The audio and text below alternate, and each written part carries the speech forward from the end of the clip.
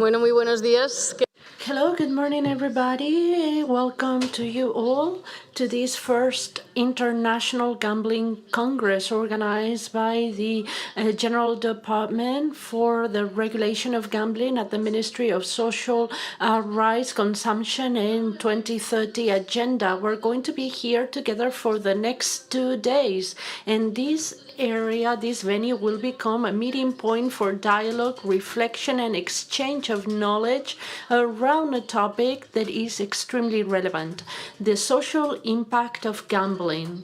To give you a very warm welcome, let's take a look at a brief video of the Minister of Social Right, Consumption and 2030 Agenda, Pablo Bustinduy. Muy buenos días a todos y Hello, todas, good y morning bienvenidos, and everybody. bienvenidas al primer Welcome to Congreso you all to Internacional this del first Juego, que va a International estar Gambling centrado en Congress el that is impacto going to social de concentrate esta on the actividad. social Es un impact of placer this contar con vuestra activity. It is participación y a vuestra tremendous presencia pleasure to precisamente por have la your composición de participation nuestra and cartera here ministerial. Tenemos muy precisely presente la because dimensión of the social de todos los aspectos que atañen a people las that relaciones de made up consumo, this también minister. en el We are ámbito del totally juego. aware of Y all of justo por the eso, social teniendo en aspects that cuenta are esta being cuestión impacted by social, nuestro gambling. trabajo ya no se And centra en el our juego job is responsable, not como se hiciera concentrated antaño. in Ahora responsible hablamos de la gambling creación de as we did in entornos the de past, juego but now we seguro, want to create porque la safe responsabilidad gambling no debe environments, recaer because en los responsibility usuarios was y not las laid on usuarias, the sino que las users, autoridades but tienen el the deber authorities have the democrático de que los obligation, the entornos a los democratic que estos obligations acceden to make sean sure seguros. that they Esto es, access que no safe profundicen las environments, so desigualdades de they partida que don't ya see atraviesan las relaciones de the consumo en nuestras sociedades. inequalities Es being más, deepened debemos in conseguir our atajarlas consumption antes de que societies, but we ocurran, have to desde sus stop them razones before they y happen causas from their estructurales. En root este sentido, causes and hemos emprendido structural medidas causes. como In la that sense, regulación we en la have que estamos started trabajando measures para que such los as the operadores de regulations juego that we're estén working on, so obligados that a the mostrar gambling un nuevo operators are cartel obliged informativo to a sus show a usuarios new en el que estos puedan adquirir billboard conciencia de los peligros so de la that they can ludopatía, como acquire también some estamos trabajando en awareness of otros the ámbitos dangers como la of publicidad del irresponsible juego, porque gambling nuestra or vocación como compulsive ministerio gambling. And we're no puede also ser otra working que at the garantizar una ministry to progresiva guarantee a y mayor progressive and igualdad. greater Esa es en equality. realidad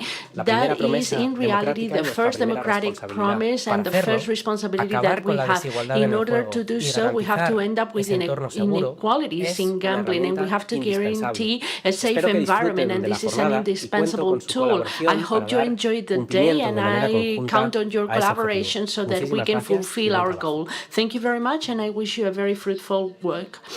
We also have to announce a small change in our agenda because the Secretary General for Consumption and Gambling, ANDRÉS Barragán, cannot join us at this very moment because he's at the Congress, at the Parliament, but I'm sure that he will be able to join us during the morning.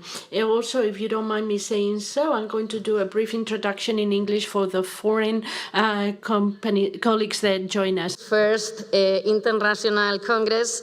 It's an honor to have you here with us. Vamos a comenzar como... So we're going to start, as you see, with a panel, with a round table in which we're going to be talking about the challenges and perspective of gambling regulation in Europe. This is going to be moderated by Eugenio Álvarez, who is the Deputy Director of Regulation.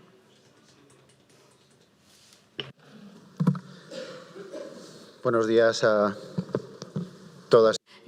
Good morning, everybody. I see that the Congress has created a great expectation, which is something that makes us truly happy. This very first session is going to deal with the challenges and prospects for gaming regulation in Europe. And for all of us involved in organizing this conference, it is a real privilege to have the participation of the people who make up this first panel. All of them have enormous experience and hold important positions in their organizations. They have a tremendous experience heading the regulatory authorities that are in charge of online gambling markets in Europe, and I thank them for coming to Spain to this very first session. Yesterday we have the opportunity to talk about many interesting topics in a meeting, and I'm sure that this will come up in today's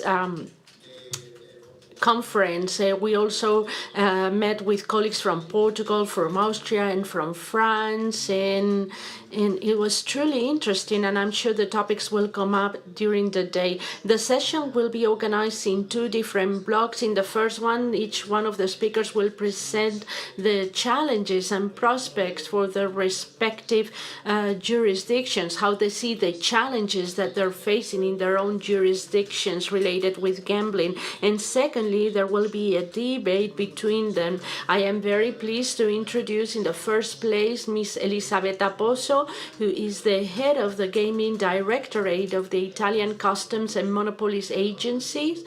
She has been working in the public sector since 2008. She's managed several offices, including those for bingo, lottery and betting, online gambling, gambling machines, control and audit. She's participated in numerous projects, working groups and supervisory committees on gambling-related issues. She is the head of Legal and Responsible Gambling Project, which focuses on information systems for analyzing companies at risk of criminal infiltration, anti-counterfeiting system, protection of made in Italy, anti-money laundering and fraud prevention. She teaches classes both inside and outside the agency on taxation and gambling regulation, and she's also been a member of the National Observatory created by the Ministry of Health to combat the spread of gambling addiction and severe forms of gambling disorder. So now you have the floor, Elisabetta.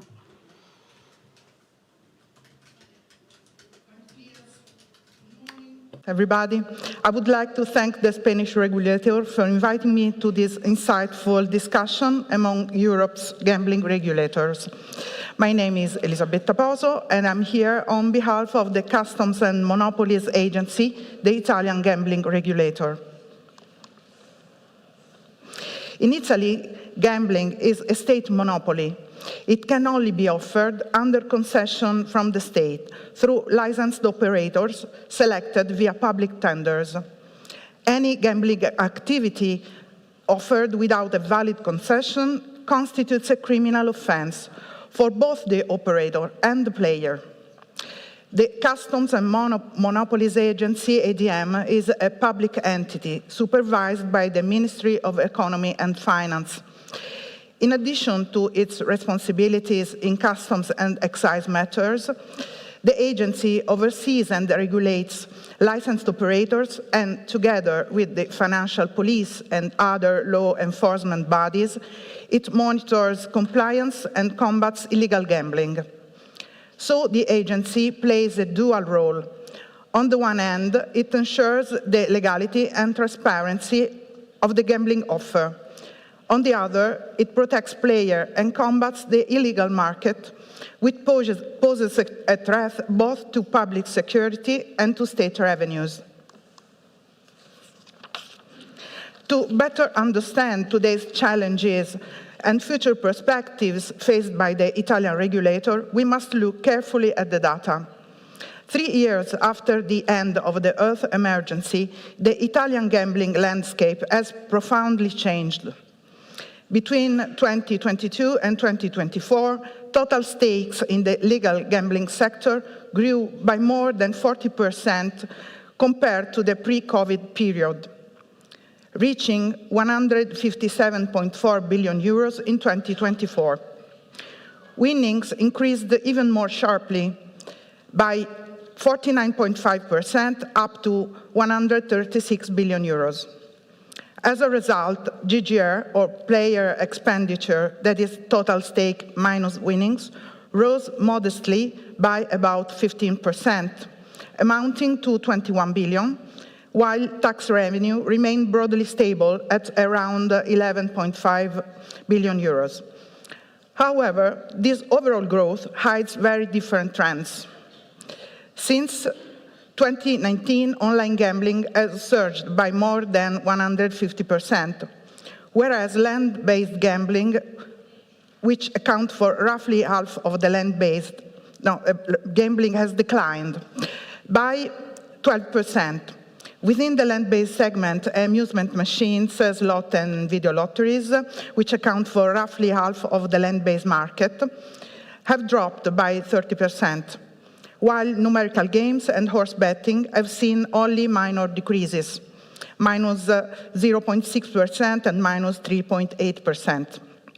Other products like bingo, lotto, lotteries, and sports betting have expanded beyond pre-pandemic levels. Studies suggest a structural substitution between channels. An estimated 10 billion euros in stakes has shifted from land-based to online. This transformation is crucial for regulators. It reshapes not just physical outcomes, but the very landscape of gambling, redefining where it happens, where and how people play. As risk and vulnerability have migrated online, our system of regulation and protection must evolve with them. Italy is undergoing a delicate and crucial phase of legislative and regulatory reform. Within this evolving context, Article 15 of the 2023 Fiscal Delegation Law has mandated a comprehensive reorganization of the national gambling system. The reform confirms the concession model as the foundation of Italy's gambling regulation, while calling for a broad modernization, aligning taxation systems, ensuring uniform national rules, strengthening player safeguards, and progressively integrating the land-based and online sectors into a coherent framework. Its guiding principles are clearly set out. First, protection of vulnerable players and minors through specific technical and legal measures to prevent gambling disorders and underage play. Second, coordination among the state, regions, and local authorities regarding territorial planning of land-based venues and licensing procedures. Third, reorganization of gambling networks, both online and offline, to achieve rationalization and concentration of gaming in safe and controlled environments. After, fight against illegal gambling and criminal infiltration, by increasing transparency and tightening requirements for licensed operators. Following, reform of the tax framework on gambling, including assessment and control mechanisms. Finally, uniform and transparent national rules for licensing and authorization. In March 2024, Legislative Decree number 41 was adopted for the online sector, introducing enhanced safeguards for players and simplifying the market structure by reducing the number of licensees and top-up points, and by eliminating skins that are third-party websites affiliated with the licensees. It also reinforced the enforcement mechanisms and cooperation with the law enforcement agency. The new online concession, valid for 9 years, officially entered into force today, November 13. For Lotto, the public tender was published in January 2025, and the procedure has been completed. The new license will become effective upon the expiration of the current concession, that should be on November 29. The land-based reform will follow, but it requires a prior agreement between the state, regions, and local authorities. This part of the reform is the most complex and the most decisive for the system's balance. It addresses territorial planning, uniform distance and time limits, and new technical safeguards in retail venues. Today, the Italian regulator faces two interconnected challenges. Let's start with the online sector, where the reform process has already been completed. Over the past few years, the online market has expanded rapidly, creating new opportunities, but also introducing new risks. Easy access and constant availability have made players more exposed than before. The objective is clear: to make player protection a permanent and measurable part of how the market works, and not just a regulatory formality. In this regard, the new 9-year licensing framework imposes stricter obligations on operators, including enhanced player identification procedures, improved self-exclusion tools, and direct involvement in public campaigns promoting responsible gaming. Turning to the land-based sector, the challenges are different. The first issue is territorial fragmentations. Regions and municipalities often set different rules on location, distance limits, and opening hours, making planning complex and inconsistent. The second issue is declining demand in some type of games, especially slot machine and video lotteries, combined with the competition from online and illegal offers. This threatens the sustainability of the legal retail network. And the third is on-site player protection. We must bring to physical venues the same safeguards we already apply online, such as self-exclusion and spending limits, while still respecting privacy and avoiding unnecessary bureaucracy. Across both sectors, the common challenge remains the fight against illegal gambling, which undermines consumer protection, fiscal stability, and trust in institutions. Legal gambling must remain the easiest, safest, and most transparent choice for players. Looking ahead, Italy's priority is to strengthen its ability to combat illegal gambling and to keep regulation aligned with the technological progress. The fight against illegal gambling will remain at the core of our future strategy. It is essential to protect players, ensure fairness, and safeguard public revenues. The goal is to make the legal offer not only the safest and most transparent choice, but also the most accessible and attractive one. This requires stronger monitoring system, faster enforcement mechanisms, and continuous adaptation to new forms of illicit online activity. At the same time, technological innovation is reshaping the gambling landscape. Artificial intelligence, data analytics, and digital identity tools can support more effective supervision and more personalized protection for players. To fully harness these opportunities, Italy will continue investing in framework capable of keeping pace with market evolution. Italy's future perspective: a gambling ecosystem that is modern, responsible, and technology-driven, a market where legality, innovation, and player protection advance together. Thank you for your attention.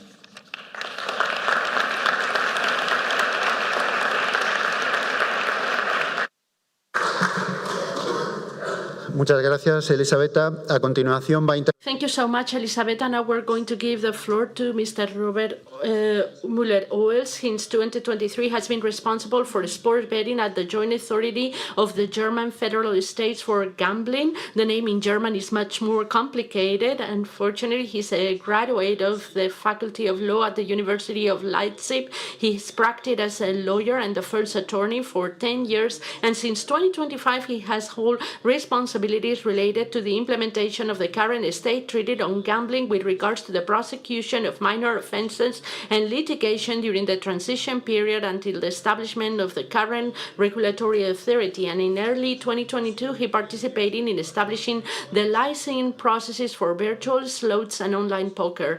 Now you have the floor, Robert.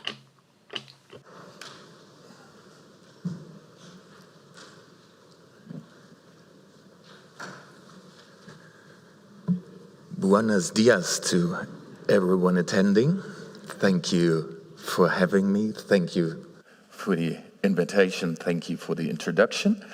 I start by apologizing for my poor English, which I hope will be lost in translation for those that listen in Spanish. If there should be any misunderstandings occurring, I promise that I'm going to blame them on the translation, and afterwards I'm going to have a beverage with the colleagues in the back. I thank you for your service. If we talk about regulation, I must introduce Germany as the teenager of online regulation in Europe. I think the authority is in place for about 3 years now. We look back at the history of gambling regulation of more than 100 years, but the authorities and the legislative powers always try to avoid to deal with the online gambling and gaming sector. So we're developing, and we have a regulation for online gambling for now about 15 years, but actually what we're dealing with when it comes to responsible gambling, when it comes to the danger of new forms of gambling, we have the current regulation and legislation in place since about 5 years. To introduce you to the German market, we're talking about 21 million active gamblers in the common definition that they gambled at least once in the last 12 months. What we have is overall a GGR for Germany that is reported by the legal operators of about 14.4 billion euros. What we have for the dangerous forms of gambling is that we have a turnover of 13.6 billion euros. And what we have found, what we have are surveys that are done 2021, 2023 and 2024.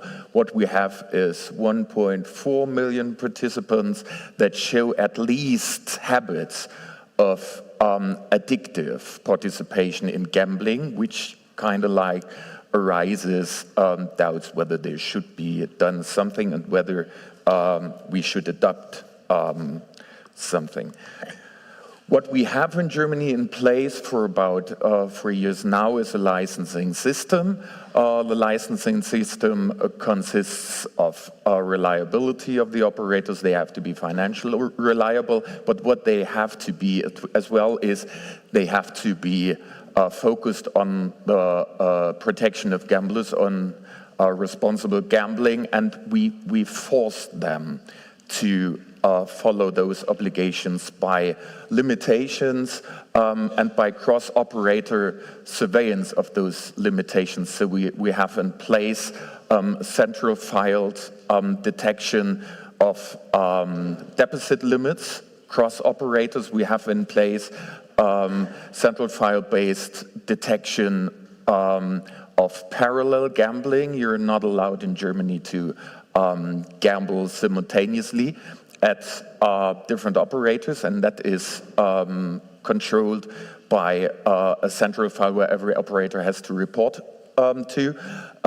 What we have is a operator-focused detection of gambling activities. So every operator has to give data to every participant in gambling and has to store it and make it available to the regulator to check whether they stuck to their obligations in the licenses.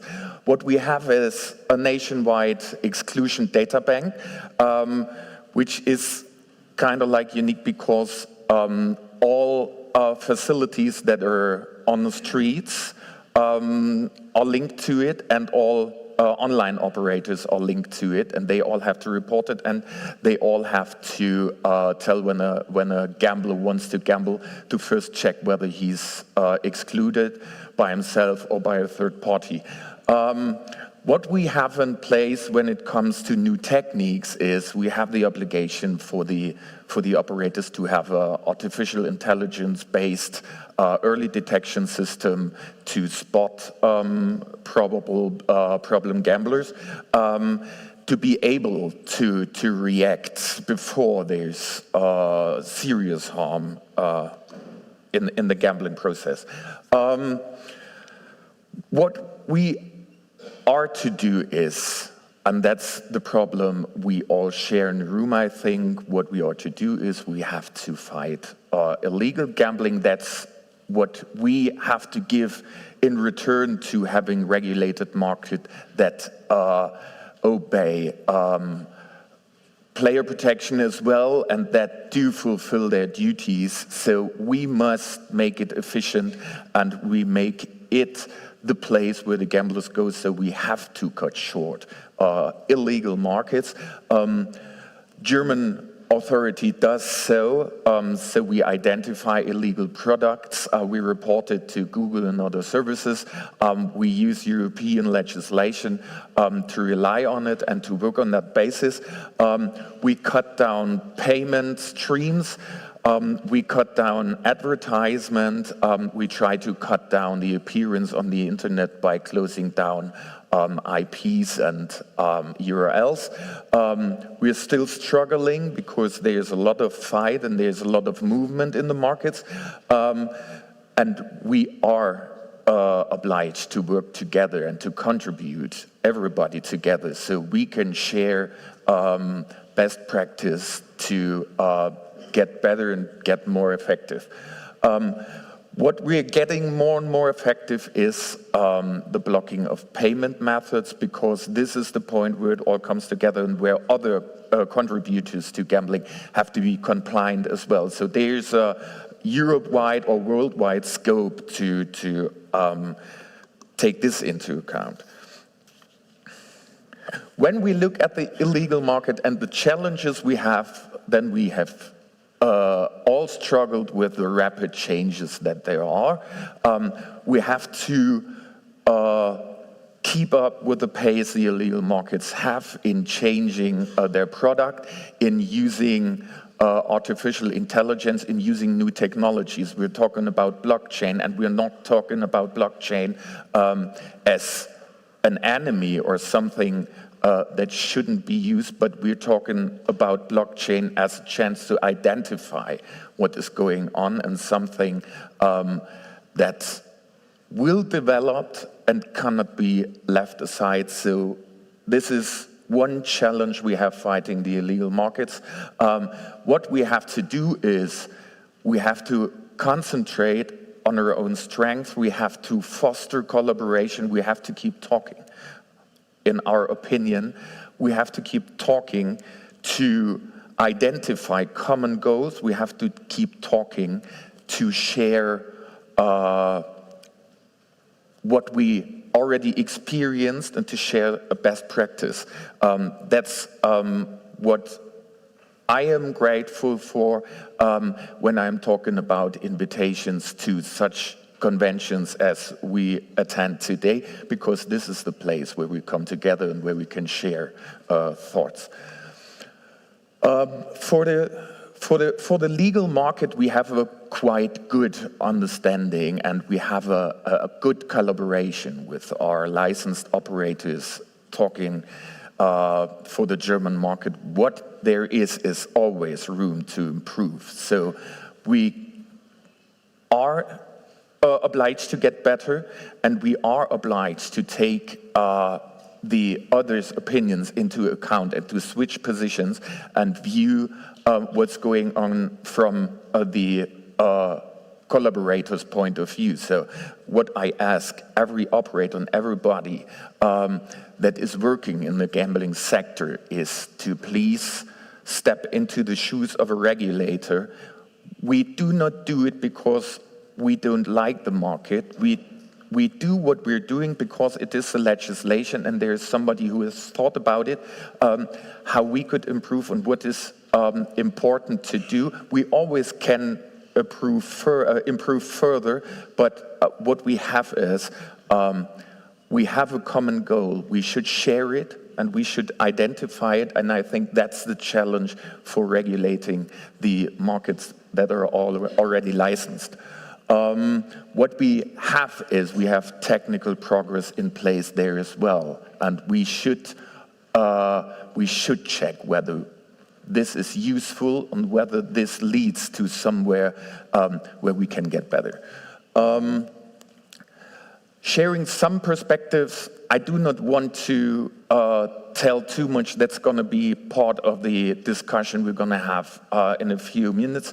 We're going to talk about artificial intelligence because it is inevitable to deal with it. We already have it in place. I mentioned it. We have artificial intelligence in early detection of problem gambling, and we are seeing it if we are checking manipulation of sports events. That's how artificial intelligence comes into the play by service providers, by bookmakers. They do it.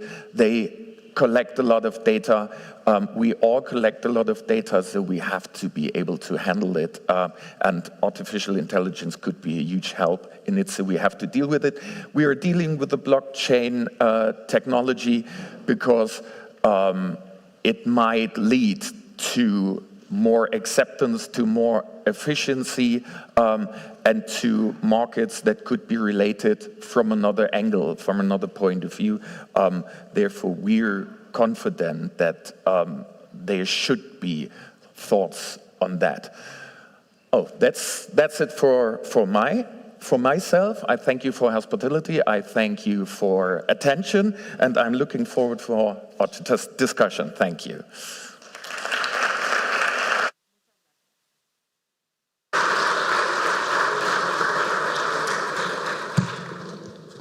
Muy bien, muchas gracias, Robert. Thank you so very much, Robert. And now we will give the floor to Mr. Andrew Rhodes, Executive Director of the Gambling Commission of the United Kingdom. He has worked for the University of Swansea, and he has kept different roles in public function. He has been director of the Department of Employment and Pensions and the Driver License Agency and Vehicle Department. Thank you very much. Andrew, whenever you will. Buenos dias. Thank you, Eugenio. Thank you, Mikel. It is an honor to be invited. The DGOJ are very good friends of ours, and we work closely together. So it is a pleasure to be invited today. Great Britain has been regulating gambling for a very long time. Some of our gambling laws date from 1783, but they don't mention online gambling as far back as that. It's always an absolute pleasure to be together with other international regulators, and it's one of the most valuable things I get to do in my role, because we have many of the same operators and many of the same challenges. It is fantastic to see an event such as this today with regulators, operators, government representatives, the charity sector and academics coming together to look at what is an incredibly important economic and social topic. The Gambling Commission in Great Britain regulates all forms of gambling, including casino, betting, online gambling, bingo, lotteries, and we have about 400 people in the beautiful city of Birmingham. Not quite as nice as Madrid, if I am honest, but nice nonetheless. And we license about 2,600 operators in the British market. So what I will do in my brief session today is I will take you through a bit of information about the British market and some of the things that we've been looking at recently. Oh, there's me. But I now have a beard. I have upset so many people in the last 5 years. I have to change my appearance now and again, and sometimes leave the country briefly to give a rest. So the British market. It's a very, very large market. So the most recent data we have is from the Gambling Survey for Great Britain. It's a very, very large survey. And participation levels in Great Britain are 48% of the adult population gamble on a regular basis in the past 4-week period. The industry size itself is £15.6 billion. That's gross gambling yield, similar to GGR. It's a very, very large market. It is £11.5 billion once we take the lotteries out, so it's still a very large market. Remote, so online gambling, or nearly almost all of remote is online. There's a tiny amount of telephone betting left. That is at 6.9 billion, which is about 60% of the market now once we take lotteries out.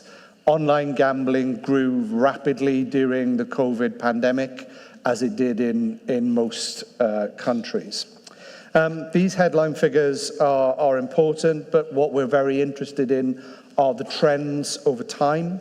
So remote online gambling, it was up 7% in 2023-24 and up 63% from 2015-16. So it has grown massively in the last few years.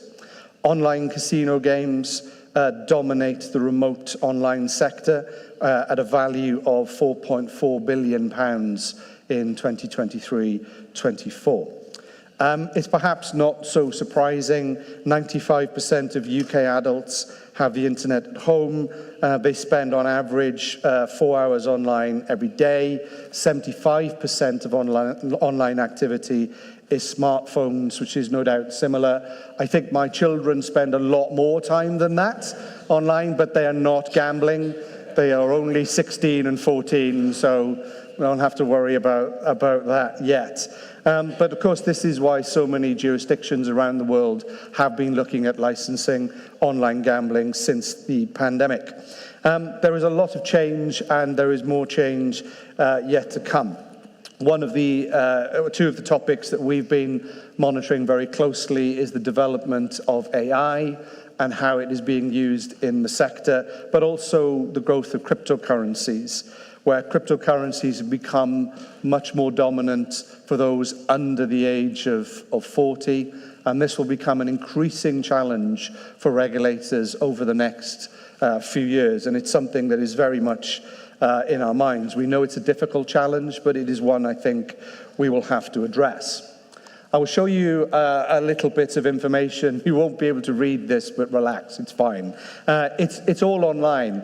Anything I say today you can see at gamblingcommission.gov.uk. You can read all of our published information. This is the gambling survey for Great Britain. We have a sample size of about 20,000 people a year. It is the largest gambling survey in the world. And we use this as our core evidence base for knowing what products consumers are using, monitoring trends as they change, and also looking at the rates of problem gambling. So this is a huge survey which is very important to us, and it's now in its second year. So I said that at a headline level, 48% of adults in Great Britain gambled in the past 4 weeks. But if we were to look a little bit below that at some of the trends and data that we can see in our country, we can see that lottery draws I know skewed is a word that will translate. Lottery draws are more dominant for older people. It's much more popular amongst older people, but for scratch cards, it is the total opposite. It is a younger demographic who are much more dominant in buying scratch cards. The player profile of the people who have placed a bet, so this is the top right-hand corner, is different again. Again, it is more a younger demographic and a male demographic. In bingo, we see there is more females than males taking part, which might be what you expect to see. But the age profile is also very interesting. But what we're seeing is an older demographic in bingo, which has always been the case in Britain, but we're seeing a rise in social bingo. So we're starting to see younger people engaging with bingo in a way that they didn't before. And we are able to drill down into some really quite precise detail about what consumers are doing in our country. One of the challenges that we've looked at in the last year is withdrawals. So this is the most complained about thing in Britain from consumers to the regulator. And that is the speed that they can get their money out from a gambling operator. Now, I bought a part for my watch a little while ago, and I had to buy it from Italy. I bought it through eBay in Italy, and I could track that part from the seller to DHL, to the airport. I could see which plane it was on through flight radar. I'm a very boring person, but I could see this. I then knew when it arrived in London. I could then see it travel. I knew the name of the driver that was going to deliver it to my house. Our expectations of anything we interact with are wholly different today, and that has to be true of the gambling sector. And this has been a huge challenge for the sector. So we've been monitoring withdrawals. So the figures you have there, you can see, we tracked 44.2 million withdrawals. 96.3% were cleared automatically, so they were paid instantly. 3.5% were cleared within 24 hours. The 0.1% are the ones that we're really interested in. Why did they take longer? Is there a risk here of money laundering, of criminality, or are operators doing things they should not be? So this was an interesting area for us. The other thing that has been complained about a lot, more from engaged gamblers, is account restrictions. So in Great Britain, operators are allowed to close accounts. There is no right to bet, which I know differs around the world. So we did some direct analysis of this through consumer data, and we found that 4.3% of active accounts in the last 12 months were restricted for commercial reasons by operators. So they refused to take that business. And what we found in that is that this was not as bad as we expected to see, but it was still an important thing to know. And what we also found was the most common restriction is stake factoring. So this is reducing the amount someone is allowed to bet to potentially as low as 1%. And one of the things that we've seen in our analysis of illegal gambling is we believe this is a cohort who are starting to gamble illegally because they cannot gamble in the legitimate market. So we're very interested in these patterns of behavior. 2.23% of accounts were closed altogether for commercial reasons. So they can no longer gamble with that operator. An engaged gambler has on average between 3, 6 or 9 accounts. So what we are seeing is spend being spread across a lot of different operators as a result. So this is one of the areas that we have been looking at. Another area that we are examining at the moment and we think is an emerging risk is hyper-personalization. So this is operators making sure the product is more and more tailored to the consumer. So I support Swansea City Football Club. Nobody will have heard of them, but if you give me more and more things that relate to my interests in football or in other sports or the types of things I like, I will be more and more engaged, but I also may be gambling with a greater intensity. And that is something that we have to have some concerns about and to understand that. Collaboration is, sorry, we'll go back one. Collaboration is also very, very key. We work very closely with our advertising regulator, with our information commissioner, with our national crime agency, with our tax authorities, because the whole system needs to work together. Gambling is an enormous industry, and it touches many different things. That's why I think events like this week with the G7 European regulators are really important. We're talking about shared challenges and shared issues. We are sharing best practice wherever we possibly can, including sharing intelligence wherever we can. We often have exactly the same large operators in every single country. We have many, many of the same challenges. Yes, there will be some local differences, but on the whole, the challenges of money laundering, criminality, of sports integrity, of problem gambling, they are the same in every single country in the world. So regulators should be working closely together. And that's why it's a pleasure to be here and to be with our colleagues from across Europe. And I'm very grateful for the invitation to be here today. And I look forward to our discussion. Muchas gracias. Thank you very much.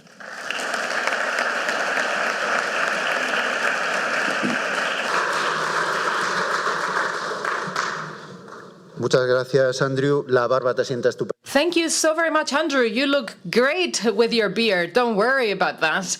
Now we'll give the floor to Mikel Arana Etxezarreta, Director General of Gambling Regulation, responsible for the General State Administration body that supervises online gaming and lotteries in Spain. He has held this position since 2020. He holds a degree from the University of the Basque Country, an MBA from Carlos III University of Madrid, and a master's degree in Human Rights, Democracy and Globalization from the Open University of Catalonia. He has extensive professional experience in the public sector, having served as Director of Services and Entrepreneurship Promoter in the Basque government. In 2009, he was elected regional parliamentarian for Guipúzcoa. Prior to his appointment as Director General, he held the position of Controller of the Economic Control Office of the Basque government's Department of Finance and Economy, an activity he combined with teaching at the University of Basque Country. Mikel, whenever you will, you have the floor.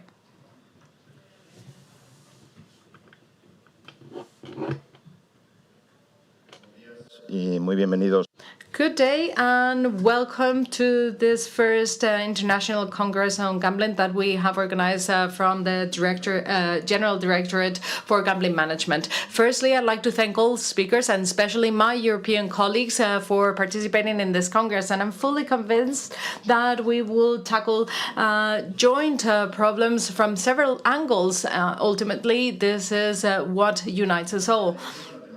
Now, deep diving into the topic at hand, the effects of regulation in Spain, we have an objective, which is that of providing a safe gambling space. But in our opinion, this entails three great challenges: minimizing the risks of games of chance, combating illegal gambling, and recovering institutional consensus. These are three key pillars, and they play different roles in the construction of this safe space. And the first point is the most important one because it has an impact on individuals, but we need to tackle this with rigor and professionalism, and we must step away from catastrophic approaches. That way, we will properly talk about a safe space for gambling in Spain. But what is it that we're talking about when we talk about risks in gambling? Mainly, we're talking about gambling disorders, pathological gambling, or compulsive gambling, because gambling is legal and regulated in Spain,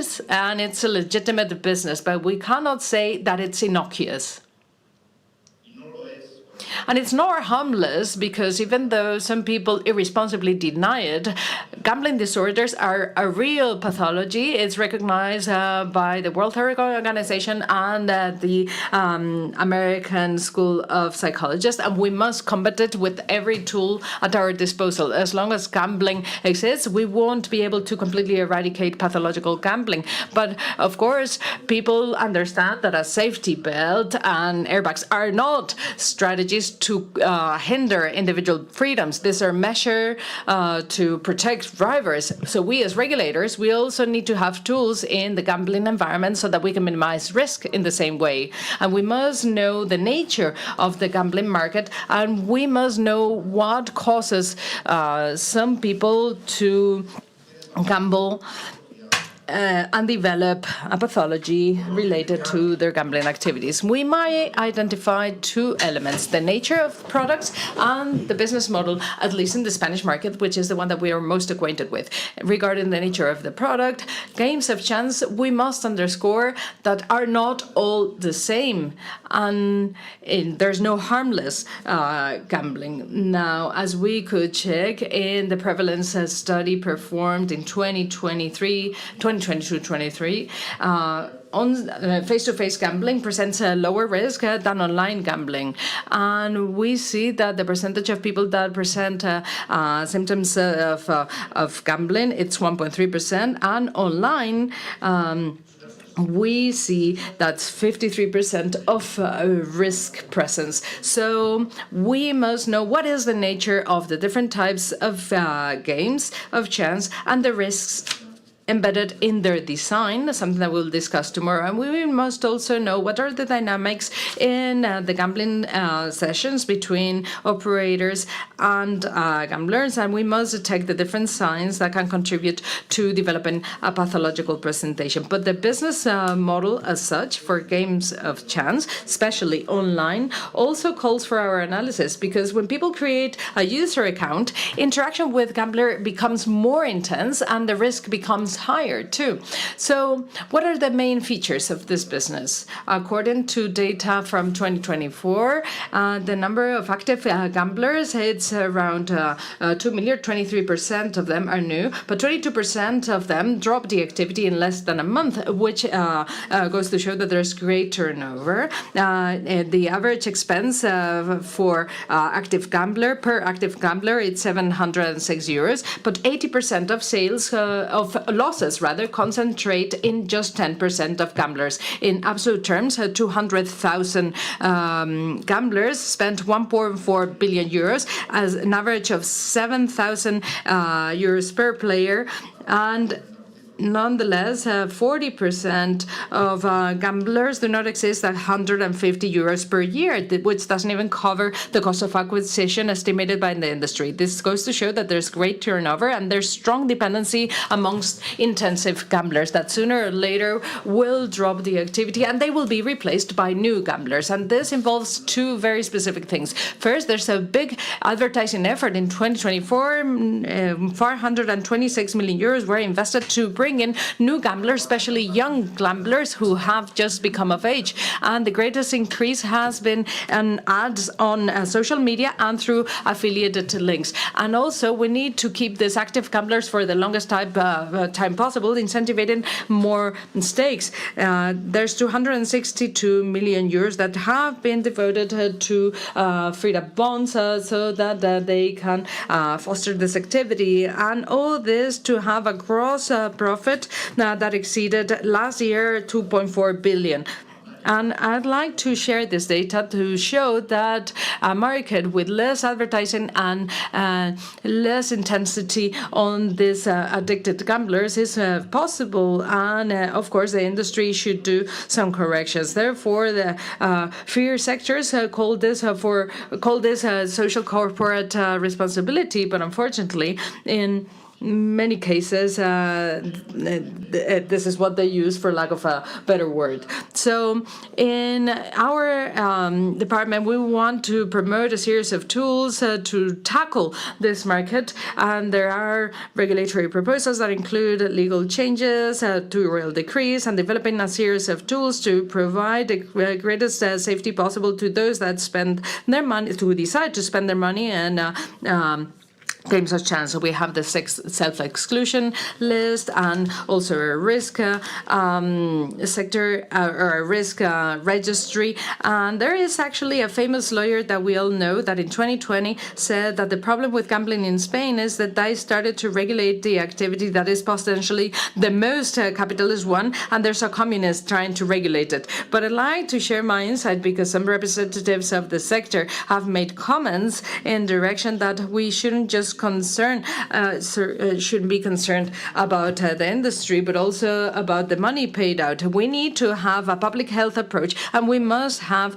an approach in which we protect consumers. But this protection sometimes is impossible, and that is in the context of illegal gambling. Illegal gambling, it's by definition impossible to measure, and we can quantify that in Spain it amounts to 1 to 5% of the market. And we must be concerned about it due to several reasons. First, because it changes the rules of the game. Gambling operators in Spain generally do comply with the regulation in place. They may like more or less our measures, but we detect very little non-compliances, and most times this is due to the fact that due diligence hasn't been performed and not due to ill faith. And therefore, there is an illegal market with no rules or guarantee, and that weakens the credibility of a sector that is generally well regulated. And then we have criminal activities and money laundering that hide sometimes behind illegal gambling. And we're not talking about bingo or traditional gaming in traditional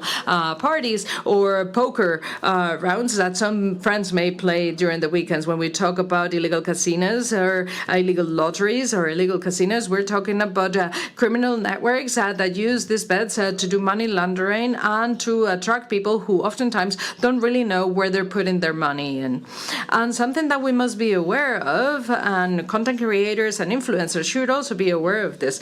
Sometimes, knowingly or unknowingly, they become accomplices of this scheme. So when they promote this on their media without scruples. And finally, we must also consider that illegal gambling platforms sometimes are the last resort for people who are problem gamblers and who are not included in the exclusion list or who are being excluded by operators, but they decide to continue to gamble in spite of the risk that this is for their economy and their family relations or social relations. And gambling online knows no borders. And as Andrew mentioned, the regulators that are present here and the Portuguese and French regulators in the past have started that discussion about how to combat illegal online platforms internationally, because we are national regulators, but illegal platforms know no borders. So we, in our department, we will continue to have a very close collaboration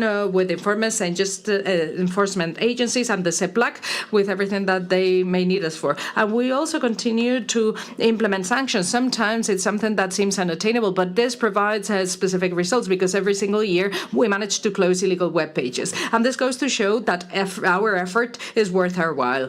Finally, in order to discuss the third challenge, I'd like to finish off by sending a message of institutional conciliation. And as I said before, when we talk about addictions, we cannot take a party approach. We need a national consensus, but not only nationally, also internationally. We need to limit abusive advertising, and we must promote awareness campaigns. And this has been something that has been done across all the different parties and across all the different autonomous regions. And I'd like to greet our colleagues from the autonomous regions who are present here today. Thank you for joining us. And without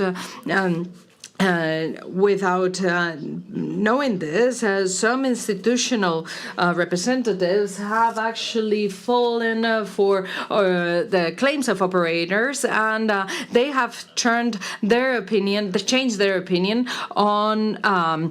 on this consensus. And this is something that we are seeing in the House of Parliament, and this is the reason why our representative hasn't been able to attend here today, because some parties have decided to change their position on the regulation of means of payment, and we have received claims by more than 15,000 people that have seen the tax registry call for a debt that they hadn't engaged in. And we know that minors indeed are actually using false identities to access a game of chance online. And of course, people don't do this counterfeiting without wanting to gain from it.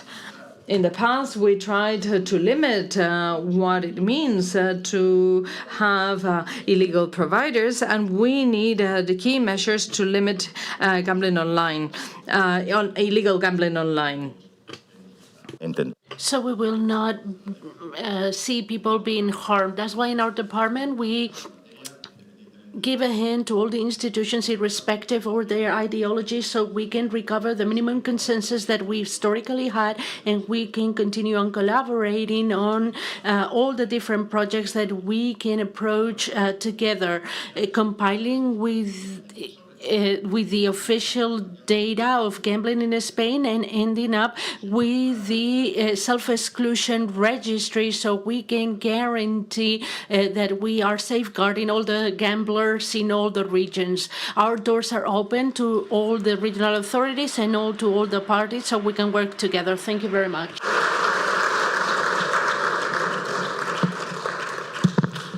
Muchas gracias.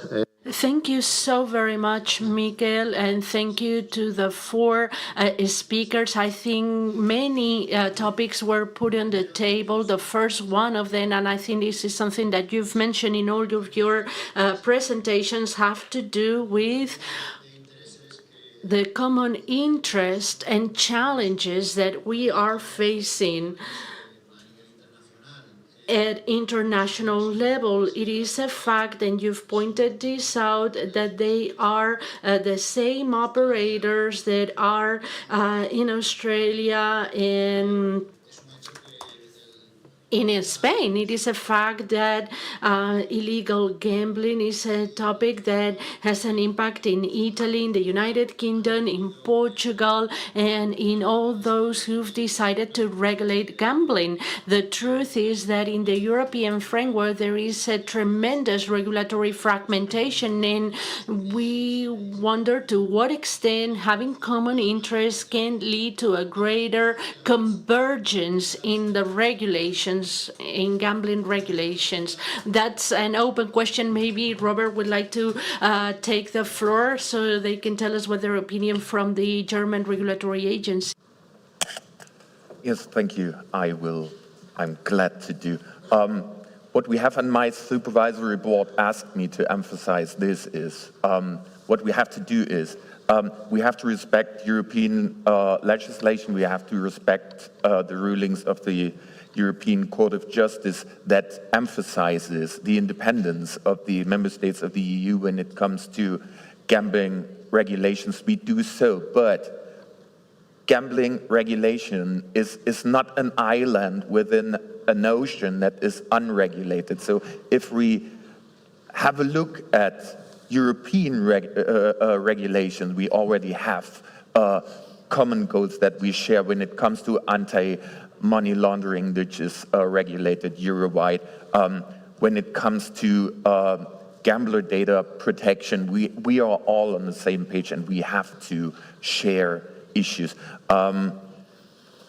Gambling, online gambling, and this is a fact, does not stop at borders. So there we share common goals, we share common objectives. And regulators from all across Europe, from all across the world, have made up those common goals. So if we step up to sports regulation, there's a gathering of sports governing bodies, of regulators that all agree to 100%. There's been a survey by the European Council that said 100% of the regulated market is interested in integrity of sports. 100% of the regulated market is interested in gambler protection. So obviously we share interests, and we are on our way to collaborate. So there's, if you compare it among the jurisdictions, there are common efforts. So we have limitations of spendings in the Netherlands, in Spain you're on your way, in Germany we have that. We're on our way to have risk assessments as early as possible. We talked about it yesterday. So yes, I think apart from all diversity we have, there is a great convergence that we have among each other. Elisabetta, ¿cómo lo veis vosotros en Italia? Elisabetta, how do you perceive things in Italy? Our agency has taken part in several international conferences and bilateral meetings among regulators, and these exchanges have clearly shown a shared understanding of the key issues and challenges that all regulators are currently facing. Player protection, particularly for the most vulnerable groups and minors, the fight against illegal gambling and all forms of criminal activity connected to gambling, such as organized crime infiltration and money laundering. What also emerged, however, is that each country has developed its own solution to address the same goals. solutions that are likely best suited to its specific social and cultural context, as well as to its legislative framework. Still, it remains crucial to exchange experiences and share both the strengths and weaknesses of the measures and solutions adopted or considered by each country. It is also possible that a solution implemented successfully in one country could not or might not work in another, due either to differences in legal foundation or simply because people or stakeholders have different levels of sensitivity to these issues. Looking ahead, I believe regulators will need to keep pace with technological developments, not only to detect new threats quickly, but also to use technology as a tool to make oversight more effective. In pursuing this goal, collaboration and dialogue with regulators from other countries will surely prove valuable and beneficial. Muchas gracias. Thank you so much, Mikel. What is your take on this? The key factor here is that even if the regulation is national, the operators are international. I mean, we are regulating about the same product on the same way, and even if there are some cultural differences, national differences, different games, maybe different regulations too, different frameworks, at the end of the day, different countries regulating the same thing. So since we all agree, that's what I said before, we agree player protection, it's a very important issue. And we are all trying to do our best in that thing. And that having fair markets, as Andrew said before, it's also important.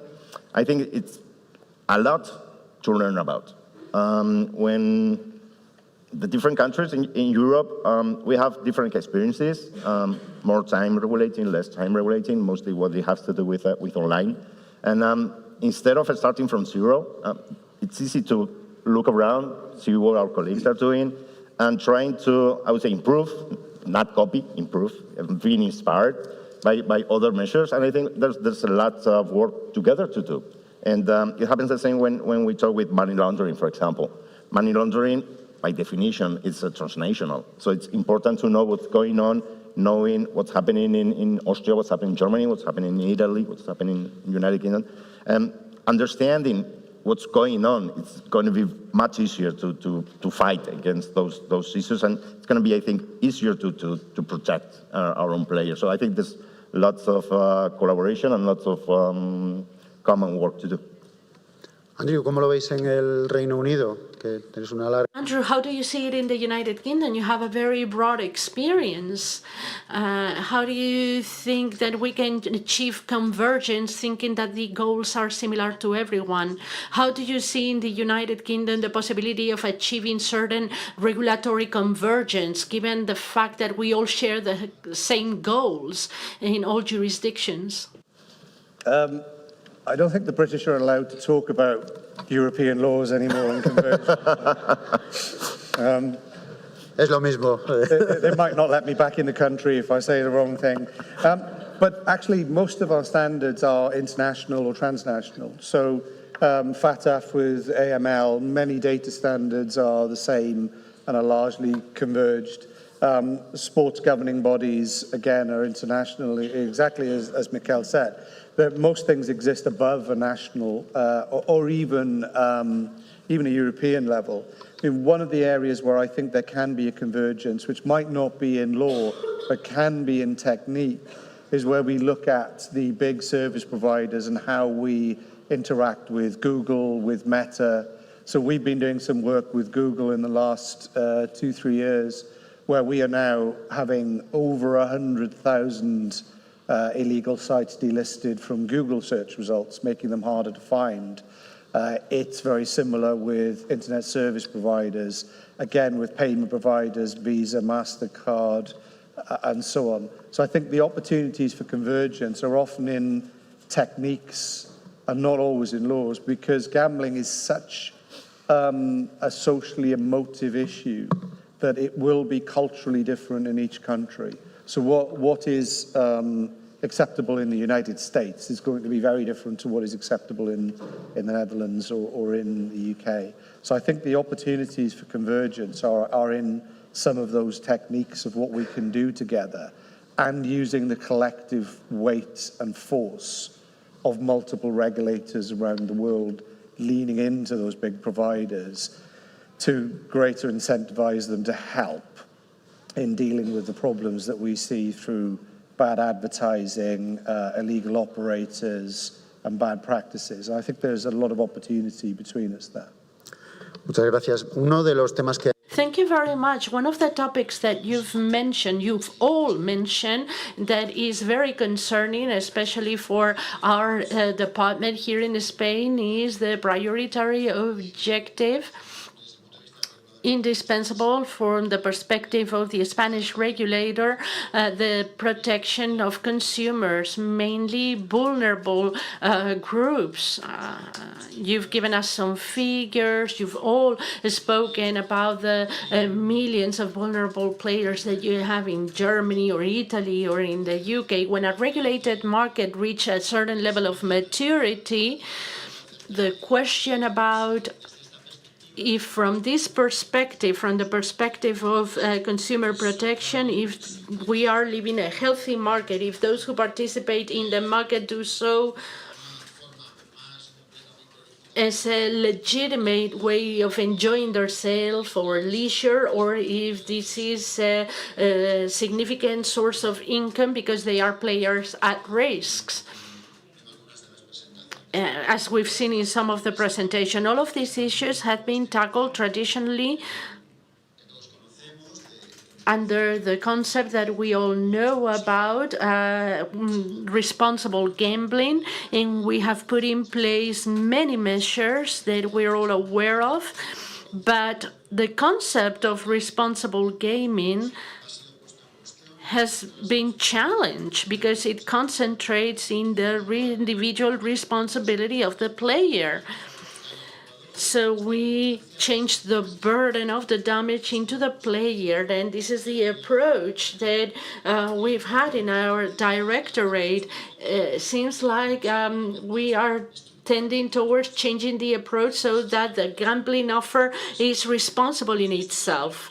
So under this perspective, I would like to ask you about the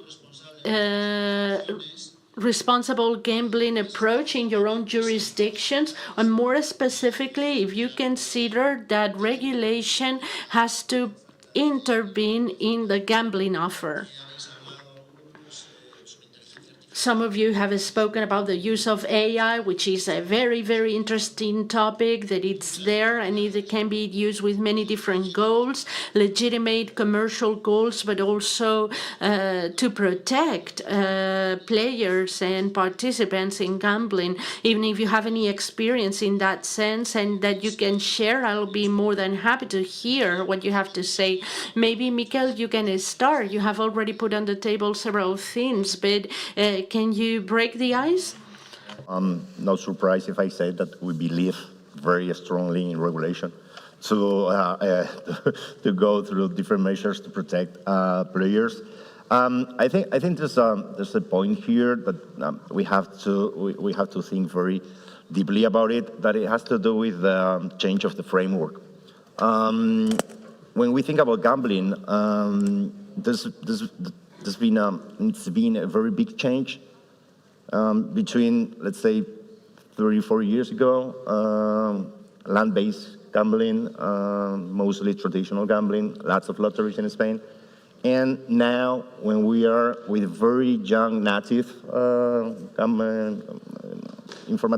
used to informatic measures, very young people that do not like that much going to casinos or bingos or that they go to the online framework where the interaction between the operator and the player is much higher.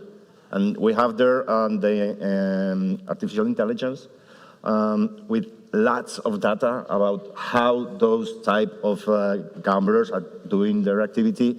And that's a risk.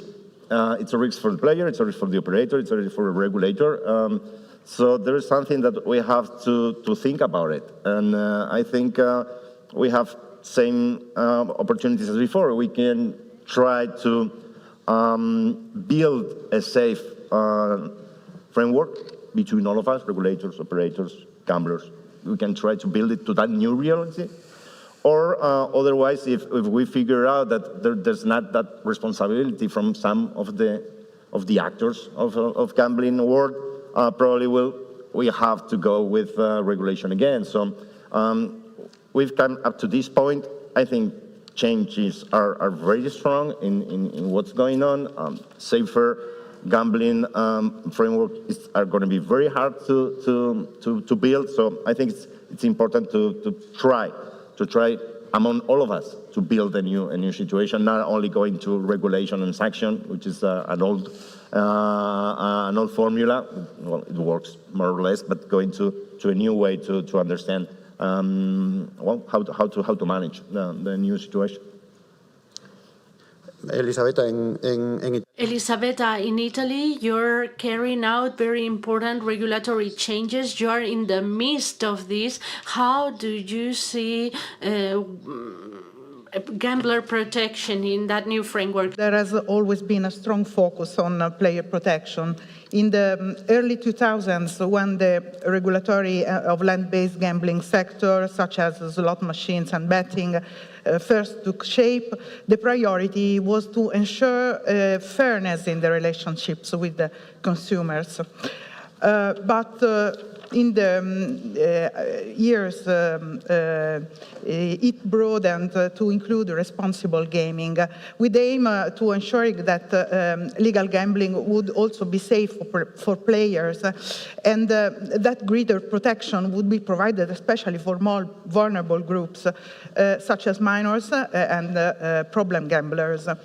A wide range of player protection measures took place, has been introduced. The ban on minors gambling, the ban on advertising, mandatory warnings on gambling products and in betting shops about the risk of addiction, disclosure of the odds of winning for each type of games, and training courses for operators on how to manage problematic players. And in the online sector, the self-exclusion register, the requirement to set spending limits when opening a gambling account, among others. It is essential that these measures be carefully assessed and well-balanced, so as not to impose an excessive burden on players or operators, which could unintentionally push people toward illegal gambling channels where access is easier. Raising awareness among players about the risks of using illegal channels is equally important. The impact of new technology is undoubtedly is surely useful.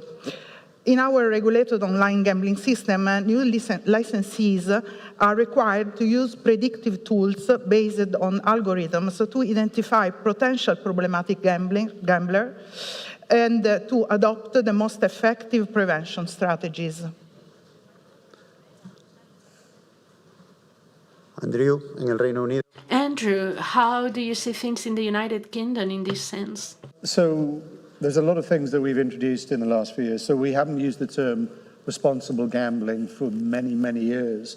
We use the term safer gambling because the responsibility is on the operator who offers the service, not on the individual who partakes.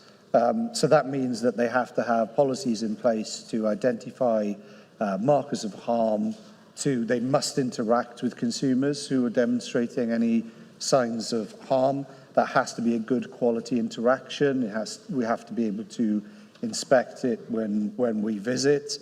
What we are seeing is some operators using generative AI to improve the quality of interactions and consistency. Because one of the issues we found is interactions were taking place. Sometimes they were poor quality, sometimes they were good quality, but they were very inconsistent. So that, we think, is probably a good movement. We've pretty much removed all VIP schemes because they weren't VIP schemes, they were high-spending customer schemes. So somebody who might be a bus driver and is gambling very large amounts of money was treated like a millionaire. The reality is they don't have those financial means. So most of that is gone. We banned the use of credit cards. You're not allowed to gamble with borrowed money because, again, we consider that to be a marker of harm. We have 3 licensing objectives as a body to protect children and vulnerable people from being harmed or exploited by gambling, to prevent gambling being a source of crime and disorder, and that gambling is fair and open. That's all we do. So the harm bit is core. But what we are really trying to do with our interventions is make sure operators curb potentially problematic behaviour into something that is more sustainable and manageable. Just like Elisabetta said, we don't want to accidentally displace someone who might have an emerging problem with their gambling into the illegal market where they will be ruthlessly exploited. So we are trying to have a more sustainable model. What we have seen in Great Britain is a far lower reliance now on a small number of very high-spending gamblers. Exactly as Mikel outlined in Spain, we've had the same experience in Britain, and that has started to flatten out. But we did go through a very extensive period of enforcement action and regulation to get to that position. And now we will see how that looks over the next few years. Robert, has dado una cifra... Robert, you were giving us figures that were kind impactful. 1.4 million people in Germany showing addictive behavior. In your gambling regulation, do you have measures that are very innovative, such as this system for joint limits between all of the operators? How do you see responsible or safe gambling? As we prefer to call this now, not only in the UK, but also in Spain. How do you see things?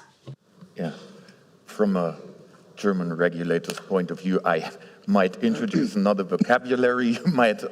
You might call it protective gambling or gambling regulation, because if you're talking about the figures of 1.4 million of participants that show habits of addictive gambling, this is a stage it should not get. So we must figure out how they're gambling and how they should be dealt when they're gambling before, so they do not show addictive habits. When you ask me what is the approach, and there were 2 directions it might have gone. So there is the rather I leave it to the gambler itself to play responsibly and to self-reliant, and the other direction it might go. You called it a communist way. I would not call it like that, but you might call it authoritarian. So when we introduced the new regulation, especially for online gambling, we had to answer this question. What is our approach? Is it a mature gambler who is responsible for itself, or is it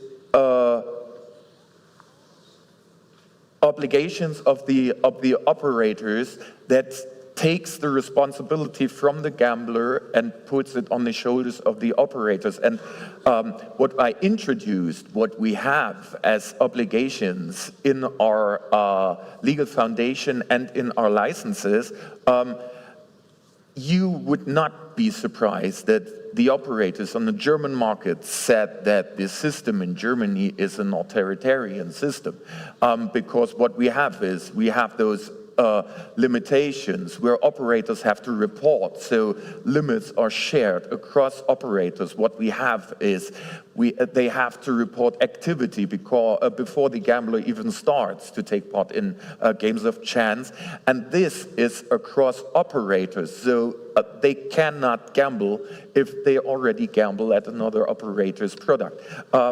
What we have is an exclusion register everybody has to report to. What we have is the obligation. They cannot choose whether they do it. They have the obligation to have algorithm-based risk assessment for early protection. So any operator would say, this harms the product, this is authoritarian. But the question is, did we have a choice when we introduced it? Because a reasonable gambler, a gambler that is responsible for himself, must know the product, and you must allow him to know the product. So if we are in front of a gambler who spends enormous amounts of money, I know it's only a small percentage of gamblers, but if there's a gambler who spends enormous amounts of money and loses them and comes back next month when his salary checks came in and spends again enormous amounts of money and loses them, you have to ask whether he knows the product and whether he plays responsible. What we know, and we know it for about 15 years, is the role and the importance of feedback to the gambler.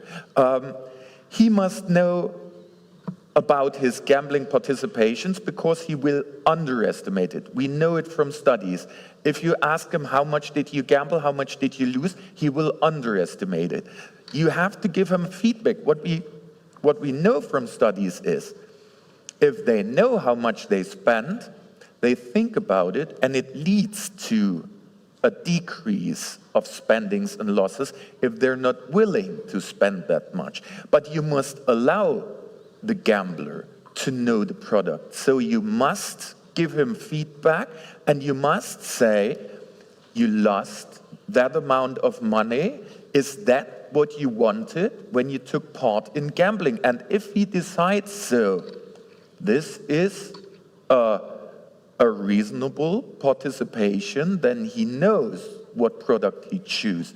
But as long as you do not do that, there is, for a regulation that wants to fulfill player protection and prevention, so early detection and early intervention, to not let problem gambling happen, that we interfere, that we intervene in a very early stage, and therefore we have those measurements and those obligations. They should have been implemented because I think it could also result in an impression that is positive for the gambler, because he kind of like is acting with an operator that seems to be his partner and not somebody who only is taking his money and claims to enhance player experience, but in fact it is just taking the money from the player. So if you put that in a more positive way, that would allow regulation to step back and say we have gamblers that are responsible for themselves and that can be responsible. But at the stage we introduced our regulation, it was not the case, so we are where we are. Pues esto que nos queda nada, ya estamos sobre. We're about to finish, but I would like to ask a couple of questions that I want you to answer in a very brief manner. I'm sure that you'll be able to do it. One question is, and it has to do with the limits of regulation. Do we have to set limits to our regulation? Should regulation... And we're going to have a session in this Congress with regards to gambling design. The gambling design, should we as regulators participate in the offer of gambling, the product that's being offered by the operators, in order to guarantee that the interaction between the player and the operator is a fair interaction? And the second question is there is a contradiction between protecting the gambler in fighting illegal gambling? Is this incompatible or not? And you have to be extremely brief. Mikel, you can start. Very fast. Starting from the first question, design of games. As far as the design, it's a fair design that it's not seeking to try to confuse the operator. I think information should be enough. If we figure out that the design of games is designed just to make us spend more money than any consumer would like to spend in a free way, probably there's something that we have to do. So at that point, probably we should regulate it. And what it has to do with illegal gambling, I assume they are not as related as some operators keep saying.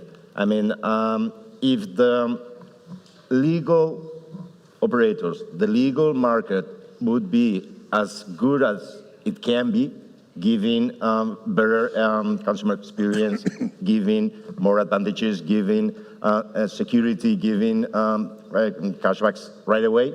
If they do that effort, probably the illegal wouldn't be that attractive. So it's not just our responsibility, it's operator responsibility too. If it's like with any other product, if the legal product is much better than the illegal product, probably most gamblers won't go to the illegal, as it happens in Spain, where the illegal, it's not that high as it happens in other countries.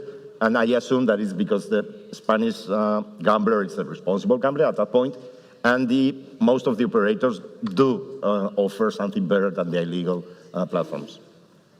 Elisabetta?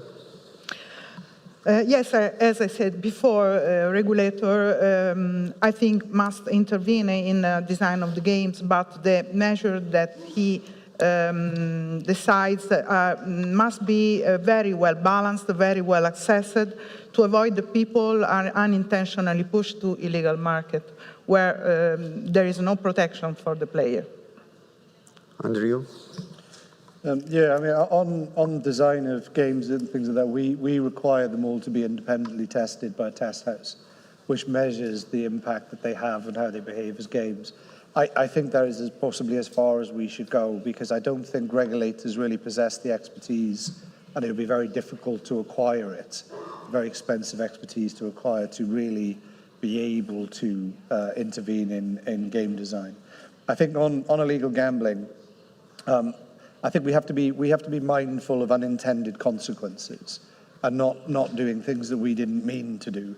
But if I give an example to follow Mikel's point, we have over 500,000 people in the UK now who are self-excluded from gambling, but they are the largest part of the illegal market for the UK, because they are people who have a problem with gambling, and if they lapse, the illegal market will prey on them.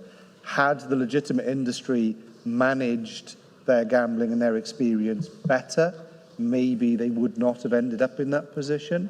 So sometimes I think the industry needs to think in a longer term way about this. I think the risks of the illegal market are real, and we have to be careful about it.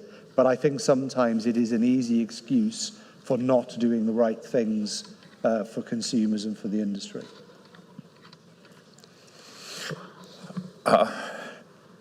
I think gambling regulation has not the duty to reinvent gambling and games of chance. This is not what we're about to do. So we will not interfere in that.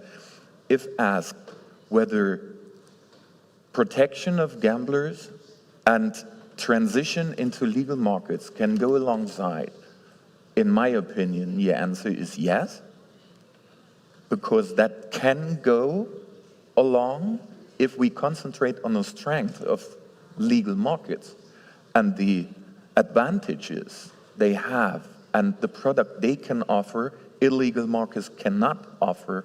There must be a way to do that. The question we must raise is, why and how should players engage with legal products intentionally if they cannot tell them from illegal products? That's, in my opinion, the question we all gonna have to answer, and we have to find that answer. And in my opinion, we have not found it yet, so that's something we must work on. Pues muchísimas gracias. Thank you so very much to the four of you, especially to our international guests. Thank you, Elisabetta, Andrew, Robert. It's been a very interesting first session, and it's made clear that we are facing up to common challenges and that having room for discussion, like the different events that we have attended in past years, joining you and other regulators. Yesterday, we were in a meeting with Portugal, with France, with Austria. This type of gatherings are extremely useful, and we hope to continue to be able to join them in the future. Thank you so much, and I hope that you have enjoyed this session, and I hope that you will continue to enjoy the city of Madrid if you're staying for a bit longer. Thank you very much.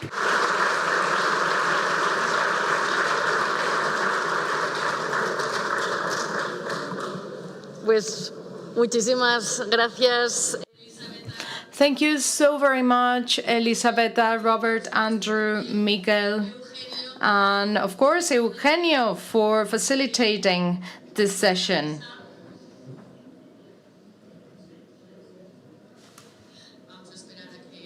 We're just going to give our speakers a couple of minutes so that they can get off the stage. We all know that the coffee break is what follows now, but I'll ask for your attention for a second. As you see, during these sessions, we will hear presentations, we will attend roundtables, but we'll also get to know the outcomes of research projects that have been subsidized by the Director General for Game Management. So I would encourage you to walk around this hall outside to discover these projects. By the way, you need to go to the third floor for coffee. We'll break for 30 minutes, and I kindly ask you to be back here on time so that we can continue with our sessions. Thank you very much.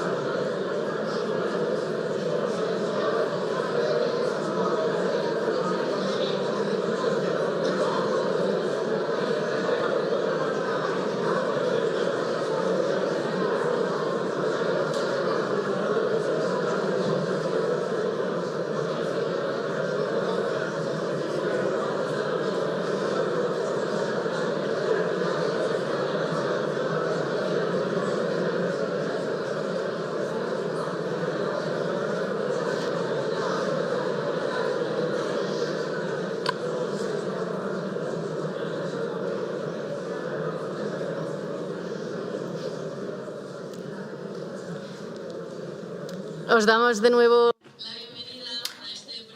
Welcome back to this first international conference on gambling that we are going to formally open now with the presence of the Secretary General for Consumption and Gambling, ANDRÉS BARRAGÁN.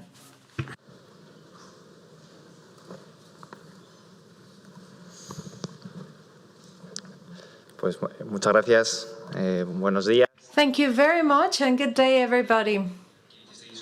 Allow me to begin by first sharing the apologies of the minister who hasn't been able to join us for this opening session. And I also apologize for doing this opening session later in the day, but there's good reason for this. We just came from the parliament 15 minutes ago. A very important subject matter was voted, and it precisely has an impact on gambling regulation. And the minister, of course, had to be there. And we wanted to, of course, join to the approval of the amendments that we proposed for the regulation of gambling that I will elaborate on later on. And we think that this is a success, and it goes to show the importance that gambling regulation has and the fact that there's a need to continue to tackle an issue that presents so many difficulties. Before I go into the particular measures, I'd like to share some thoughts with you about how important it is to tackle the social impact that gambling has, about the importance of this event. No part of our society has left on the sides of the accelerated changes that have taken place in the last decades. And problems that we dragged from the past, far from being solved, have become even more exacerbated, not just in the context of betting, casinos, and gambling, but also in video gaming, too. In the industry of gambling, this transformation had different impacts in the last decades, and they're evident for different generations. Even though we don't often think about it, I'd like to set an example of my own. My generation is one in which video gaming was quite widespread, and the business model was about selling the video games or the consoles, and it was the main source of income back then.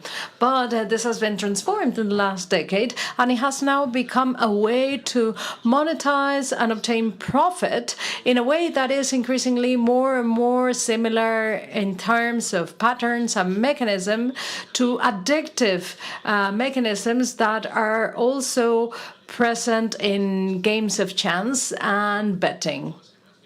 If we also focus on other generations, back in the day, casinos were somewhat limited to some people, but in the latest decades, we've seen that betting houses are more present on the internet, and betting houses have also emerged in very humble neighborhoods. And this is something that calls for our reflection. What has happened in the last decade for this to be the current reality that we need to deal with? And it's indeed a broad approach that, of course, many social spheres are part of, and authorities need to also play a role in this, and we need to support all the different individuals, including people who run the risk of becoming addicted or developing some sort of social problem.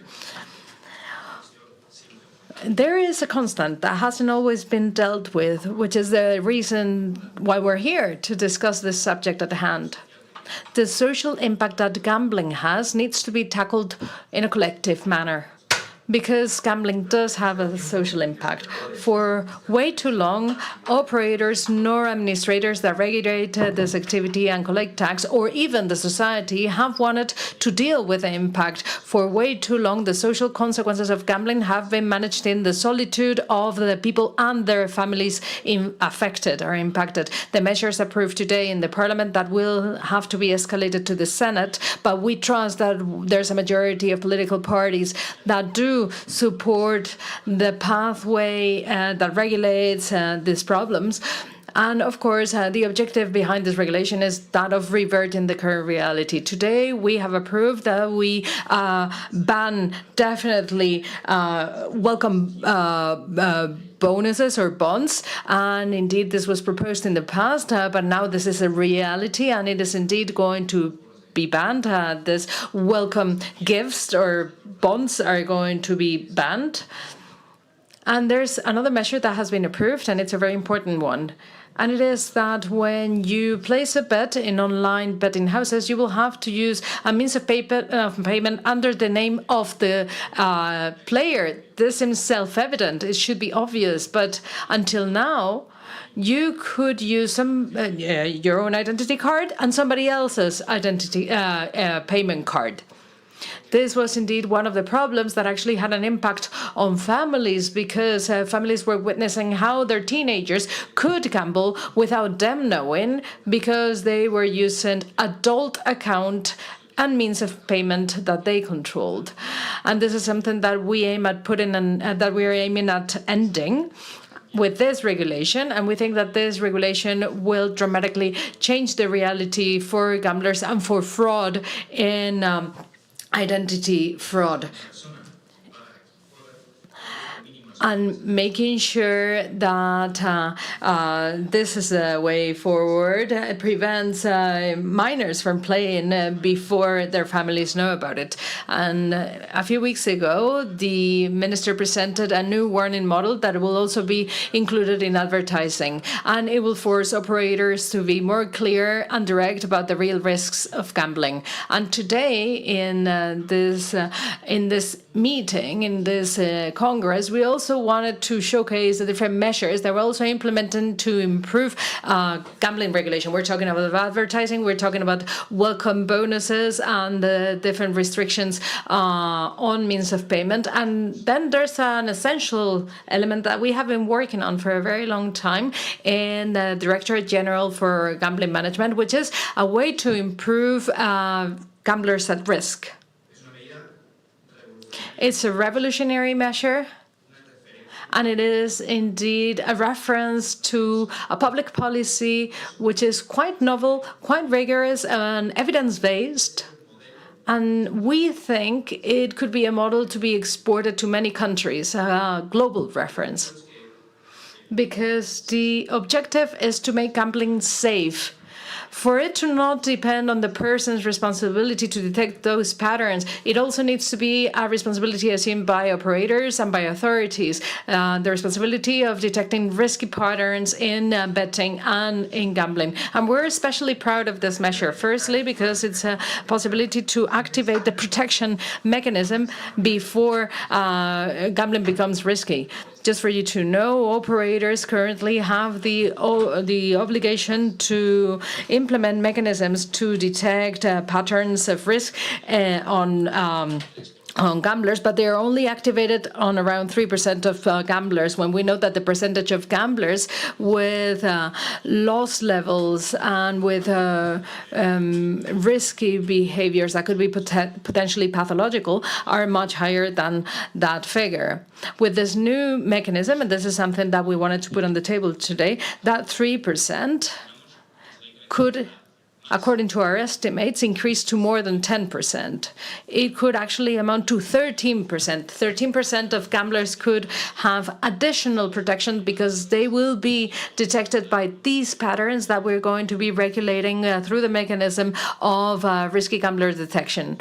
And you may be wondering, how do you achieve this? How do you manage to establish mechanisms or patterns that can truly establish risky gambling? And this is something that we will elaborate on in the panel. And there's work that has been performed very regularly based on clinical studies, clinical cases that have been thoroughly studied. And I'd like to thank FEJAR and the Hospital of Belviche for providing this diagnosed cases of pathological gambling that have actually granted us access to the history of games played by these people, so that we can establish a pattern of schedules, amounts, patterns to make deposits. And this is evidence based on more than 500 real study cases. And thanks to the access to microdata that we have in our Directorate General, we've managed to put together a pattern so that we can find when gambler is starting to show a risky pattern. This is indeed something that is unprecedented. It's very new. And it brings to the fore the collaboration that exists between the academia, associations that try to fight addictive gambling, and also clinicians responsible for treating these cases. And we have checked this against a huge database with data on online gambling. And these patterns could be made extensive to the 4 million of user accounts that we have under follow-up in our Directorate General. We can see the deposits, the patterns, the amounts, the schedules, and this will allow us to use microdata and scientific evidence, real-world data that are updated live. This will be used to determine what gamblers need to be protected. This is a true transformation because in the past it was considered corporate responsibility. I have the responsibility of detecting those that are at greater risk, and the outcome was that only 3% are detected as risky gamblers. We don't know how reliable that is. We don't know whether that figure represents all the gamblers that are risky. So we think that we will be able to protect many more gamblers, and we will do it in such a rigorous way that is unprecedented. No public policy has been drafted at this level of reliability, and we know that the implementation is complex, but we are actually setting a new horizon to improve the safety of gamblers, the protection of gamblers based on data and with sound scientific evidence. So I'd like to thank FEJAR and the Hospital of Elviche, and of course the Directorate General for Gambling Management, because of the work that they have been doing, because we need to bring this to the fore. We really need to underscore the commitment that there is to improve safer gambling, to allow for gambling to take place, but also in a way that we prevent pathologies and risks. This is a very comprehensive package of policies that we're putting on the table. The prohibition of welcoming bonds, restricting publicity, restricting the gambling of minors through channels that avoid early detection of addictive gamblers, warnings similar to the ones that we have in tobacco for online gambling. So there are many, many new things that are going to be implemented in the coming months. We'll see what are the repercussions, but we think we're in the right track to guarantee a safer gambling environment, protecting all of the consumers. With this, I would like to conclude. I would like to thank you. I think this is a very successful first international Congress. My congratulations to the Directorate for their organization, the speakers, the more than 300 people that have registered. I invite you to take a look at the posters that are in the hallway because they show the direction in which we have to move forward in gambling policies. We think that over the last years we're seeing a great increase in the online betting that exists, and we have to protect the public from the risks that come with this increase of the business. So thank you very much, and I wish you all the best for the rest of the Congress. Thank you.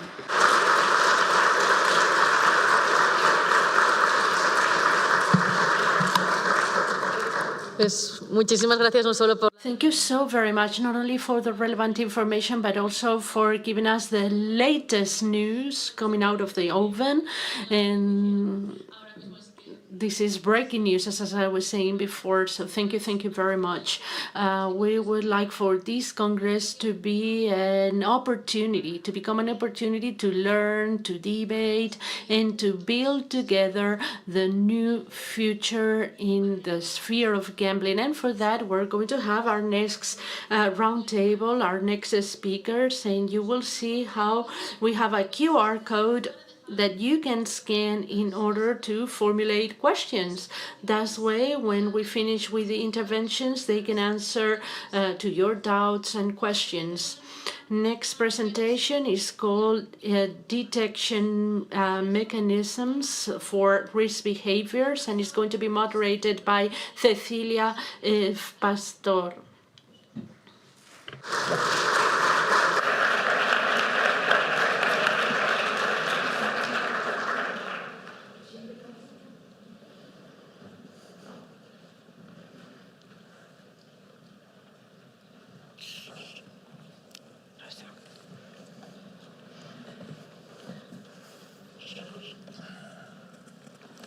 Muy buenos Good morning, everybody, and welcome to this roundtable on mechanisms for detecting risky behaviors. Online gambling, like any digital activity, captures and registers all transactions and actions done by users. That way, gambling operators accumulate more and more data every day with regards to their customers.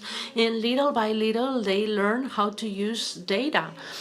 A very important part is that a subset of data are periodically sent to our directorate under the framework of supervision or oversight and control activity. And with the information that we receive from each one of the operators, we learn. We learn to manage them, to gather the information, and we analyzed it. The result of one of these analyses is that we can create different gambler profiles. We accumulate information, and that gives us a unique image of the gambler, irrespective of the platforms that they're using to gamble. And with these, we publish on a yearly basis a gambler profile report that is available in our website with historical data starting from 2015. The most relevant aspects of this report, and I'm going to repeat some of the information that was mentioned by our general director that are very relevant, is that we have in the platform 2 million gamblers. Out of these 2 million gamblers, 23% are new gamblers, 22% drop out from the platforms in less than a month. This gives us a great idea of the turnover that we have in the business and the intense policies that are put in practice to capture new customers. As to the level of expenditure, the average expenditure per gambler is 700 euros per year. So 14 euros per month, like 6 coffees in Madrid.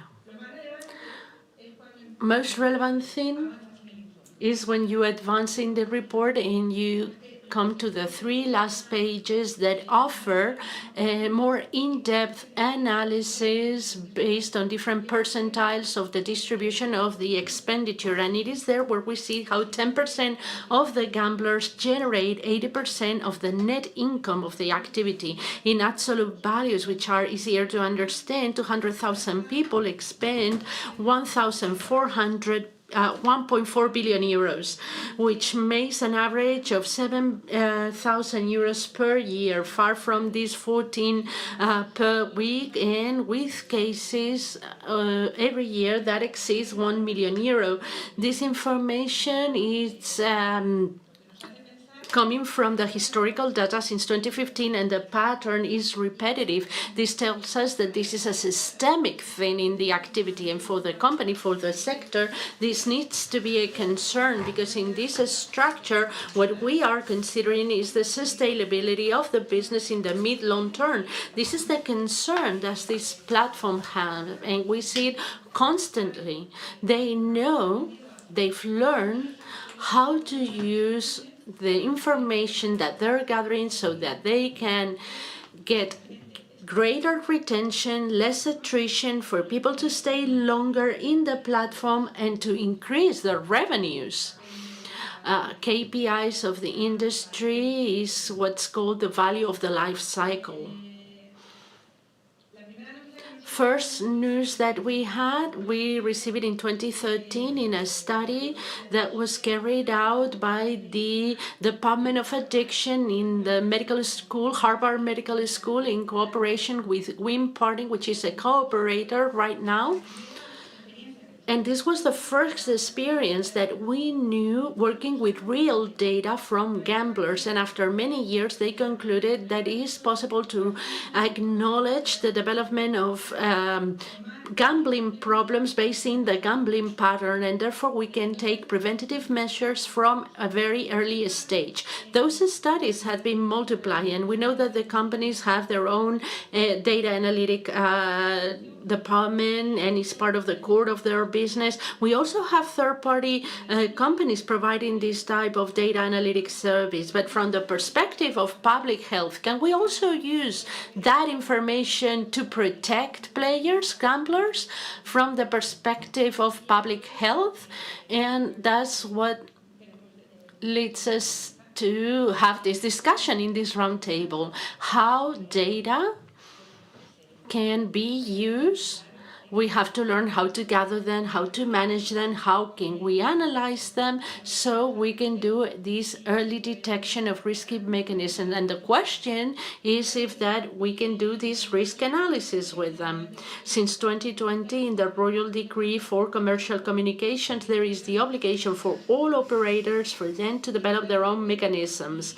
And in the one of 2023, what we established in that regulation is that if you have a mechanism for the detection, what matters is what you do, what the alert is triggered, what you do with that alert. So we establish a minimum set of measures that means that we give you a warning. I've detected that your behavior is a risky behavior. Stop, take a look at your activity. Let's talk, let's have direct contact.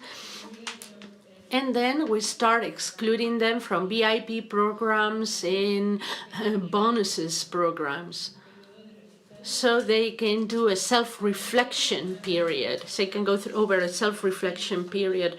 But to talk about all of these things, we have with us Rosa Elvira Lillo, who has a PhD in mathematics. He's a professor in statistics and operational activity at the Universidad Carlos III de Madrid, then is director of the Universidad Carlos III de Madrid Santander Big Data Institute, and she has a professorship together with Universidad. We also have Guillaume Lacraz, who is a data scientist from Winamax, and he's responsible for the safe gambling area. And we also have José Antonio Salmerón Garrido, who is a PhD in statistics by the Universidad Carlos III de Madrid and works in the Gambling Directorate. So without further ado, we give the floor to Rosa Elvira Lillo.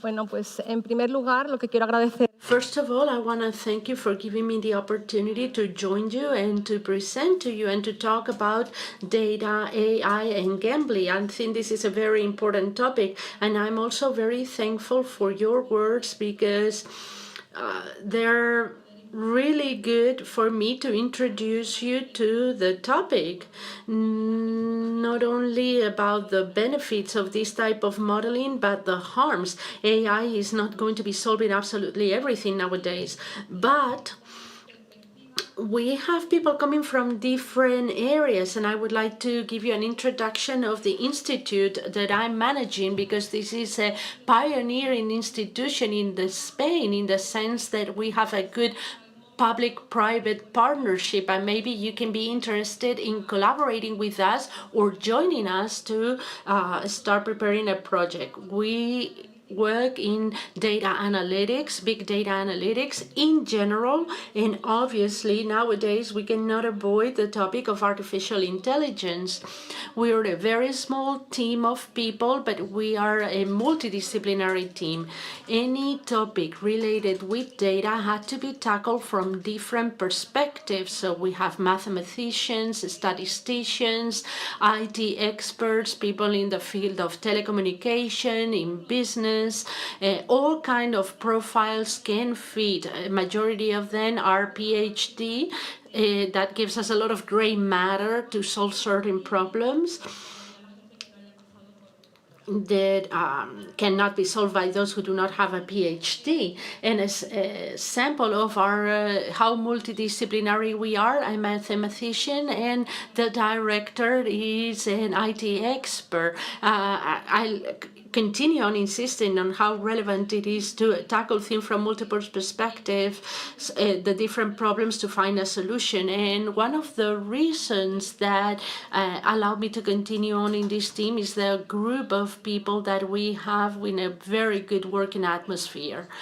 As to what we do, on one hand, we develop state-of-the-art research in the field of data analysis, global data analysis, and I'm saying a state of the art because we do it together with corporations, and that has changed the way we investigate. The academia is not only in classroom doing theorems or developing theories that are not applicable, but the academia is very much linked to the productive sector now. So the research is taking into consideration what is needed by institutions or corporations. We do specialized courses and corporate training so that they found out about new methodologies. We are an IPO for consortiums, European projects, so that they can take advantage of public-private partnerships for the next generation funds. And we do boutique R&D projects. We're not a large consultancy firm, but we have enough capacity to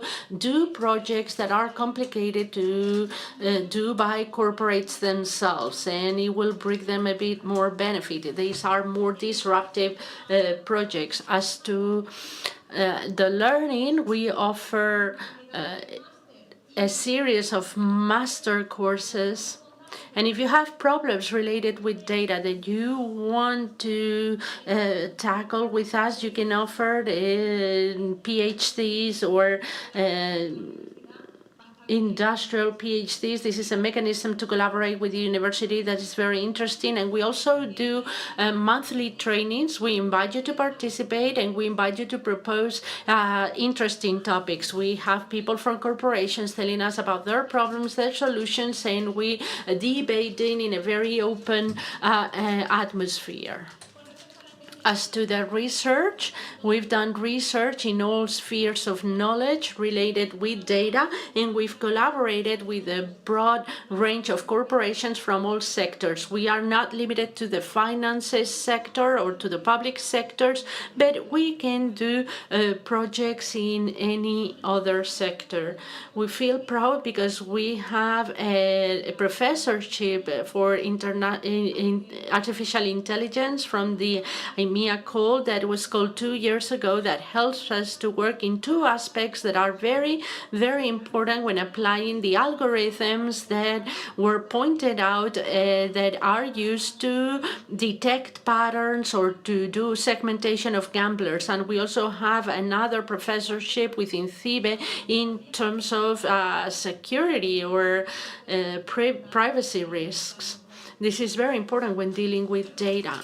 And so those are our social media coordinates if you want to follow us, and I encourage you to do so. And getting into the topic, I think that my role here today has to do with data, but in online gambling, data is fully available, as it was said before. First, in the data gathering phase, operators have right now huge amount of data, very different data, and I have to highlight the variety of the data, because in the past we could not do some analysis because data were large but limited in terms of the themes. Also, we do data analysis, and we have predictive algorithms that help us to analyze these huge heterogeneous amount of data. There we are, those of us human on the loop, in order to do the good analysis of the data. And then there is a third phase, which is the hyper-personalization that can be done today, both in online publicity as well as in the offer or in the analysis of the person who's using online gambling operators. So this is very important because this can help us to improve users' experience for good and for bad. Data with regards to hyper-personalization. We have 34% more retention of users, 28% more new registries, and 18 minutes more of average time gambling. And this is being achieved with an analytic that concentrates on the gambler, on the user. But the problem is that not everything is beautiful here.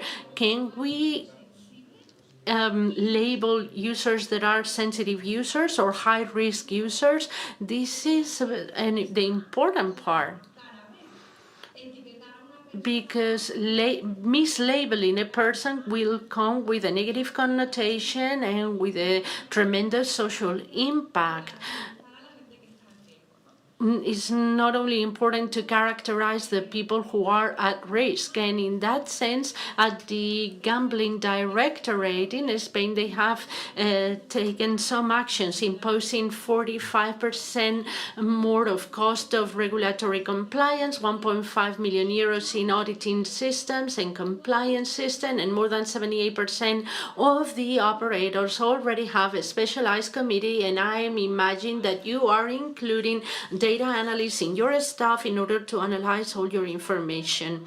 And at the end, we have a huge budget devoted to fight fraud and to detect suspicious activities, different accounts under the same IP address, trial to block money laundering and capital movements, and we have to assure a clear algorithm ethics. What does this mean? I'm sure that you all have in mind many AI definitions. Everyone is talking about AI, AI, AI. I'm not going to try to convince you of how interesting AI can be, but I like this sentence that I always tell to my statistics students. It will come a day in which the statistic thought it will be so necessary for efficient coexistence as the capacity of reading and writing. So those who do not have a quantitative thought, and if you don't have any basic AI knowledge, the probability of being cheated and of being scammed is going to be really high. And this is what we want to avoid with this use of these technologies. The AI definition that is simpler but more practical is this one. It's a term of the 20th century that refers to doing things with computing. Computing is pure computer. I don't want to use any intelligence connotations because as scientists use very sexy words such as neural networks, that it seems like we are imitating neurons or genetic algorithms, but AI is mere computing. It just needs to be modeled good enough to make it practical. And what these machines need today is what you have, data, a lot of data. And this is what's happening. We have a lot of data, but we have to remember what we used to study in statistics, which is the law for sheet preservation. Sorry, that's the word. I have garbage in, what comes out is garbage. No matter how much modeling I apply, if I had good data and modeling is bad, what will come out is garbage as well, is shit as well. So not everything is applicable, not everything can be done. It's not applying algorithms for the mere sake of applying algorithms, and that's why you have to take into consideration. So if I have a bias in, bias out. And this is one of the problems that we see very much in online gambling. And another thing, and this is going against what I do, when you have a lot of data, doesn't mean that you have all the best. The overabundance of data or the overcomplications of models is not always the best. Sometimes we think that unless things are very complicated, they are not valid, but sometimes simplicity is best. And that's why I like to show you this example as an article that was published in Nature magazine, where to determine the likelihood of having an earthquake, they were using a neural network with 13,400 parameters. This is totally obsolete. Now neural networks have more parameters than this. But this is for you to see that there was an algorithm of that was extremely huge. So 2 years later, another article was published also in Nature, and with only 2 parameters and a logistic regression. For those of you who know about mathematics, this is a very simple model, and we were able to achieve the same level of resolution with that same algorithm. That is why sometimes we have to think that the simpler things can be better if we are capable of conveying the findings that are related with data in a simple and easy way. We're going to be better interpreted in the world around us. This is the Occam's razor, the simplest explanation is the most likely. And when we talk about going from data to AI, not everything is magic. And I'm going to embarrass all these algorithms that we have to be careful with. And they have nothing to do with gambling, but I'm going to introduce one of the AI problems with an example that happened to us, and it is linked to the world of medicine. In 2016, we started collaborating with Hospital Gregorio Marañón in triple-negative breast cancer, which is a cancer that unfortunately comes with a very bad prognosis. In fact, 30% of the patients who suffer this triple-negative breast cancer, 15% suffer this triple-negative one. And now we can obtain a lot of omic data, genomic data, and therefore we're gathering a lot of data. This become very fashionable. When Angelina Jolie operated her 2 breasts, but now they're doing the geogenetic sequencing, and that's why storage of data is not a problem. The problem is the management of the data. What happens? We had a study with 95 patients. We're in the world of big data, but we only had 95 patients. This is a limited amount, very little for the trial that we were having, and we were accounting values of 20,531 genes. A huge genetic variability. So they asked us for help because they wanted to see what were the genes that were involved in the positive reaction towards an oncological treatment, if there was any genetic implication so that people will react. Otherwise, it wouldn't be worth it to administer chemotherapy and make women suffer. So the first approach was an univariant approach. Yes, it's true, there are some genes whereby the distribution of those who have a positive response versus those who have a negative response is very different. But this is an approach that cannot be used with oncologists because they want to do a longitudinal study of the whole sample. That is why we are going to use our gray matter, and we have a very limited number of women and a lot of genes for every woman. This is, mathematically speaking, a matrix where the ones and the zeros respond either positively or negatively. So what happens here? We go from a low dimension space, which is what we usually have in data analysis, to a high dimension space. And the problem follows because you don't just feed the algorithm and get a solution. You actually need to add some brain power to this. And in order to do this, we could use any model available in the current machine learning catalog. So you could use random forest, super vector machines, neural networks, or you could use generalized linear models, which is the typical idea that you have in statistics, but that you cannot apply directly because the data structure doesn't allow for it. So what did we do? What is the mission of oncologists? What oncologists want to do is to find the genes that have an impact on treatment. And this is the difference between classifying and interpreting. And in here, you will see yourselves identified. What is to classify? It's to use artificial intelligence and determine, okay, you won't give this woman the treatment, but the woman will wonder why. And then the oncology will wonder why.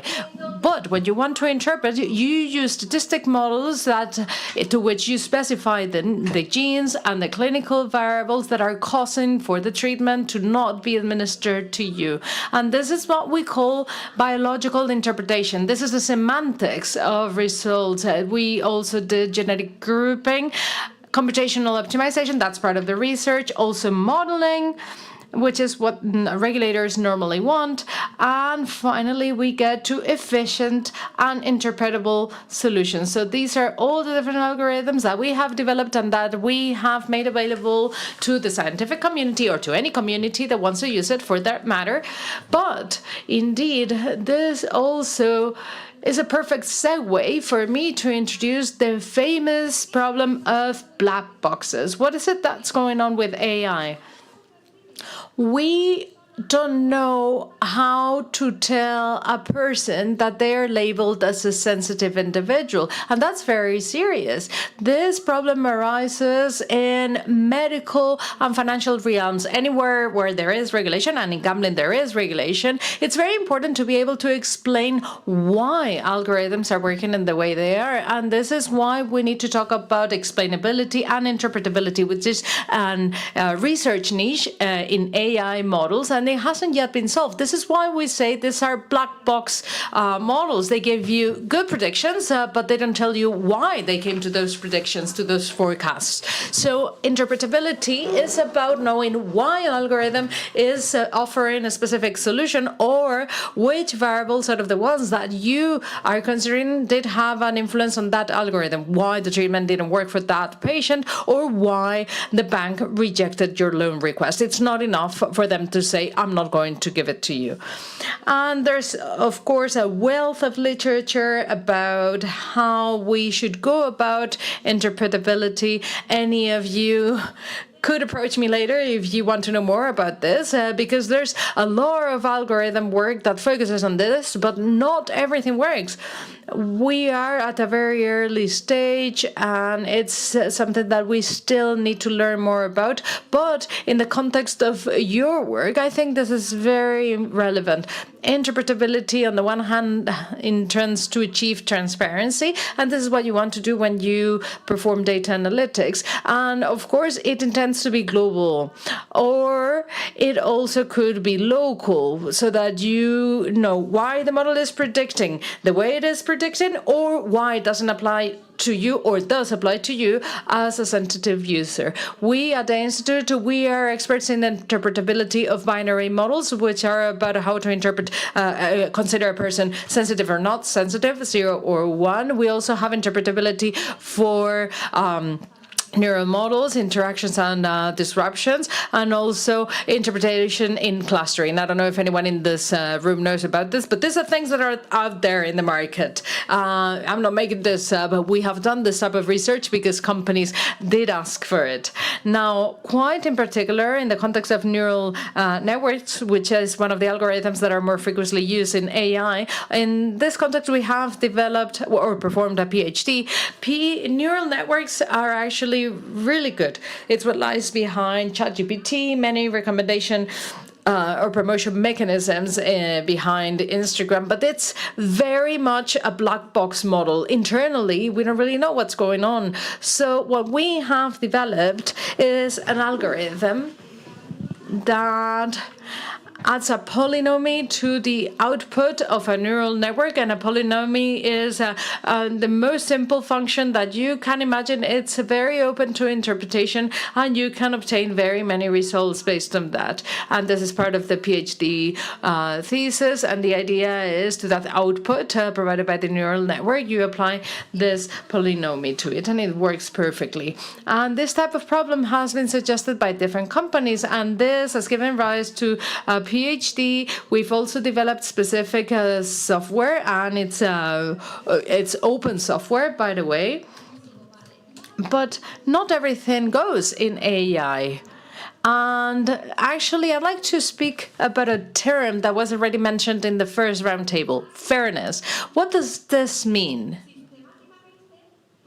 There is an algorithm that systematically provides anomalous outputs. For instance, in this news, they discovered that when Black patients are being given a prognosis for some diseases based on algorithms, prognosis is more severe than that of white patients. And this also has to do with equity in the context of AI, because you in your context, you also work with sensitive variables. Sensitive variables are, for instance, sex or gender, age, nationality. And this is very important. What is equality or equity in AI? Making it possible for bias to be eliminated. So once again, the idea of bias comes up. What other concepts are important? Bias is when an algorithm renders an output that's a bit strange, and then we have discrimination, and it's more severe. That means when an algorithm systematically treats badly a specific group, be it due to their age, due to their gender, and that is what discrimination is about. Now, that appears specifically in very well-known cases in literature. For instance, the compact algorithm is one that is used in the US to determine the reincidence or the recriminality rate of convicted individuals. Here we have a white man, and the risk of a subsequent offense is very low, 3, and he's a white man. Here we have a black woman. She had committed offenses that were minor offenses, but the risk of subsequent offenses is 8, much higher.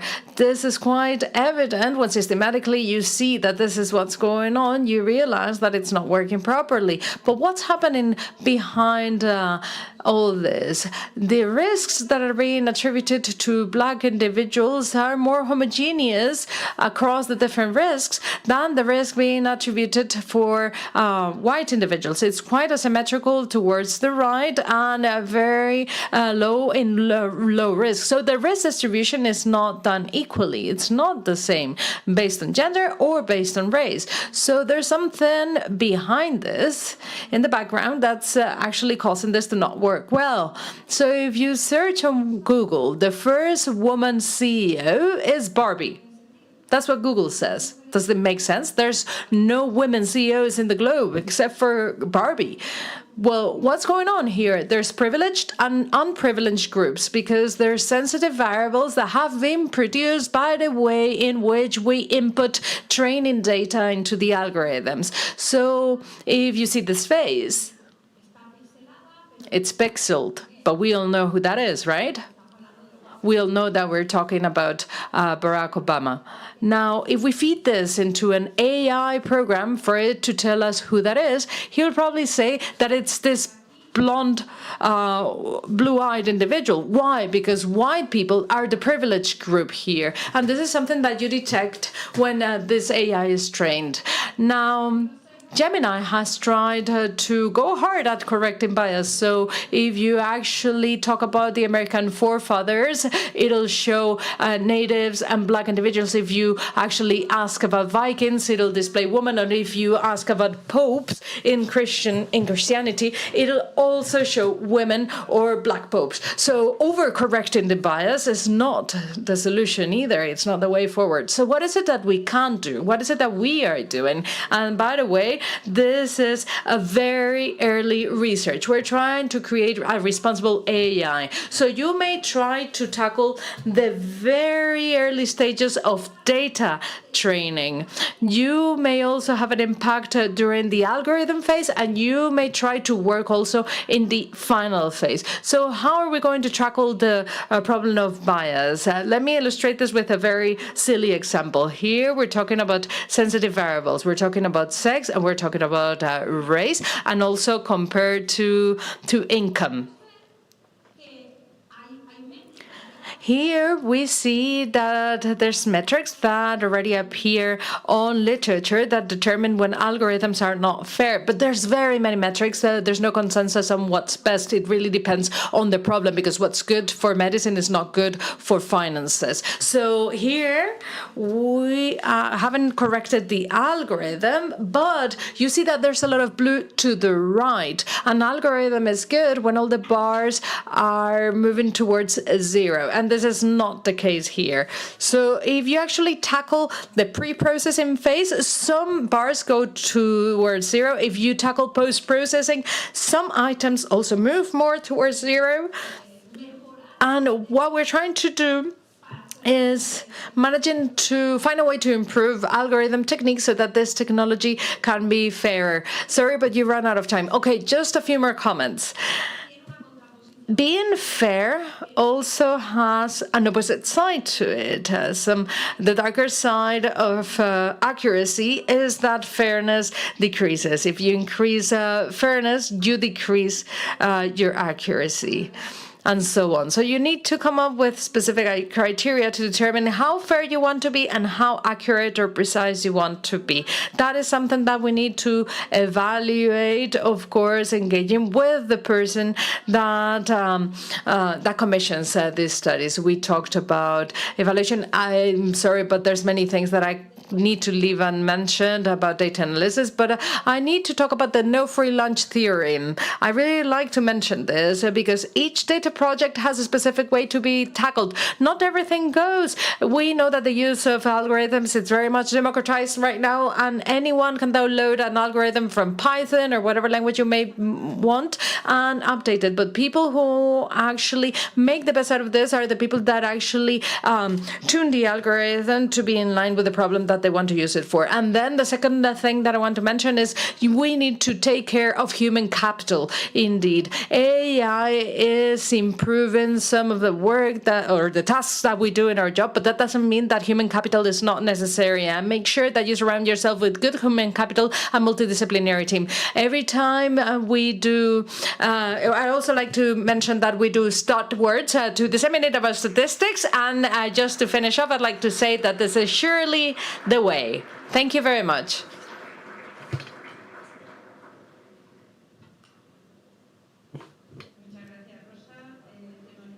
Thank you so very much, Rosa. So many interesting points about explainability and fairness. Now we will give the floor to Guillaume Lacraz. And we already said that all operators need to have their own risky behavior mechanism. And now we are going to see a case study, an example on one of our Spanish operators. So Guillaume, whenever you want to have the floor. Thank you very much. Good morning, everybody. First of all, on behalf of my company, I would like to thank the DGOJ for giving us the opportunity to share our data-driven strategy regarding problem gambling. My name is Guillaume Lacraz, and I'm Head of Data Analysis and Responsible Gaming at Winamax. I'm very honored to take part in this conference. Thanks again. Today, I'm going to show you how we use data at Winamax to detect risky behavior. How do we manage risky behavior on a gambling platform? That's a vast question, and I'll try to share you a bit of our strategy. Some of you already know about us, but I will briefly introduce our company. We are a French online gambling operator. We've been active in poker since 2010 and in sports betting since 2014. In both activities, we hold strong positions on the French market, which allows us to have over 1 million active customers every year. We entered the Spanish market in 2018, both for poker and sports betting. And now we count more than 250,000 active customers every year. And as most of you may know, in regulated markets, operators must develop responsible gaming policy, and expectations are getting higher year after year. Since 2010, we've been identifying risky behavior, and that's the way we process it that evolved over time. When we arrived on the Spanish market, we didn't start from scratch. We started from our existing responsible gaming policy and adapted it to the specificities of the Spanish market. With our license base growing larger every year, we were collecting more and more customer interactions daily. So we had to ask ourselves a question again. Can data help us to detect risky behavior?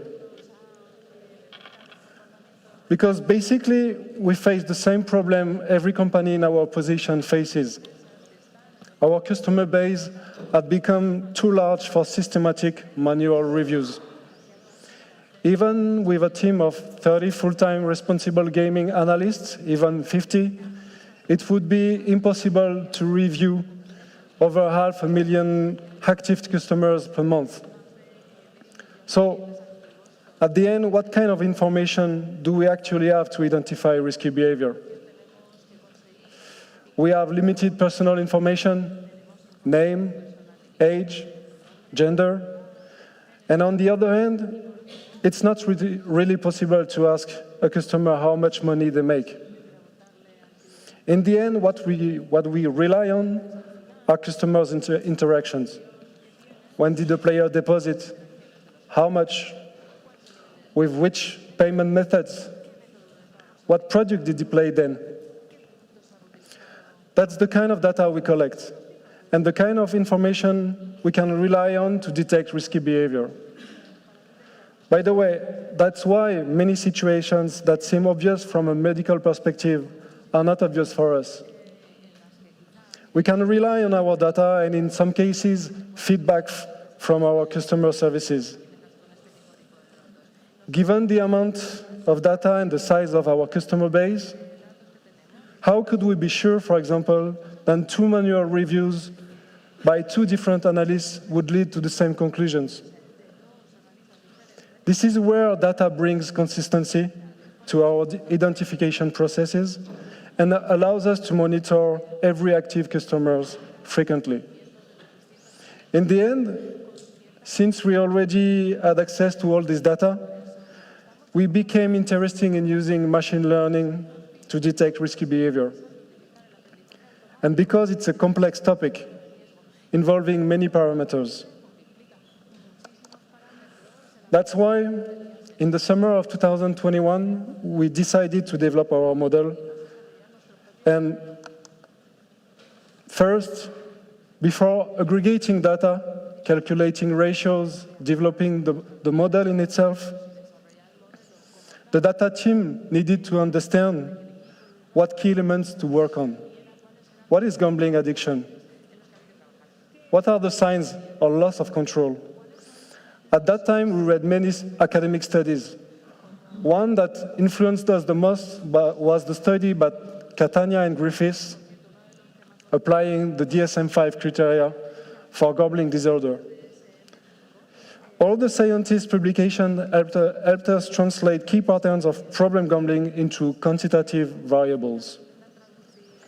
And once that groundwork was done, we could focus on the structure of the algorithm and choose what kind of data we would fit in.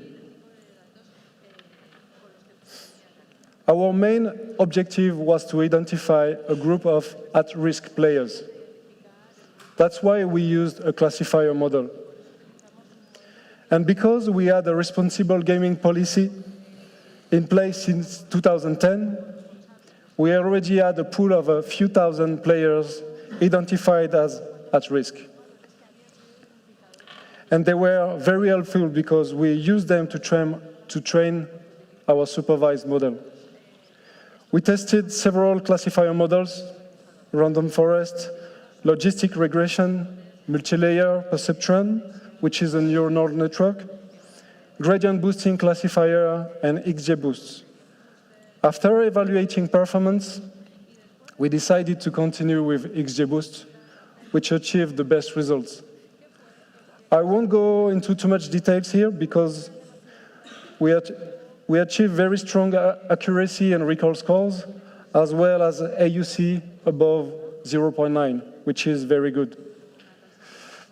Our goal was to detect loss of control, so we needed a dynamic perspective. A look at our framework now.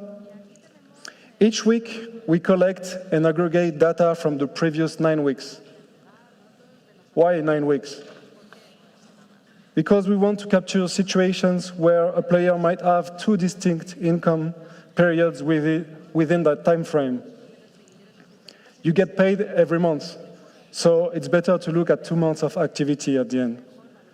Next, we fit our model to this data set to generate a weekly addiction score for each player, each active player.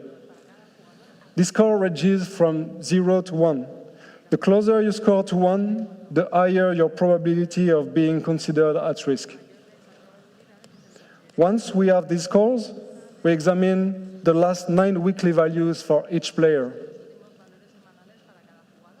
If 4 or more of them exceed 0.95, the player is automatically flagged as at risk. Again, why 4 out of 4 weeks, 9 weeks? The responsible gaming team have empirically observed that this is the minimum required amount of time to get rid of the false positives. False positives here are players who get flagged by our model, but upon a manual review, don't exhibit risky behavior. Our experience shows that taking just 1, 2, or even 3 weeks into account would result into getting too many false positives. Regarding the data used for the algorithm, we can divide it into 4 main groups. The first one, but first, most of these data points are aggregated weekly. The first one, deposit data. This was the most important category, since we chose to analyze addiction through the loss of money.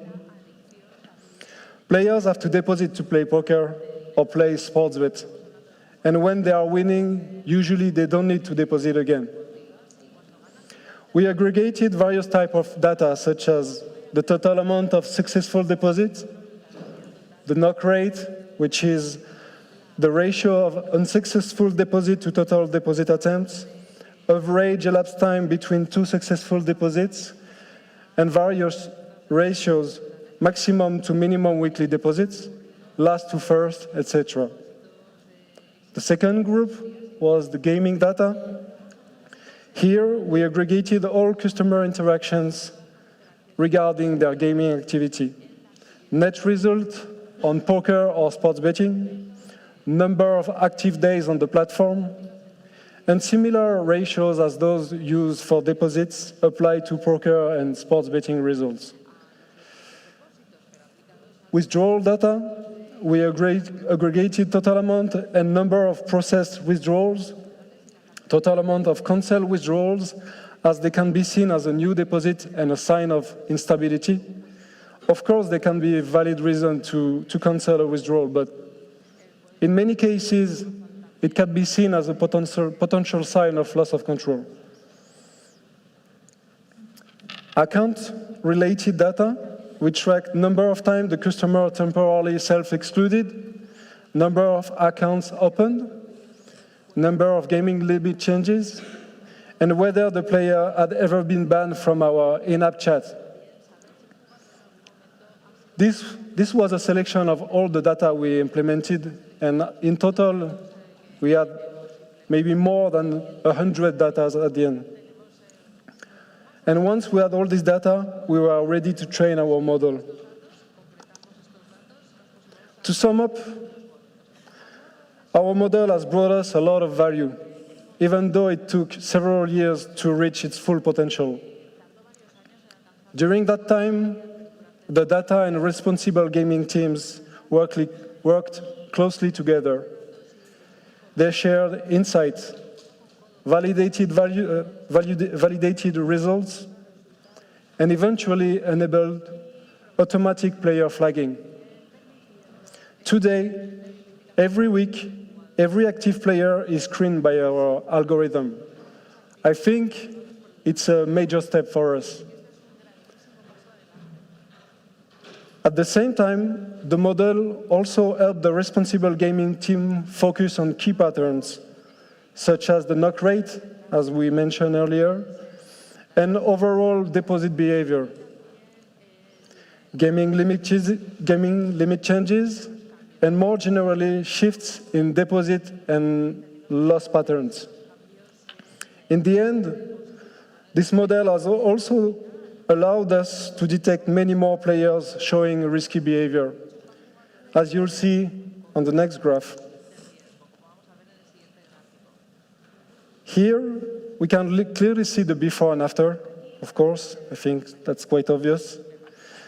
The moment when the algorithm was implemented. Before September 2023, the algorithm was already working in France. But we took advantage of the royal decree to deploy the Spanish version, meaning we retroactively identified all the players flagged by the algorithm over the previous 9 weeks. That's why we can see this sharp jump on the graph. We built a model, we improved the process, and we are detecting more risky behavior. At the end, the question is it enough? And as we saw earlier, we are confident that our algorithm is accurate when it comes to detecting risky behavior over a 9-week period. But what about the player who completely loses control in just 1 day? Can we really wait several weeks before screening their account? Of course not. We need to act as soon as possible. That's why we added another process to complement our detection policy. Every day, we compare each active player's losses from yesterday with their daily data from the last 90 days. If a player loses more than 500 euros in a single day, and that amount is more than 3 times their maximum daily losses over the last 90 days, their account is immediately reviewed by the responsible gaming team. This process allows for faster and more reactive intervention. Here, for example, we have a customer who played several days in September. We can see that he lost 20 euros on September 1st. He won 35 euros on September 3rd, and so on. Now, let's imagine that we are September 23rd. Yesterday, the player lost 550 euros. That's about 5 times more than his biggest loss before, which was 115 euros on September 13. In that case, our dedicated analysts immediately review the player's account. So, we have built a model that screens all active players every week in order to detect risky behavior on the medium term. On the short term, a daily process that flags any major loss of control events. Now, what comes next? Of course, we regularly update the model, and we'll continue to do so. Right now, we are already at the 3rd version. We'll also have to implement the DGOJ model, like all our competitors. And that's why we will be very interested hearing from José Antonio's presentation. Now, regarding our model, we know it's not perfect, but we are confident that it detects the vast majority of true positives.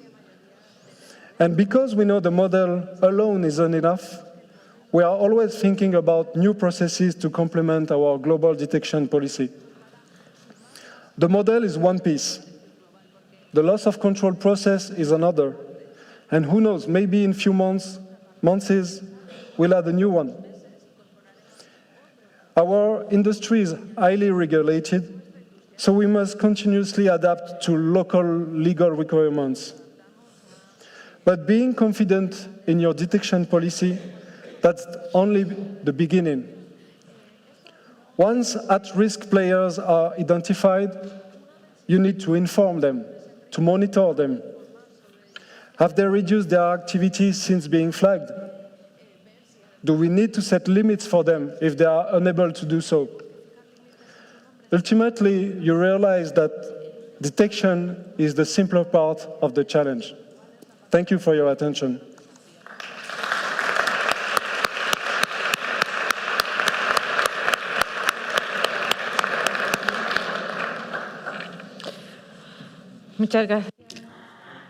Thank you so very much, Guillaume.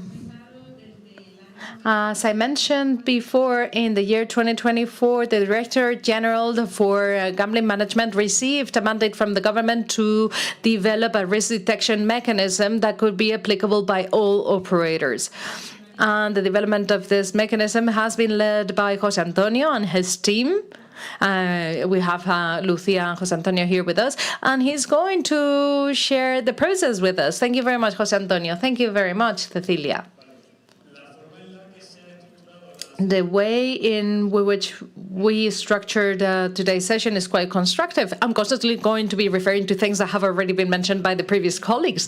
As Cecilia said, we're going to provide the regulators' perspective on the tackling of this common problem. We have the solution that has been presented by Guillaume, representing Winamax. And I'd like to talk about the detection mechanism of risky behavior in gambling. And because I'm part of DGOJ, I'm going to provide the regulatory perspective. We already talked about the background. The regulatory framework that we had in 2020 with the Real Decree on Commercial Communications in its Article 34 imposed on operators the responsibility of creating a risky behavior mechanism or detection mechanism based on their experience with players. We said oftentimes that there was an even situation amongst these operators, and I just wanted to illustrate the asymmetry using some data. And of course, these are real figures, but they're anonymous. Here we have operator A that indeed analyzes 100% of the accounts, and we must recognize that that's a step forward, but they only detect 3% of risky behaviors, and that is quite below the prevalence survey levels. But at least they analyze 100% of their accounts. Nonetheless, the second operator, call them operator B, only analyzes 1.2% of their accounts, and this opens the way to practically 99% of gamblers. But as part of that 1% that they are assessing, they found no one with a risky behavior.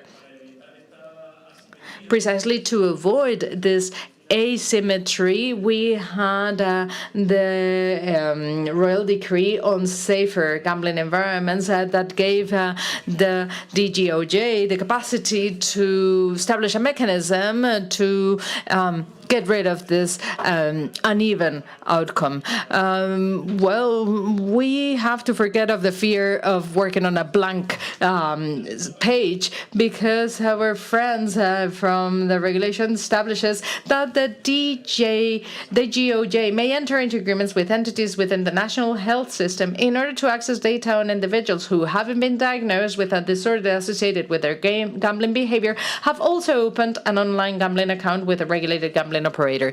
There's two key components here. Thanks to the final disposition or the final law, we can base our work on real patterns, because our internal control systems will truly allow us to reconstruct step by step the life of gamblers. They wake up at 7, they make a deposit, they lose this much money. We can put ourselves in their shoes, and by learning about their behaviors, we should be able to draft a mechanism to detect common patterns. So, as I said, first, for the key for us was to first have access to those medical diagnoses. We have data on 500 diagnosed individuals, and that provides more than 3,000 gambling accounts, because the way in which the Real Decree is structured, it's the operators that need to apply the mechanism as was being done in the past. So we need to actually base our work on the accounts of these people. And the second key element is that we have their data. The DGOJ periodically gathers data generated by this individual in their gambling accounts. And I'd like to refer to some of the slides by Dr. Rosa and Lillo, because our input data have very high quality rates because they're subject to constant validation. If indeed that wasn't the case, what Rosa mentioned would be the case. If your input data are not good, whatever you do along the way, the outcomes or the output data won't be good either. The mathematical load that can happen in the background actually is very relevant, and I go back to what Rosa Lillo mentioned. And what we are seeing here is illustrated on this chart on the Babnet-Chef-Connectis theorem.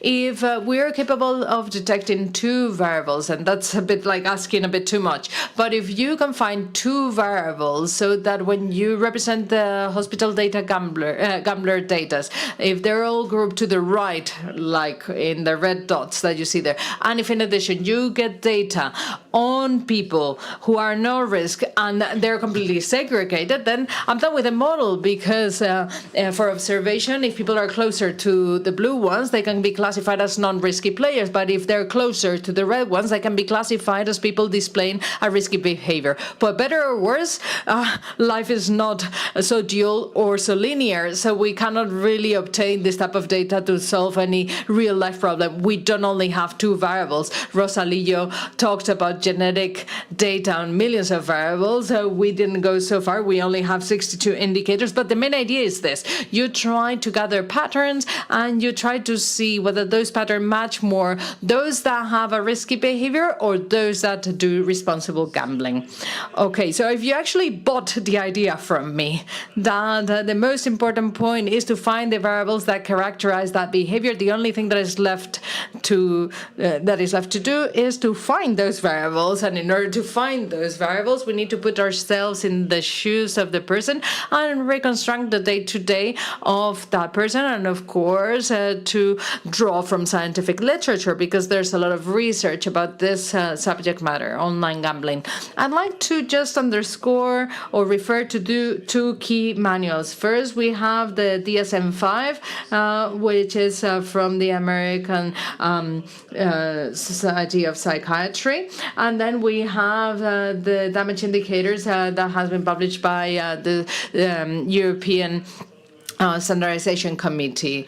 The DSM-5 is a questionnaire in which questions are asked of the kind of whether they need to bet larger amounts to achieve the same satisfaction, or whether their financial situation is desperate. Of course, we don't have this information and we need to make this operational. That means with all the data that I have, I would try to reconstruct the answer that the person would provide to this 9 questions or criteria. Now, on the other side, we also have the damage indicators and the volume of bets, speed of plays, deposit, of course, the losses, during the time that we are considering. Now, allow me to just talk about a couple of variables so that I can illustrate the way in which we have been working. Now, this has to do with chasing losses. I don't need to explain this, do I? This concept is someone who has a loss, but they're fully convinced that the next bet will work out fine for them, that they already got the trick of the game, and that they will recover the money. And they're, after actually seeing data, we repeatedly found this situation. This is not a very specific case. This happened oftentimes. In this case, we find an individual. It's 11 at night on the 22nd of December, they place a deposit. It's the first blue line. And we understand that the person wants to play only 20 euros and they lose those 20 euros at 11:30 at night. But they have a desire to continue gambling, and now they make another deposit. They lose even before. Before hitting midnight, there's 0 euros in their account. What we represent on the graph is the balance. So when the graph touches 0, that means that they run out of money to continue betting. Now, on the later part, we see a sequence of deposit, betting, losing, etc. And this is what we want to model here. How much time goes by from the moment the person is down to 0 until the next deposit? And of course, we need to find a median. Of course, at some point, the person will go to sleep and 8 or 9 hours will go by before they start gambling again. So if the median is very small, if the cycle, deposit, bet, play is too short, then that means that they're chasing losses. And this is one of the 62 variables that we are considering in our model. Also, we talked today about game time. This chart is a bit more difficult to understand, but here we want to convey chaos. Now, 4 months of the life of an individual are depicted here on the horizontal axis, and on the vertical axis, you have the 24 hours of the day. To read it right, you need to read it from bottom to top and from left to right. That's the natural course of time. But what we consider more interesting is that we can consider that the blank spaces are the times of rest for the individual. And there comes a point at which until 6 a.m. they're not resting at all. And we know that, of course, some people work at night, and while they work, maybe they have some spare time. The situation can be very varied. But in the three times of the day, the 3 separate times of the day you are gambling, that means that this may damage your personal relations, your work relations, and your engagement with gambling is perhaps too high. Now, this graph goes to show the percentage of each time range and the rest time of the individuals. Now we're going to talk about some logistics here, based on the way we've trained our model, and we also talked about explainability. We do a monthly implementation.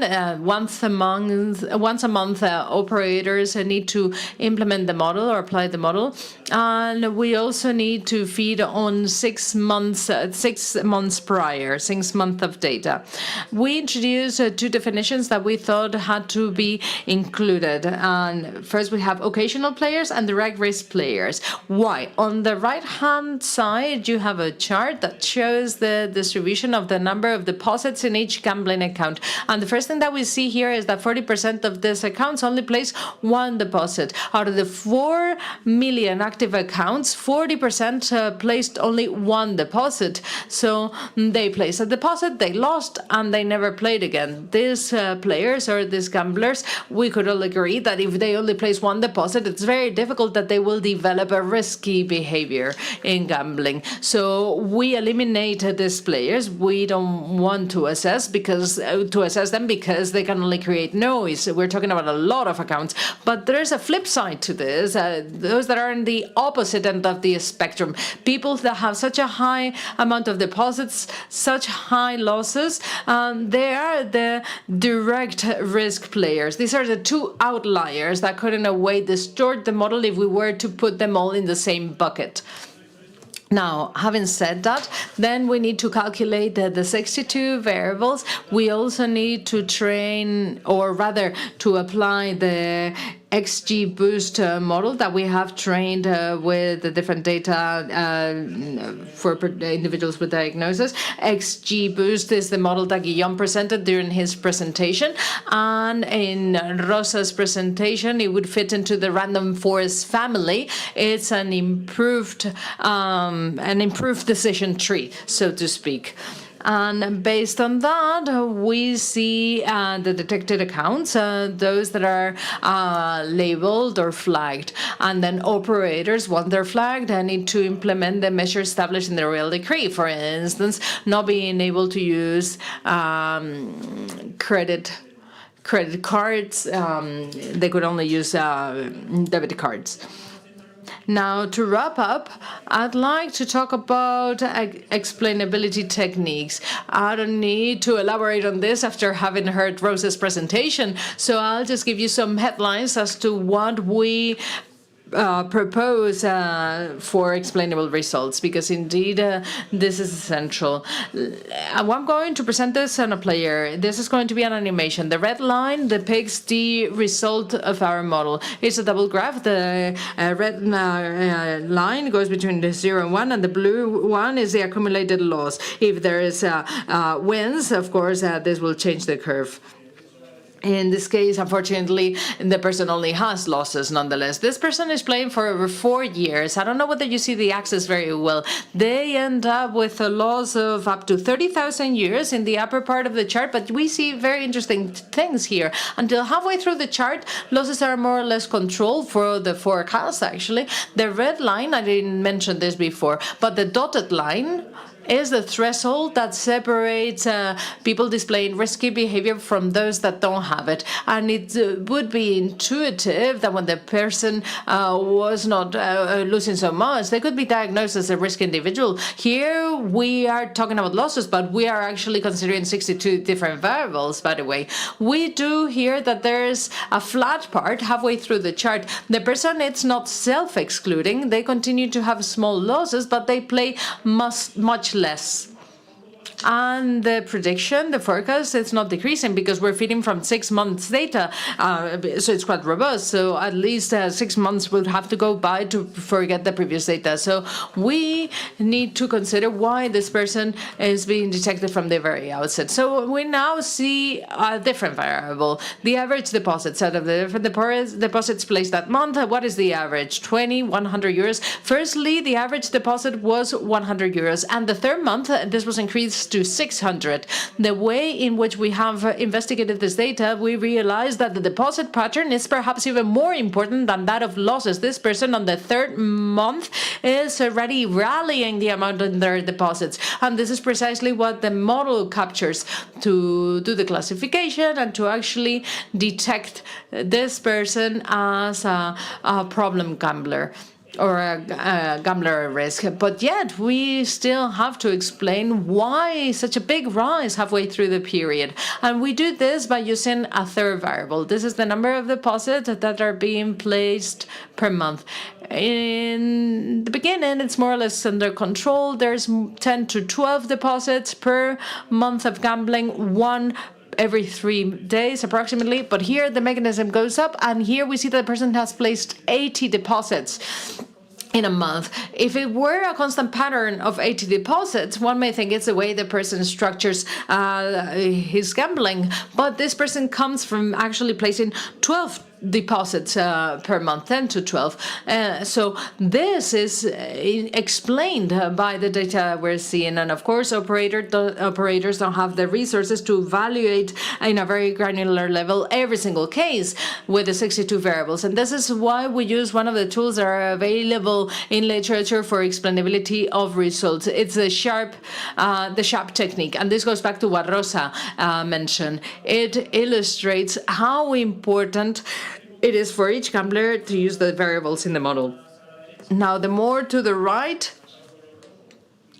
the more red there is to the right, the more this supports that you're classified as a person at risk, and the more to the left, the more in blue, the lower the risk. So if we were to explain to this individual why there is a risk, we could say in variable left 4 in our model, that means the daily interactions of the person. That means that this is way above the average of all gamblers, and this is, well, there's much more red than blue here, but participation is indeed the one that provides more explainability here. And we thought that it was very important to be able to, in a simple manner, say this, because implementing this algorithm computationally is quite affordable, and we can tell operators this person has been flagged due to this reason. Having said that, I'd like to wrap up by sharing some ideas that have already been brought up throughout the morning. Our model focuses on 3 key areas. First, consents. Then the second part is variables, and our variables draw from DSM-5 and the European standards models. And finally, train the model so that we we determine what the patterns that we want flagged are. And finally, I wanted to mention that the fact that only 40% of gambling accounts place one deposit tells me that calculated medians on the population may be more or less reasonable, but you are mixing occasional players that have very little engagement with gamblers with others that have a risky behavior. And I was reading a book by Laura Ferrer, The Astronauts, and there was a statement that said that the bad thing about plurals is that everything is diluted. Actually, we need to go to the micro level, and this is what we intend to do with our mechanism. And finally, this is the literature that we have based our work on, and thank you so very much for your kind attention.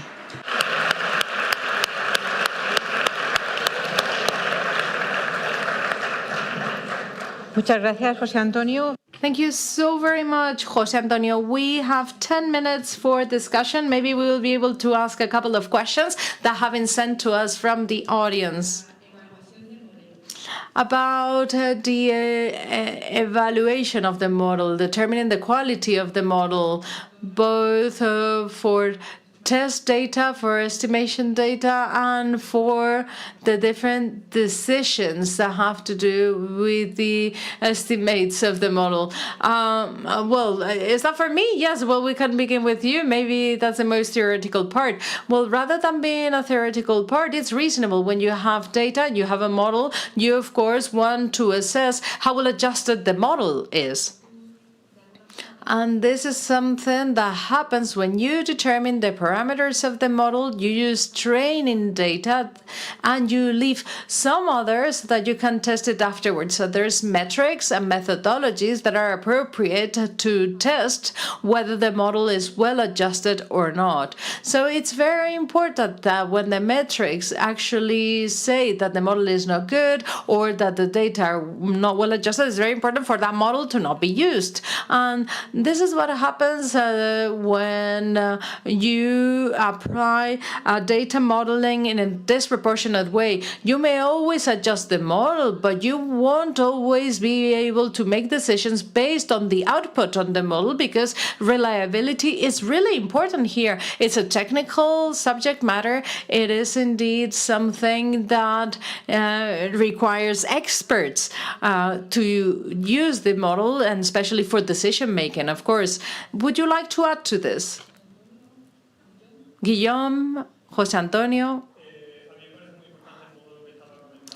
Everything that Rosa brought up is quite relevant, and it's true that initially we don't really know when the model will stop failing or start failing. This is why we need to monitor it constantly, and we get data, and once a month we double check whether the mechanism is continuing to provide the results that are expected, so that it means our requirement and our quality standards. And anytime we see that there's a misadjustment, we will have to work on the model. If we see that the input data change compared to what we used to have, we will have to do updates. But you're talking about something else, which is assessing the model in time too. This is a very critical topic. There's a lot of literature about traditional models, but for instance, the one that you're using, the XGBoost, it's not a traditional model.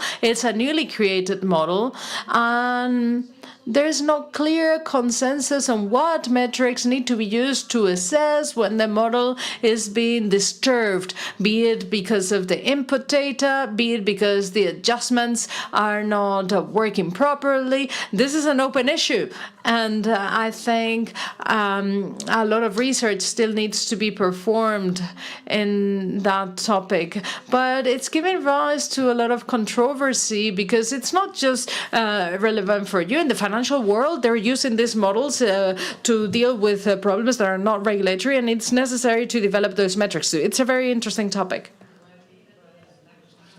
I would like to share with you that we're also working to assess the model that has been developed by José Antonio's team, but we have a third party assessing this.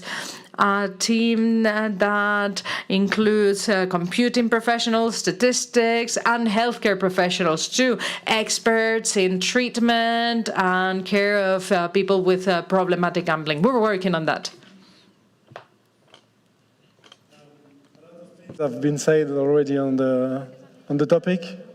Maybe what I can add is that as an operator, we have the opportunity to cross-validate results, because evaluating the performance of the model is one thing, but to be sure that in the real life, let's say, it's accurate also, it's very important. So that's why it's very relevant for us to work closely with the responsible gaming team, and they gave us tremendous feedback from this methodology, and I think we won a lot of time on this topic. Another question that they were asking is, well, we have the model, it has been developed, but when is it convenient to revisit the model? When would you retrain the model with new test data? When is it suitable to retrain it?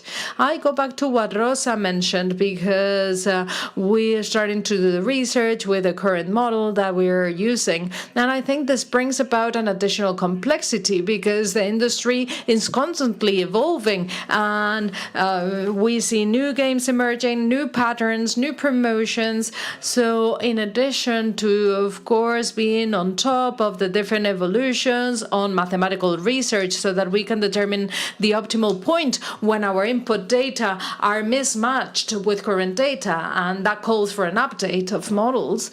We also need to be on top of the constant updates that take place in the industry to detect new patterns that we may not have factored in our input data. It is true that our reporting model is increasingly better since we began too. So if we have more information on players, we also have more data to feed the variables. I think the good news there is that retraining model is affordable and feasible now. In the past, it was something that wasn't accessible at all, and it was very costly from the computational standpoint. But now it's something that you can do, perhaps not in a simple way, that's not the best word, but you can execute that in a reasonable time. So what's the optimal window? I don't think there's an answer for that. Engineers are still trying to find an answer to that, to when it's necessary to retrain machines. So that's an open question. So as soon as we see the need to include a new variable that we consider relevant for the model, or new gambling behaviors, then it would be necessary to retrain the model, of course. And in order to retrain, you would need new test data, right? You would have to go back to the hospital, etc. Yes, because that collaboration that you launched needs to be a continuum, of course. It would be very detrimental for models and for this research that is yielding very good results to stop that collaboration. Something for Guillaume, something very specific. Because the operator is working in two different jurisdictions, France and Spain, right? Do you see differences in behavior, significant differences in behaviors? We're not so different, the French and the Spaniards, but maybe our schedule, our income, our average income makes a difference, does it? At this stage, we don't have, our model doesn't differentiate between these two markets.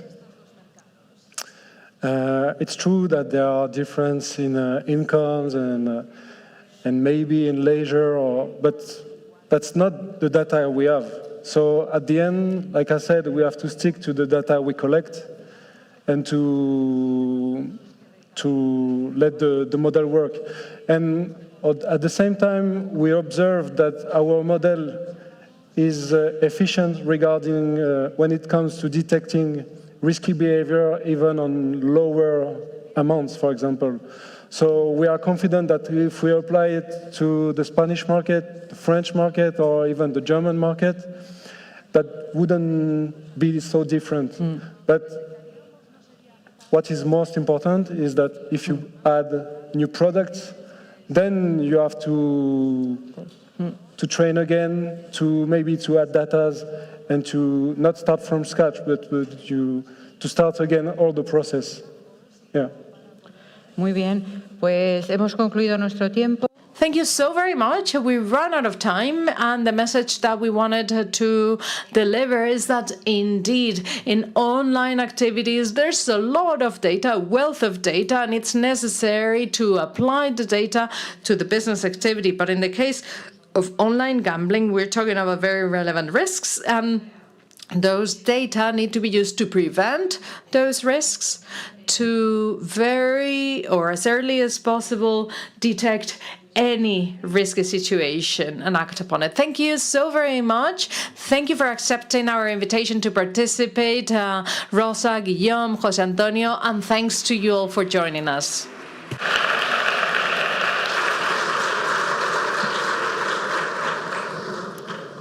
Muchísimas gracias. Thank you so very much. And as you know, it's now time for our lunch break, but I'd like to share some remarks before we break for lunch. We need to get back in the room at 3:30 so that we can continue with our agenda. Lunch will take place on the 3rd floor where we had our coffee break previously. Something that is very important to mention is that after we get back, we will have 2 breakout rooms, and you had to register for the one that you would like to attend. They will take place in 2 separate rooms. We have damage and returns of games of chance that will take place in the audiovisual room, and awareness raising will be discussed here in the plenary room. You all know what breakout session you decided to join, and we'll see you there after lunch.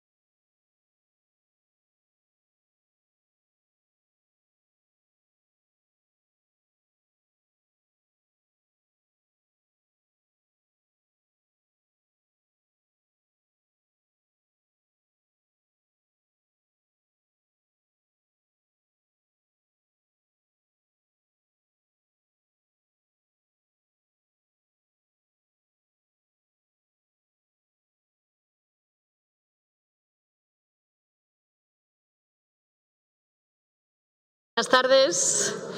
Gracias. Hello, good afternoon. Thank you for being punctual. I know that it wasn't easy. We started doing some networking upstairs with some colleagues that we haven't seen for a while, so I sincerely thank you for coming back down and wanting to be with us in this afternoon. Just to make sure of where we are, I remind you that we have some breakout sessions here. We're going to have the panel on models to raise awareness about gambling. You're in the right room. If you're in the right room, we can proceed. Let's move on because we have a long afternoon ahead of us. And for this roundtable, I'm going to call our moderator, Alberto Navarro, Deputy Director of Inspection.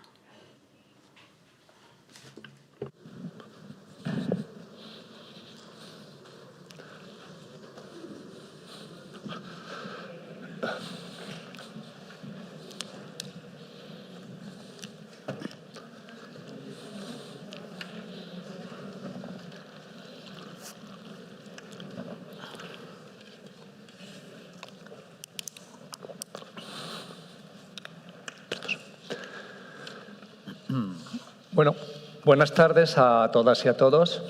Hello.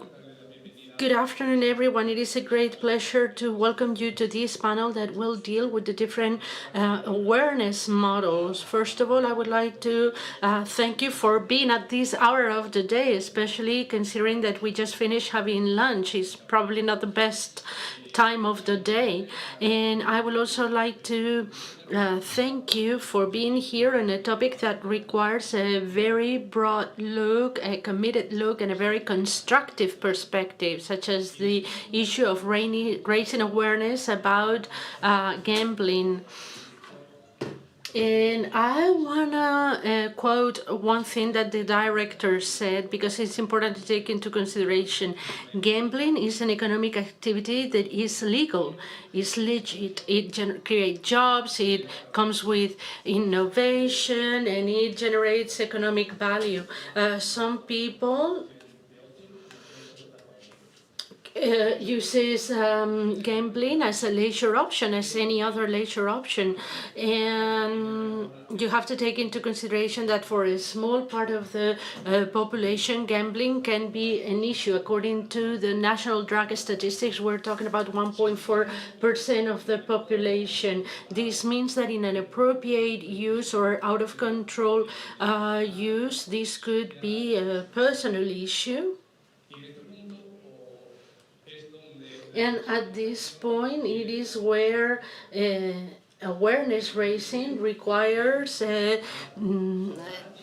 training. We have to train, we have to generate awareness on the consequences of problematic gambling or unsafe gambling. Today they have the opportunity of tackling this issue from three different perspectives that are complementary. And for that, we have the collaboration of our three speakers. First of all, we have Carlos Duero, who has a degree in economics, and it is right now the corporate director for institutional relations of CISA. He will give us his perspective from the point of view of the sector, and he represents the Sportium Foundation. Then we will give the floor to María Pérez López, who has a degree in psychology and is the head of the General Department of Addiction in Madrid Healthcare, and he will tell us about the raise of awareness models that they have at the City Council. And to finish this first round of intervention, we will have the participation of Gerardo Rodríguez, who is the current chairman of FEJAR, who will give us indispensable perspective, the ones who've lived the problem very closely, who suffered this very closely.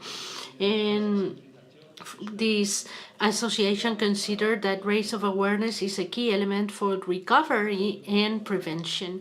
So without further ado, I'm going to give the floor to Carlos, so you can take the floor now. Thank you very much for your kind introduction, and thanks to the organizers for inviting me to participate in this roundtable. Before beginning the presentation and before you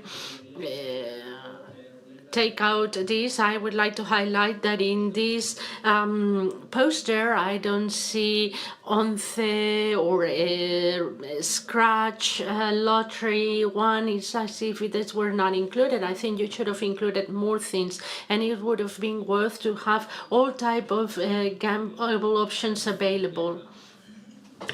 Esta es la tuya. Sí, la hablaré. La tuya. Vaya. Pues,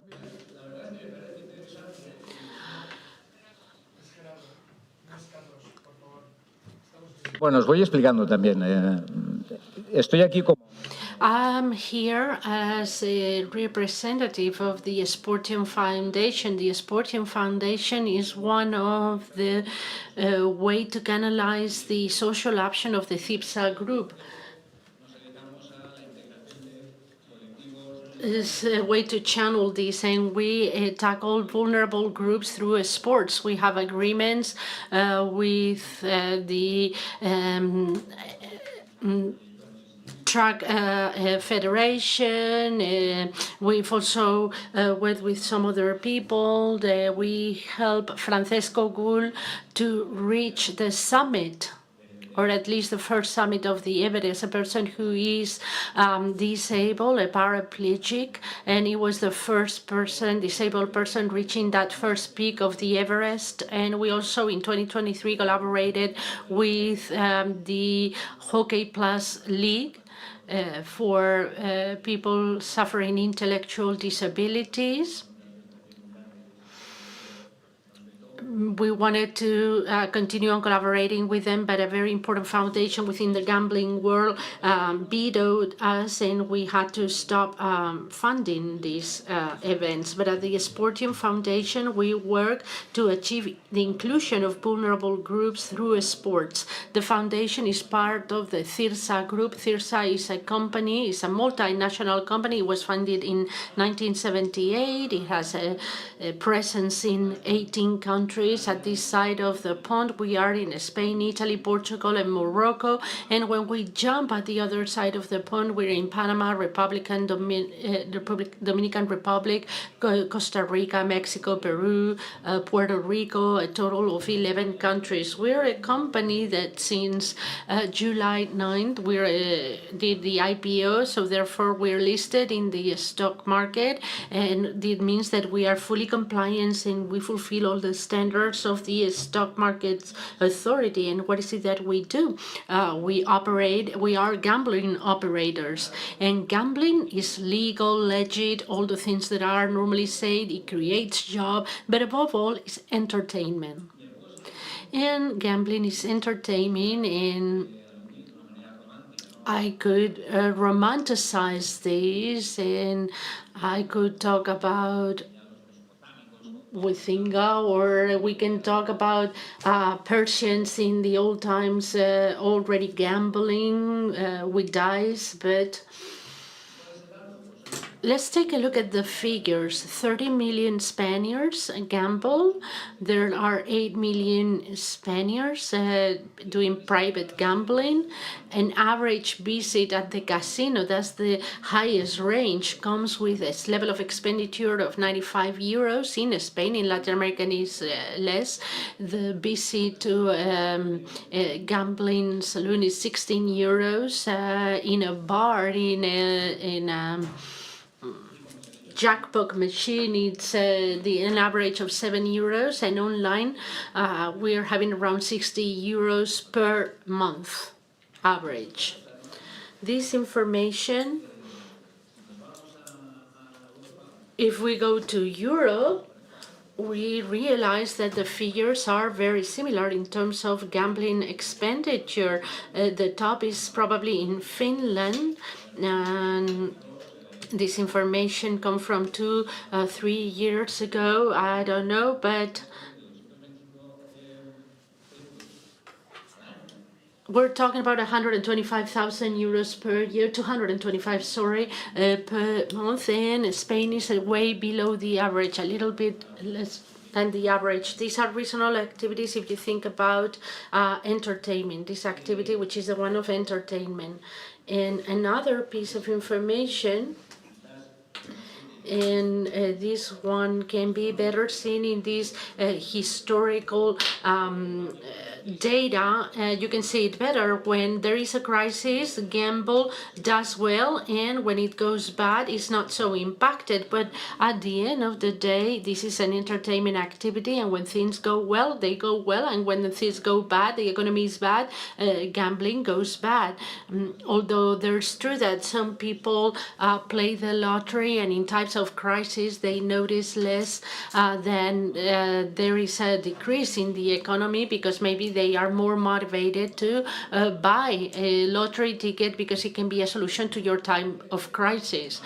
But here, over the base of 100, the nominal GDP from 2007 to 2023, we've grown by 40%. The CGR net sales in private gambling have remained flat in 100.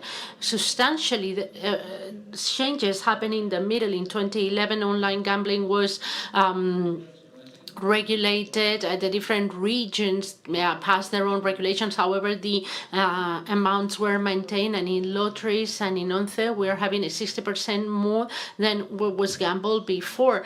In general terms, we're pretty much in line with what's going on with our GDP. And there is a gray area day, illegal gambling. We don't know what are the figures. This morning we've spoken about it very much, and we haven't been able to quantify it. But this needs to be taken into consideration because there is a clear migration towards that channel. So maybe that GFR increases if we take into consideration illegal gambling.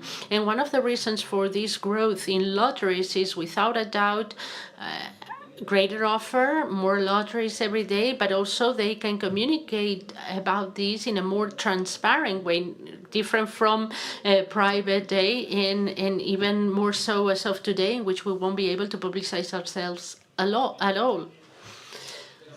But despite this behavior in consumption, that we can say that it's normal, the perception is totally different. There are a lot of prejudice, and we think that gambling is something bad and it comes with social damages. And this is something that we see in the title of many of the panels, when in reality it's clear that the people within the sector take very much into consideration the social impact of the activity and the negative circumstances around it, but this is not what goes around our activity, which is entertainment. Some of you have heard me saying this because I was in a forum a couple of years ago. I'm ESG director in my company, and I was participating together with other sustainability companies and talking to the sustainability director of an automobile brand, and also we were talking with the director of a winery, and a fourth person appeared, and they say, "Hi, I'm Carlos from CIRSA. What are you going to be doing with problematic gamblers, with addictive gamblers?" Well, you've not asked to these gentlemen in automobile what are they going to do with people who suffer an accident, that they can die or become disabled, and you haven't asked the lady with the winery what to do with drunk people that are a much higher percentage than those who suffer this problem of addictive or pathological gambling. This morning, it's been said that this is a topic that is not paid attention by, that they thought that the gambling was not a disease and it was not pathological, but it's not true. In the gambling sector, we are aware of the fact that a small part of the population can end up developing a pathology related with gambling, and we're working and we're setting up preventative measures, and we're definitely in favor of them. And if we go into the magnitude of the problem, and this information comes from the National Drug Plan. As mentioned by Alberto before, we have this 1.4 figure, the last percentage that you see there. And it's not that bad. We've gone from 2.5 in 2008 to 1.4 in 2024. So this is a drop of 44%. If we take a look at possible gambling disorders, it's 0.4, and in possible problematic gambling, we have a drop of 50%. This problematic gambling, possible problematic gambling, traditionally what it was understood as gambling disorder is the one established as DSM-4, and this categorization is new one, the one from 1 to 4. This means that out of the 9 questions that came out in the previous panel for the DSM-5, one was answered with a yes, or in an affirmative way. Take that questionnaire, and wherever you say betting or gambling, you replace it by anything that you like: playing paddle, going to a theater, going to the movies, or eating a Spanish omelette. And probably we all have a problem with regards to the things that we like. This is just an exercise.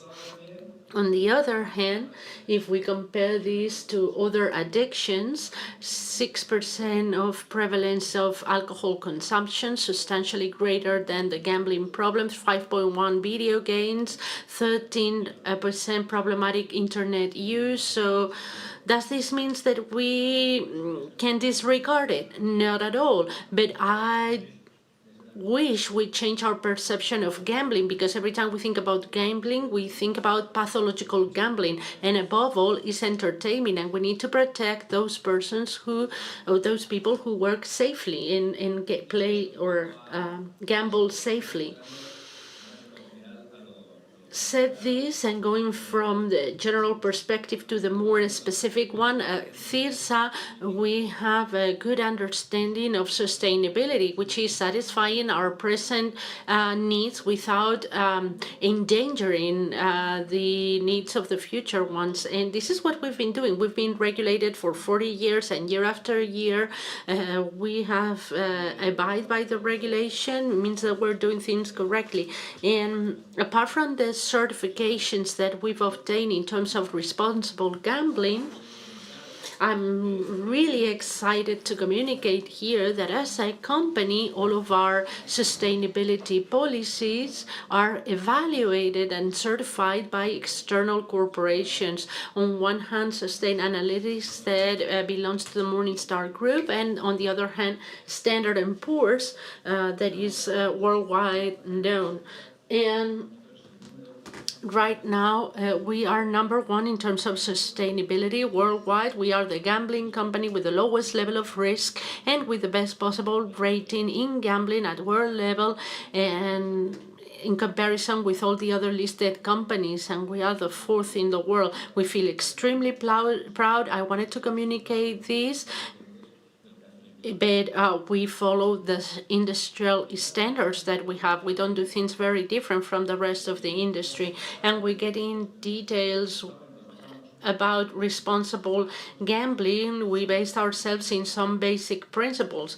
Compliance with the law. As a company, we abide by the rules. We only operate in regulated markets. Not everyone can say the same thing, but we only operate in regulated markets. We promote the culture of responsible gambling, both inside and of the company as well as outside, with transparency in our communications.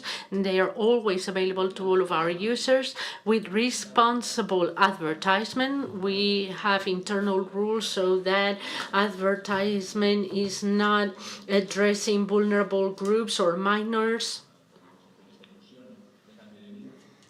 So we don't generate this motivation of life changing. I was seeing the ad of lottery operators that had a gentleman with a lottery ticket in the head, and I don't want to see just in case that I'm a millionaire. We're not selling a change in a lifestyle, and the bar that measures things is facing clearly double standards.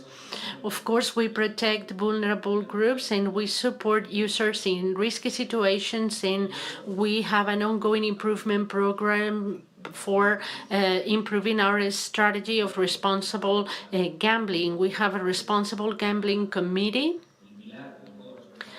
the pillar of responsible gambling is this committee that is chaired by the CEO of the company. So everything that is decided under this committee goes top down with absolute capillarity. Then we have other smaller committees, but we're definitely cascading down all of our policies. This committee is the one that decides, approves, and generates everything that we do in terms of responsible gambling.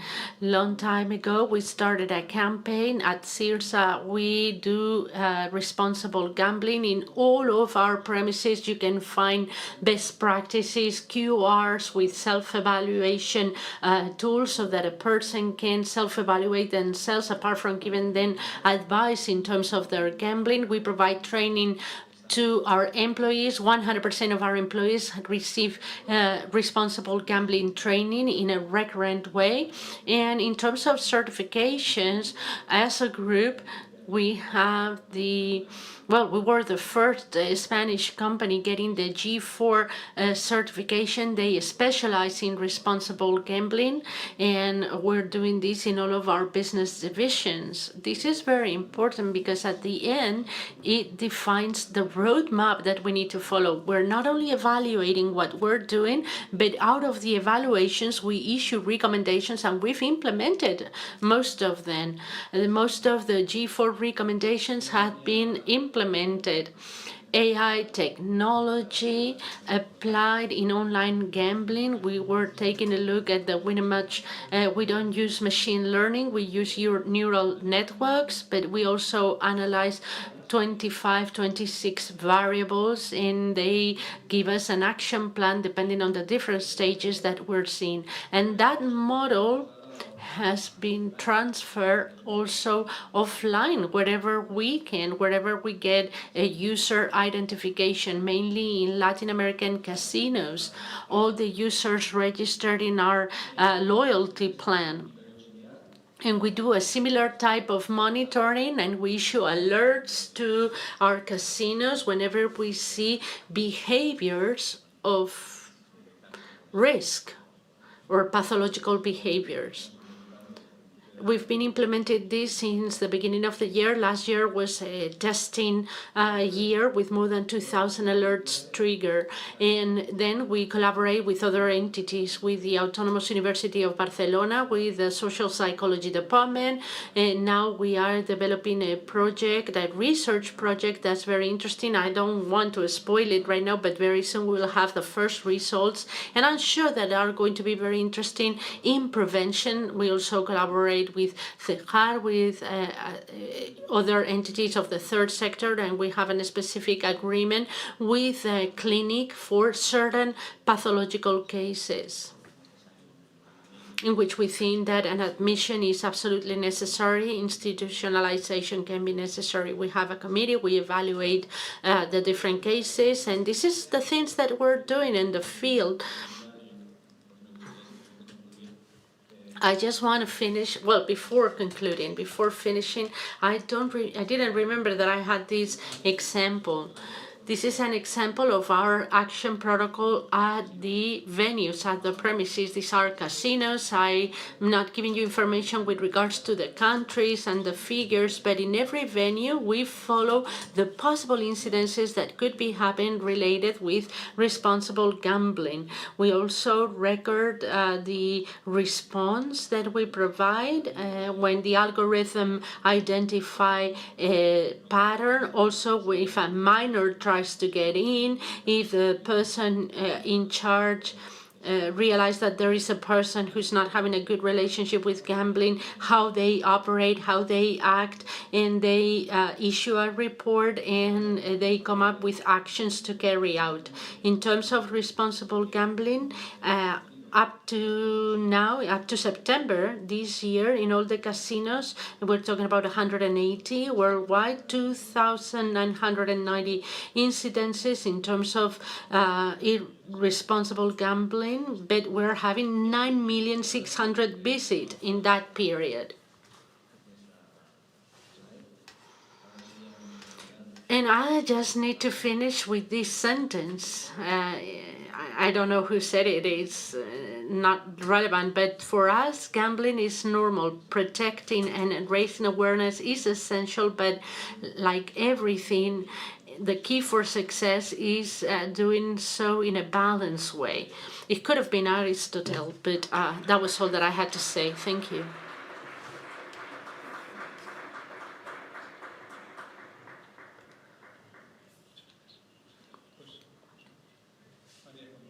Maria, you have the floor right now. Thank you very much. Thank you to the gambling department for organizing the event, for the invitation. And although he's not here right now, I wanted to have the general director, because his introduction will allow me to skip some of the things that I intended to say because he's already said them. Gambling, it could be a public health problem, and that's where I want to start. I work at Madrid SALUD, at the addiction department. This is the body within the City Council of Madrid that works in public health. That's why we work in prevention and treatment of gambling addiction. That's why we have a strategy in place in order to tackle this. Because for Madrid, and in this case I talk about the things that I know, which is my city, for Madrid to be a healthy city, we have to have some preventive measures in place and treatment measures in place at all risk levels and all severity levels that we are going to find in this 1.4%. That's the population in Spain that it is impacted. But when we translate this into numbers, we're talking about a lot of people, a lot of families being impacted. Cannabis figures are close to 1.4%. Heroin is 0.1%. The figure is not only what's relevant, because we could end up undervaluing the problem. We work in prevention. We provide integral prevention to young people. We work in harm prevention, and we provide an integral treatment for all addictions, substance addiction and behavioral addictions. But since this panel has to do with raising awareness, what I'm going to do is what we do in prevention. Raising awareness is the first step in prevention. We understand raising of awareness as a continuum. The most important thing is to do an early detection of the people at risk because they're gambling, and so we can offer them an early treatment or early care. But our actions go from raising awareness to preventive actions in educational center and community center, early detection so we can react as soon as possible through socio-educational team or guidance counselors, providing guidance to families as well. And if the addiction criteria according to DSM-5 have been developed, we can carry out a therapeutical intervention. We've been working on this since not just 2020, but since the 1980s. In that case, it was substance addiction. We had a terrible epidemic of heroin addiction in the 80s. Alcohol addiction is the most regular addiction, and since 2017-2018 we started working with behavioral actions to tackle the issue of problematic gambling. In 2020 we did a first raise of awareness campaign. When thinking about raising awareness, the first thing that comes to our mind are publicity campaigns. And these are campaigns that talk about the positive aspects or this legit activity, but also the negative consequences of what happens when you gamble.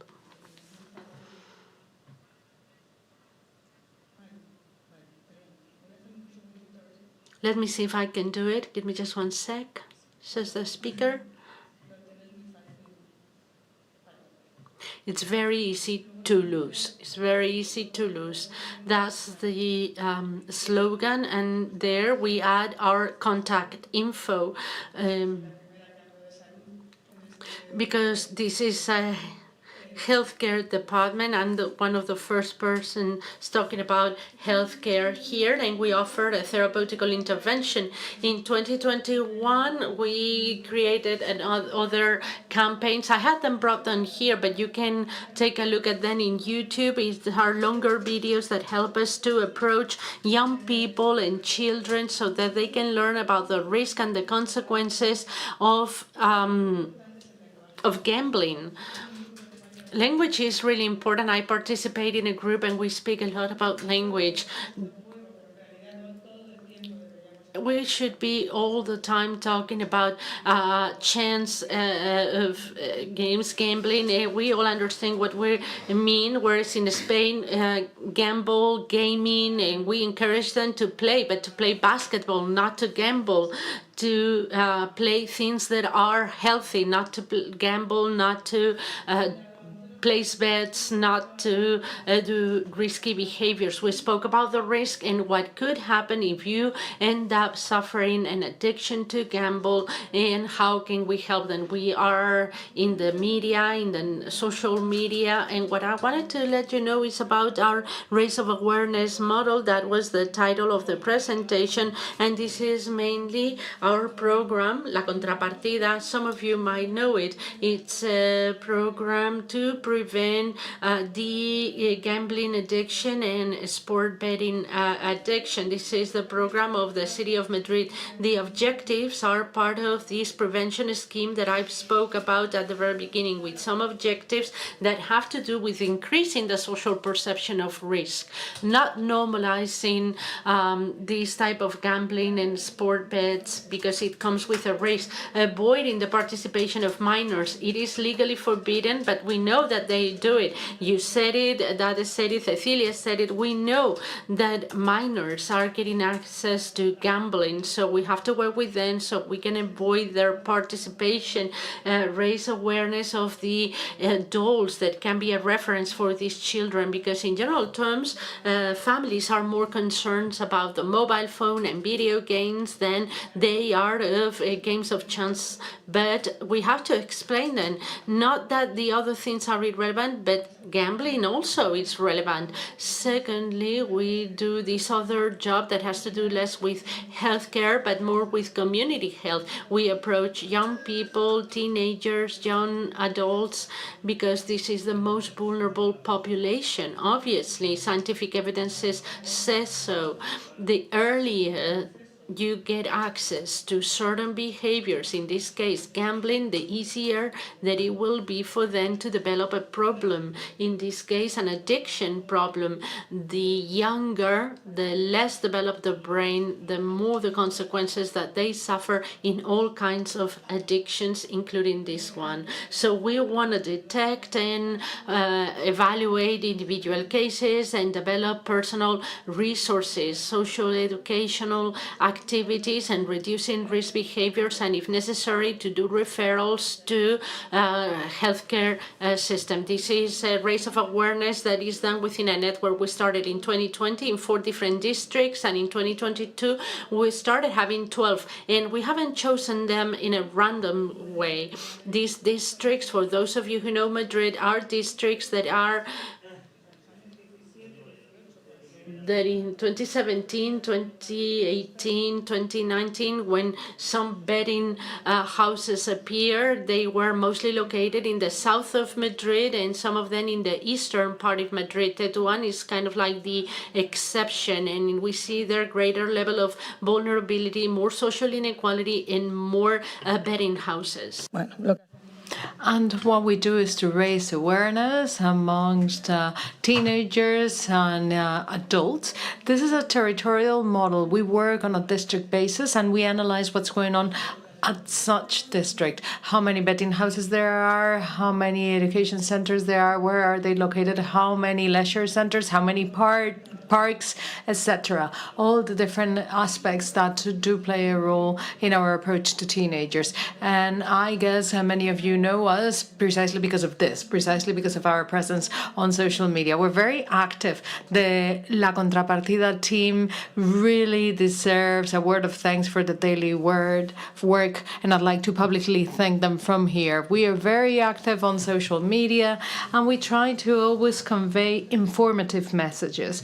Here we have two events, the loot boxes and, for instance, the near wins or near misses. And we try to explain all this, what they are and what it means, using the language that they use, like, for instance, using memes and things that they will relate to when they see it on social media. But actually, thanks to this, they will be able to extract learnings. But no matter how entertaining this might be, because if you check our Instagram ads, you will find some of them very funny, but this is all based on evidence. And Professor Navas is currently and delivering a presentation in the other breakout room. Otherwise, I would refer to him as the author or co-author of this program. And what is it that we work on? We focus on, for instance, games of chance. And there's many factors linked to the product. And actually, we will participate in a panel tomorrow precisely about this. For more than 25 years, I've been working in the context of addictions. I used to focus in the past on substances. And there is a very famous triangle: the person, the context. Back then we used to say drugs or the substance, but let's call it the product. So the product ultimately is what creates those problems. If we don't know what the product is, if we don't explain to these boys and girls the things that gambling structures do, so that gambling can become more intensive, so that it can be more frequent, so that they bet more frequently and more, if we fail to explain this, they won't understand the process. We need to know the process. They need to also be acquainted with it. But there's also individual factors. They may have to do with cognitive distortions, like perception of risk, impulsiveness. And we also need to talk about the social aspect. We're talking about teenagers and young adults. And of course, peer pressure or social pressure comes into play. And in addition, we need to consider advertising, who publicizes and what. What are the negative consequences of betting, the warning signs, and the resources and alternatives that exist, so that they can indeed opt for it. Instead of spending the afternoon in the betting house or using your smartphone to spend the afternoon, you can actually watch a match without actually placing bets. And we work on them not just on social media, as I mentioned before, but also in the one-on-one, very close by, in education centers, in community centers, using a model that has been approved by Complutense University, and they have certified their applicability. And we have all sorts of projects, gamification, for instance, and escape rooms. We know that this works, and it's not just us using it. They're also being used in other spaces.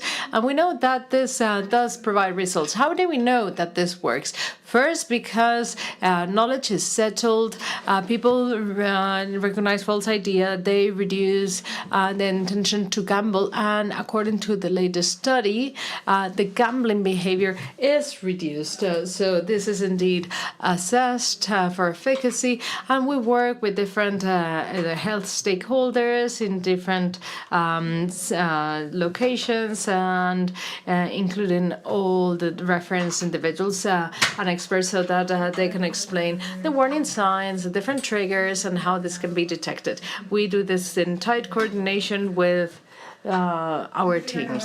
And I didn't want to finish without talking about gender and talking about women, because until now we have delivered a presentation that was not gender aware. And if we do something that is gender aware, we always leave women outside. We amount to 53% of Madrid's population. We amount to a bit more than half of the population of this region. We need to have a gender approach in prevention too.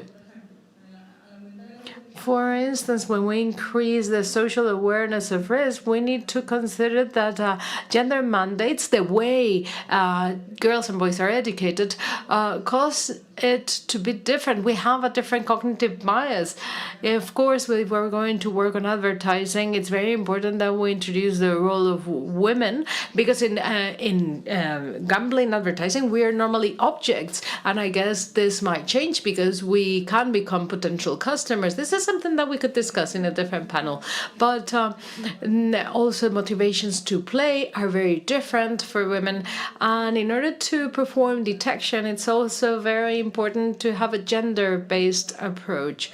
You need to consider what's happening at the individual level in addition to what's happening at the group level, because at the group level, men actually absorb time and space, and women don't take the floor. And we don't only need to talk about sports betting. If we go to high schools or universities and ask how many people have walked into a sports house or betting house, only men will raise their hand potentially. But if we ask how many people have played the roulette or slot machine, then more women will raise their hand.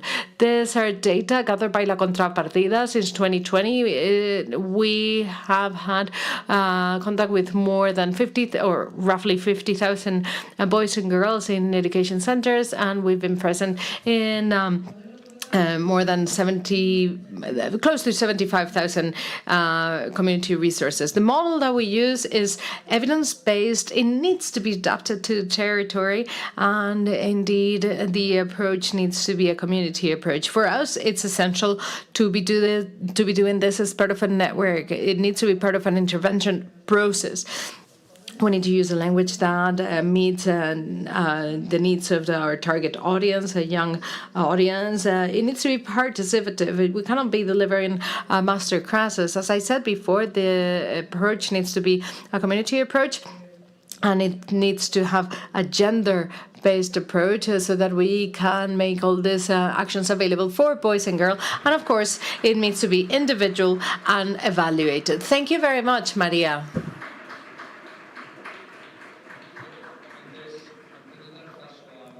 Before we give the floor to our last speaker, to Gerardo, and since it was raised during the presentation, I wanted to congratulate María, because recently they have received a recognition. The program La Contrapartida has received an award. She didn't mention it, but she deserves the recognition, I think. And now, Gerardo, whenever you will, you have the floor.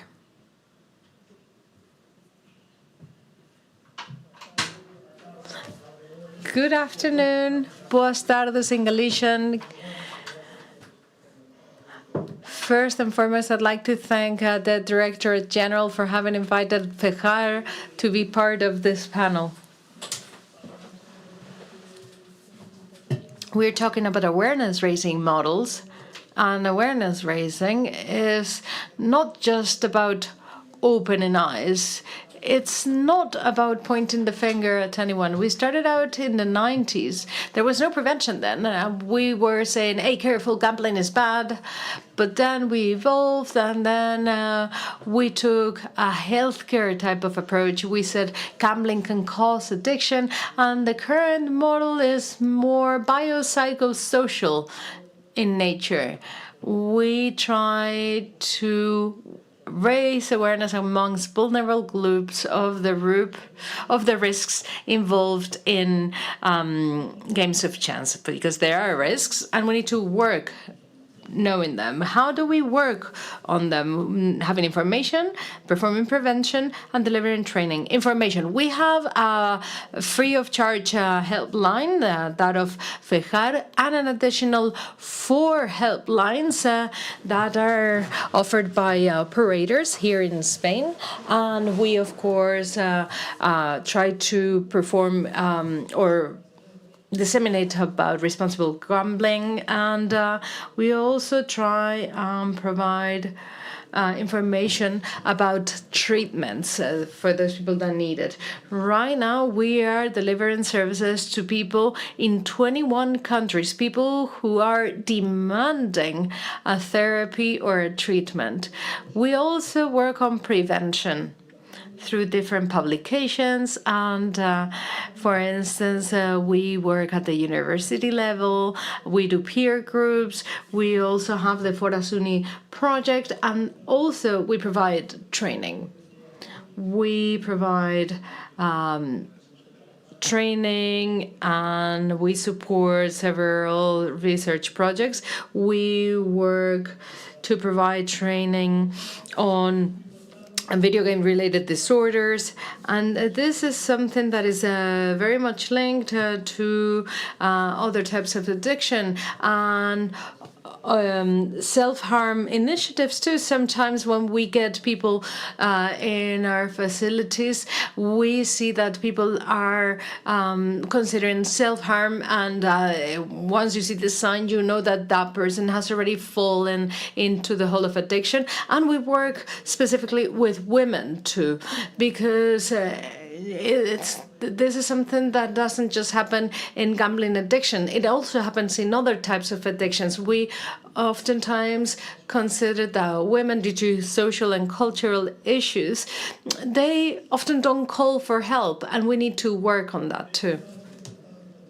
FEJAR is present across almost all the country, the whole national territory, and we have a day in the year in which we provide a national scale, we organize a national scale event on the 29th of March. All the different organizations that are dear to FEJAR go out on the streets to demonstrate, because it is the right day to disseminate about the fact that we shouldn't, or there's no need to play these games of chance.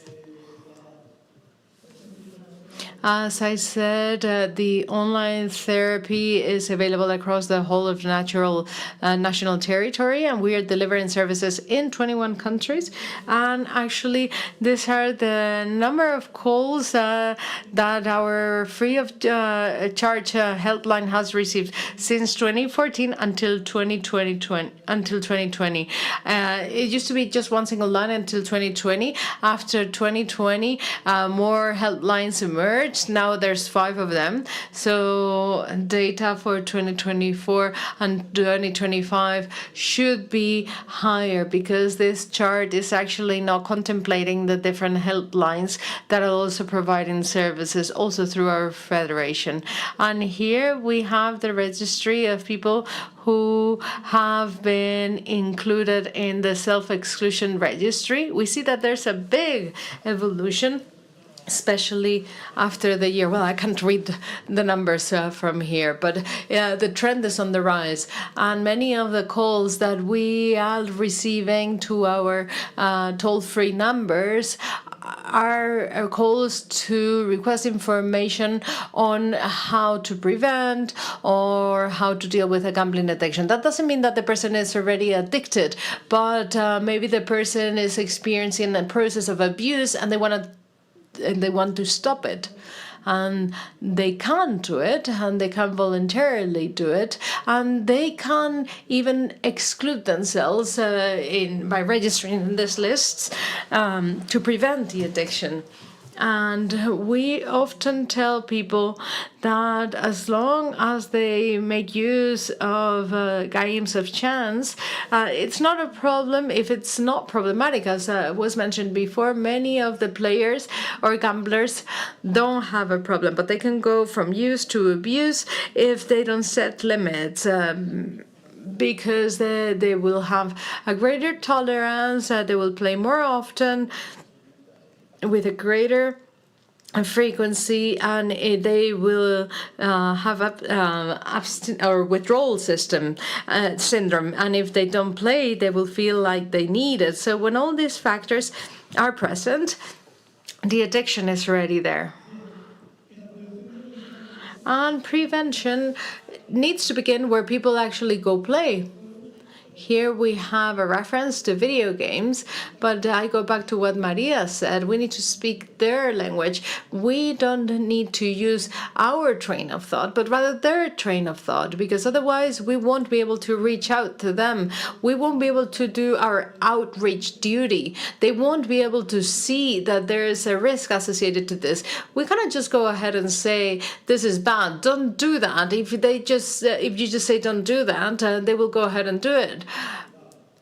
We need to do the opposite. You need to say, listen, careful, if you overdo it, you may be overstepping. You cannot abuse this. Even if you're of age, if you abuse this, it can become problematic. And the same happens with video games. But the thing is that this is in something that happens in disguise in a way. Tomorrow we'll be discussing this during the presentation, but I didn't want to leave this unmentioned because it is a problem that is increasing in importance, because in video games they're already including gambling patterns, and socially this is in a way accepted, but it can lead to a disorder of the likes of a gambling disorder. And we talked about responsibility this morning too. This is a shared responsibility. It's not just something that one individual needs to engage in. It's not about the person playing responsible. It's about all of us engaging in doing this responsibly. It's about the player or the gambler, it's society, it's the family, it's the operators, both public as much as private. I don't make any differentiation between them. And of course, we need to engage with authorities, local and regional authorities. Everybody has a responsibility. We all have a responsibility to protect vulnerable groups, people who are self-excluded, and minors too. As long as we protect all these areas of society, this activity can be performed normally. What we need to combat, indeed, is illegal gambling, because once the person becomes addicted, once they become self-excluded in Spain, they will find another way out and they won't have access to treatment.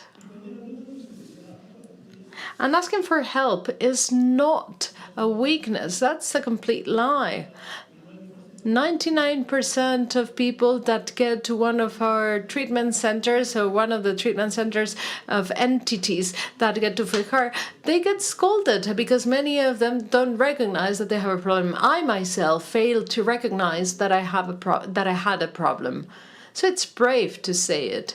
You need to take the step. You need to say, I have a problem. I want to solve it. And there are 3 areas of society that need to gain more visibility over the fact that this help is available.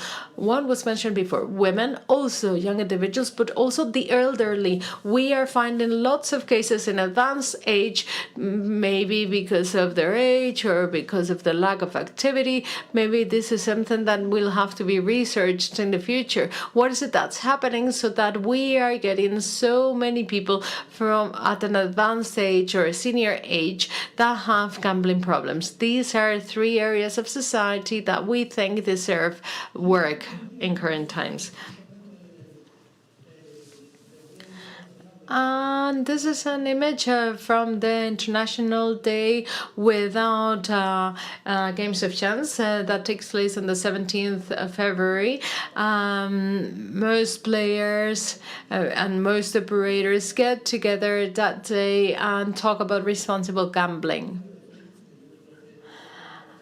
And we do what this statement on the screen says. We are united by many more things than what separates us. So we need to work on this. If operators see that there's risky behavior, he is or they are the ones that are most interested in not having that person engage with them so that they can reestablish their life and join a treatment. And this addiction, as we said, it's not just something that impacts the individual, but also their whole environment, their family environment, their social environment, the labor environment, and even the legal environment. And I'd like to finish off by mentioning a quote that I think is very relevant. You can do it, but you cannot do it on your own. Without help, it's very difficult to leave this behind. And unfortunately, administrations can only make it so far. Authorities can only go so far. And this is why FEJAR is there, because administrations oftentimes don't deliver effective treatments. Anyone who wants to be rehabilitated, they can come to one of our entities, and in 1 week time, they will be receiving treatment. If you go to a healthcare center, unfortunately, they will not be so fast in delivering the care that the person that has this addiction so much needs. So this is why this is very important. Yes, you can do it. You can leave this behind, but you need the support. Not just the support of the administration. You need everyone's support, society as a whole. Thank you very much for your attention.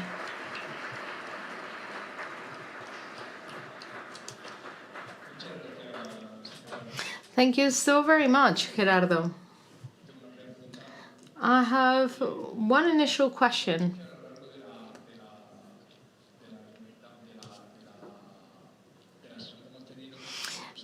In this session, we have been discussing different perspectives on what is normal and what isn't. So my first question is, why do you continue to insist on the average expense or investment in gambling? Because actually the edges are what are more relevant. So I imagine this question is for me, isn't it? I imagine this question is for the operator. Of course, we need to provide a perspective on those data and consider variability. But what I wanted to do is to put on the table that we're talking about expense amounts so that we can get an idea of of the scale of the problem. Of course, there are extremes, and there are people who are in the average, and some people are below the average. But ultimately, what we are saying here is that most people have a behavior that involves an expense that is very similar to that which we have in any other leisure option. And it's not just about quantity, and it looks like we're all the same here. And it's not the case. Some people can afford to spend more than others, and some people may spend very little, and that actually entails a gambling problem. I didn't want to go into data. I don't think my presentation was about going into too much detail in data. I wanted to talk about entertainment and set the perspective of that. And this is why I showed those data. If one day we organize a session to actually drill down into data, I will be delighted to share our data too. No problem at all. Thank you very much, Carlos. We have a question for you. Carlos, again, I think you are the main recipient of these questions. What do you think about the implementation of the measures on the risk classification for players and the ban on welcome bonuses that was approved to date? So this question is for me too, as you said? Yes, that's it. In previous panels, this has been discussed. I think restricting opens a free way for illegal gambling.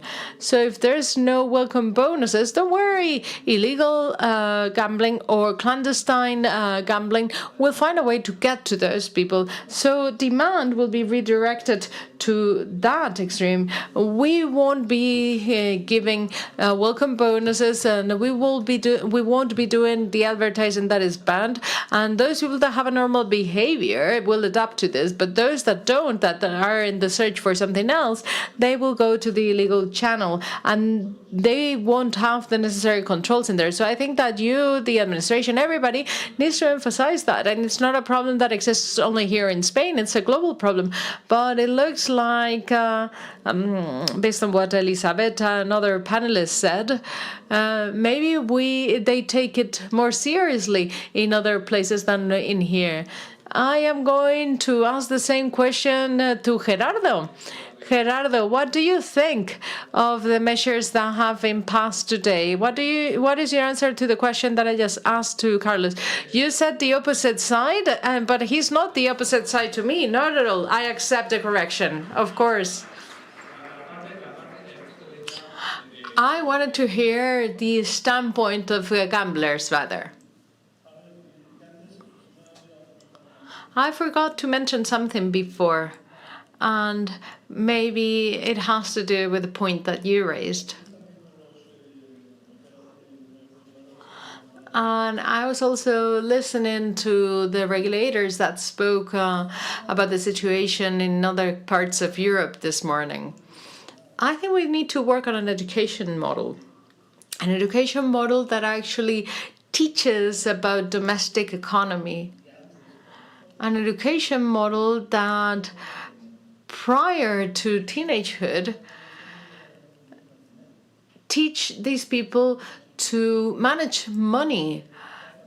Because if you don't know how to manage money, then you can do compulsive spending. So if we're capable of teaching, and I mean teaching, and educating people so that they know that money is to cover your needs and not just to serve your desires. And then if we manage to do that, maybe the measures that have been passed today wouldn't be necessary. Would we eradicate pathological gambling that way? No, but we would probably decrease the prevalence or the percentage of it. So these measures need to be implemented, and I think that the Directorate General considers that these are necessary measures right now. We'll see. But I'm also very much concerned about illegal gambling. I think that needs to be tackled, and it's an increasing need, because otherwise those people who are in rehabilitation or those people who don't want to ask for help, they will be directed to those platforms. So the Directorate General also has to block that illegal gambling. And about the rest of measures, time will tell whether they're good or bad measures. If they're bad measures, then we'll have to suppress them. María, you wanted to add to this?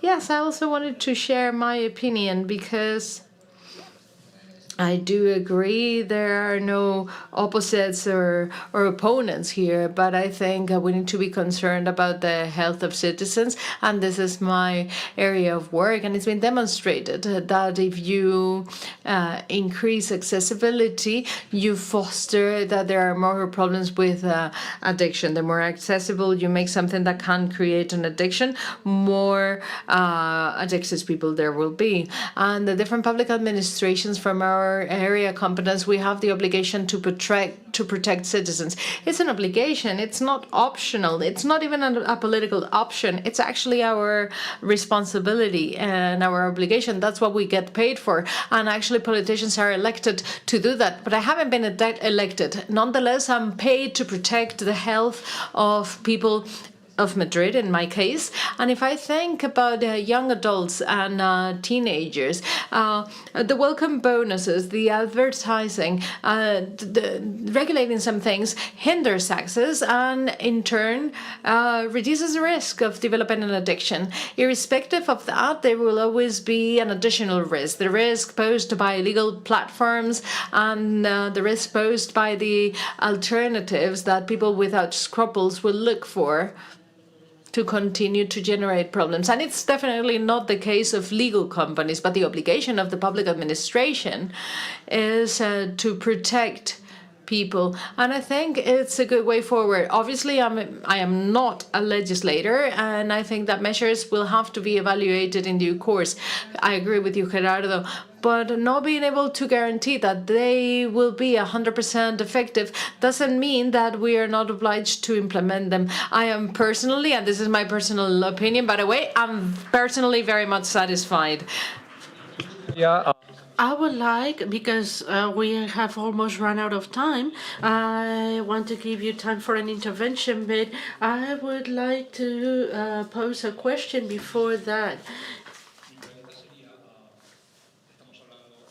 So my question is that we're seeing 3 different models to raise awareness, and according to your perspective, what are the main threats and challenges? I know that this is a very complicated question that has to do with a raise of awareness about gambling.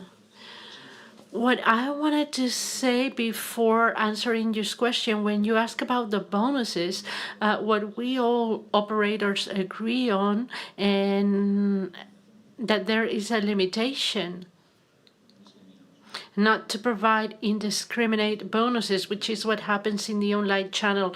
But with regards to your question about challenges and threats, the big challenge is to have everything under control and having all operators working in a legal way with a license.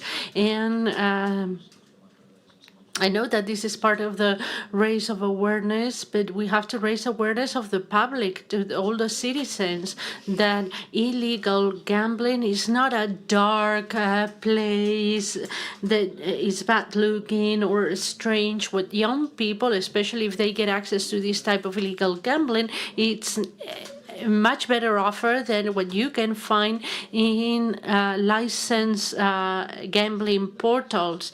And the interface that they find is exactly as competitive, as beautiful, with the same good-looking image, because the technological engine is probably the same one. So we're not talking about a dark thing, but something very similar. And within the illegal operators, there are some that are part of a criminal organization and some others that legally operate in other markets. So these type of things need to be taken into consideration so we can better raise awareness and better explain. And we saw this in the survey for the National Drug Plan. After asking to them 50,000 questions about gambling and about all kinds of things, they answer and they say, have you gone to a casino? And they say yes. And it is impossible if you're a minor, but the answer is yes. So we have to work on that.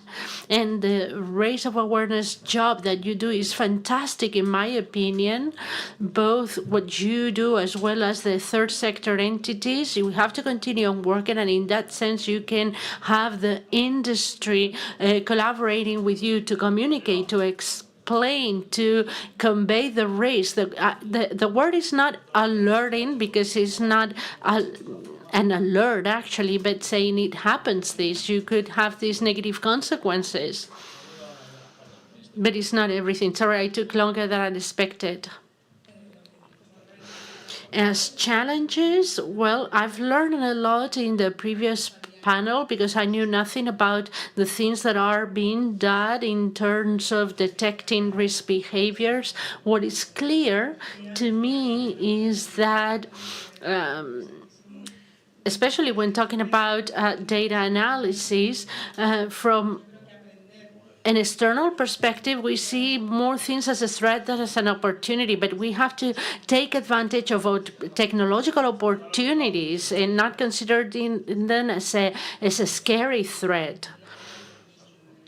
And the other threat is being in denial like nothing happens here. Of course, we have to find a middle point between everything is bad and everything is good, but especially when we are approaching teenagers and youngsters going with fear and threat, something terrible will happen, it's totally useless, but hiding, avoiding, and looking to the other side is useless as well.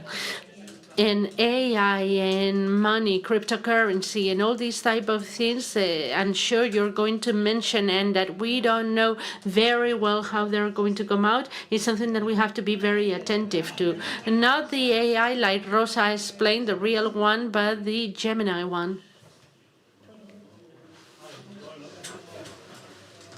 One threat is normalizing risks. If the others gamble, why not me? Because I need to gamble myself. The stigma, some people see a problem with an addiction problem as someone that is vicious and bad. No, that's not it. It suffers a healthcare problem, and that's why we need to work with that person. And then the lack of coordination between all the stakeholders. There are things that unite us, but we need to be better coordinated. And And final challenge is to build a balanced and shared responsibility culture.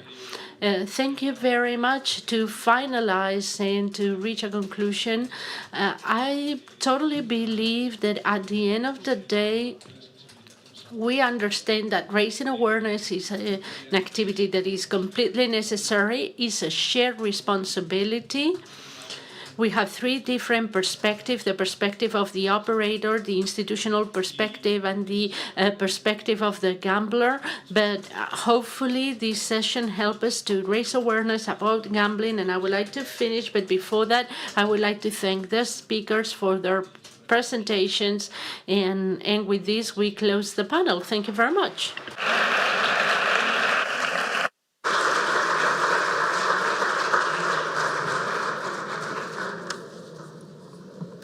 Pues muchas gracias, ponentes, y también. Thank you so much, dear speakers. Thank you, Alberto, for the three perspectives that we got in this table that made it more interesting. Please don't go far because we've had two breakout sessions that were being developed in parallel, and so that we don't miss what happened in both moderators will give us some info about the panels. I don't know if Mercedes Hernandez and the rest of the participants have already gone down from the third floor. They still have 10 minutes to go.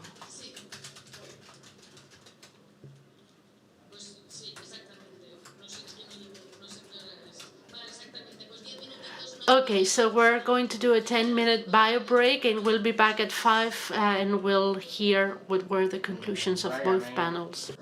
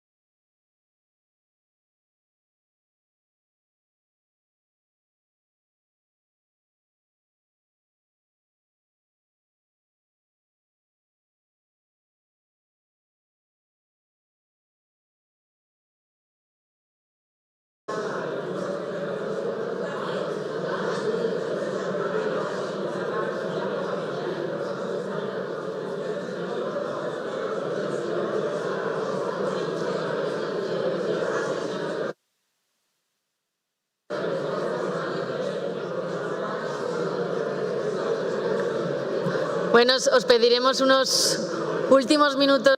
We ask for a few more moments of your time. Please pay attention. As you can see, the two moderators of these roundtables are getting ready, Merche Hernandez and Alberto Navarro, who will tell us about the conclusions that they've reached, so that way you don't miss anything. We're starting with you, Merche.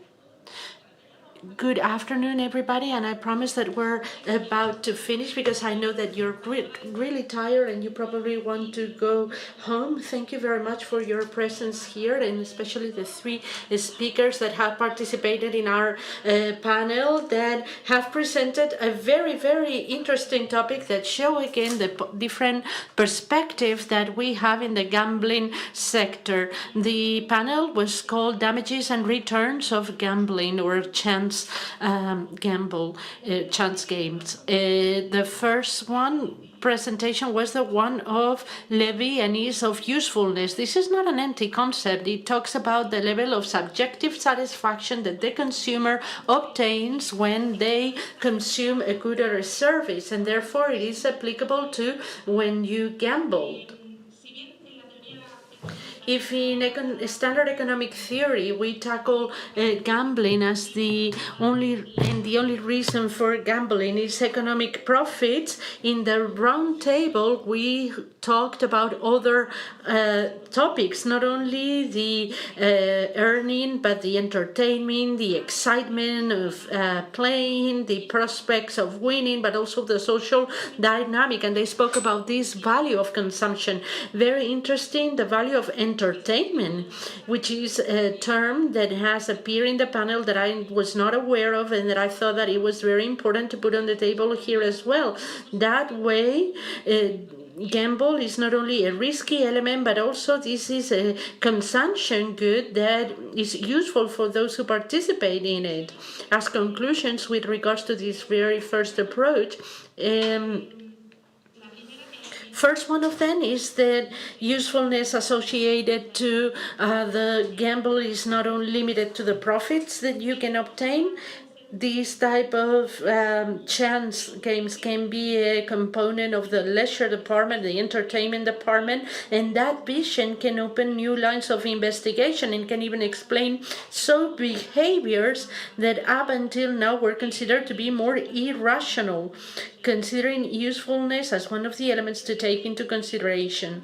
From this first perspective that has to do with the returns that we obtain when going into chance gaming, I would like to say that the gambling sector also provides a lot of jobs.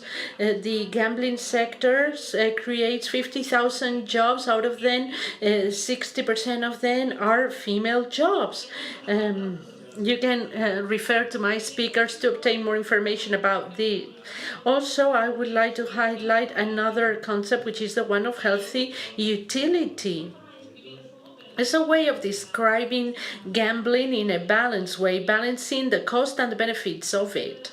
But the other side of the coin, at the other side of the coin, we cannot forget that this type of chance games come with a problematic aspect. Some gamblers develop a pathology or a problematic component. We've talked about different tools to measure this component, and we've spoken on how to adapt this tool to our culture and our social context. And we have 7 levels of damages possible. I'm not going to get into deep in each one of them, but we all have them in our mind. Family damage, cultural damage, even the legal damage that was put on the table by Francisco Navas, when you've already lost everything, but you still have to pay your debts.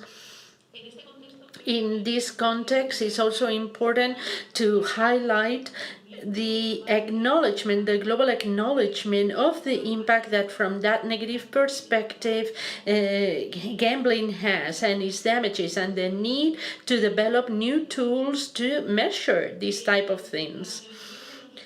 The prevention of the damages that come from gambling must not concentrate only on the most severe damages or the impact that it has on people individually, which is what you always think when we think about problematic gambling, but it's also necessary to highlight the moderate or mild impacts, the social repercussions, and even the negative aspects that they have on the whole of society at large. In this debate table, what was made clear is that the social and regulatory debate have to do on how to balance the positive aspects of gamble in terms of a source of revenue, job creation, entertainment, leisure, with preventing damages. I wish I could say we've reached big conclusions, but this is an endless debate. I thought it was very interesting to tackle it no matter what. It's very enriching for all of us. Hopefully it was interesting for the participants. If you haven't attended, you can watch it on YouTube. And now I'm going to hear what my colleague has to say with regards to the debate that you have in this room. Before starting with the summary of our panel, I would like to thank again the panelists in our debate, in our roundtable, and my assessment is very positive. We spoke about raise of awareness models, and we've analyzed balancing gambling with a legit economic activity, a leisure activity, and the need to protect a minority of users that face difficulties. Raise of awareness is a tool that it is essential to prevent, inform, and report risk associated to problematic gambling under the umbrella of a shared responsibility. For that, we've had three wonderful speakers that have given us three different perspectives. From the one perspective given to us by Carlos Duelo, representing CIRSA, who's given us the perspective of the operators and the gambling sectors. Then we gave the floor to María Pérez, who gave us the institutional perspective, how institutionally at the City Council of Madrid carry out raise of awareness campaign. And then we finished with Gerardo Rodriguez, who is the chairman of FEJAR, that gave us the perspective from the gambler in the activities that they do in associations of rehabilitated gamblers. Let me summarize the main aspects that we tackled in our panel.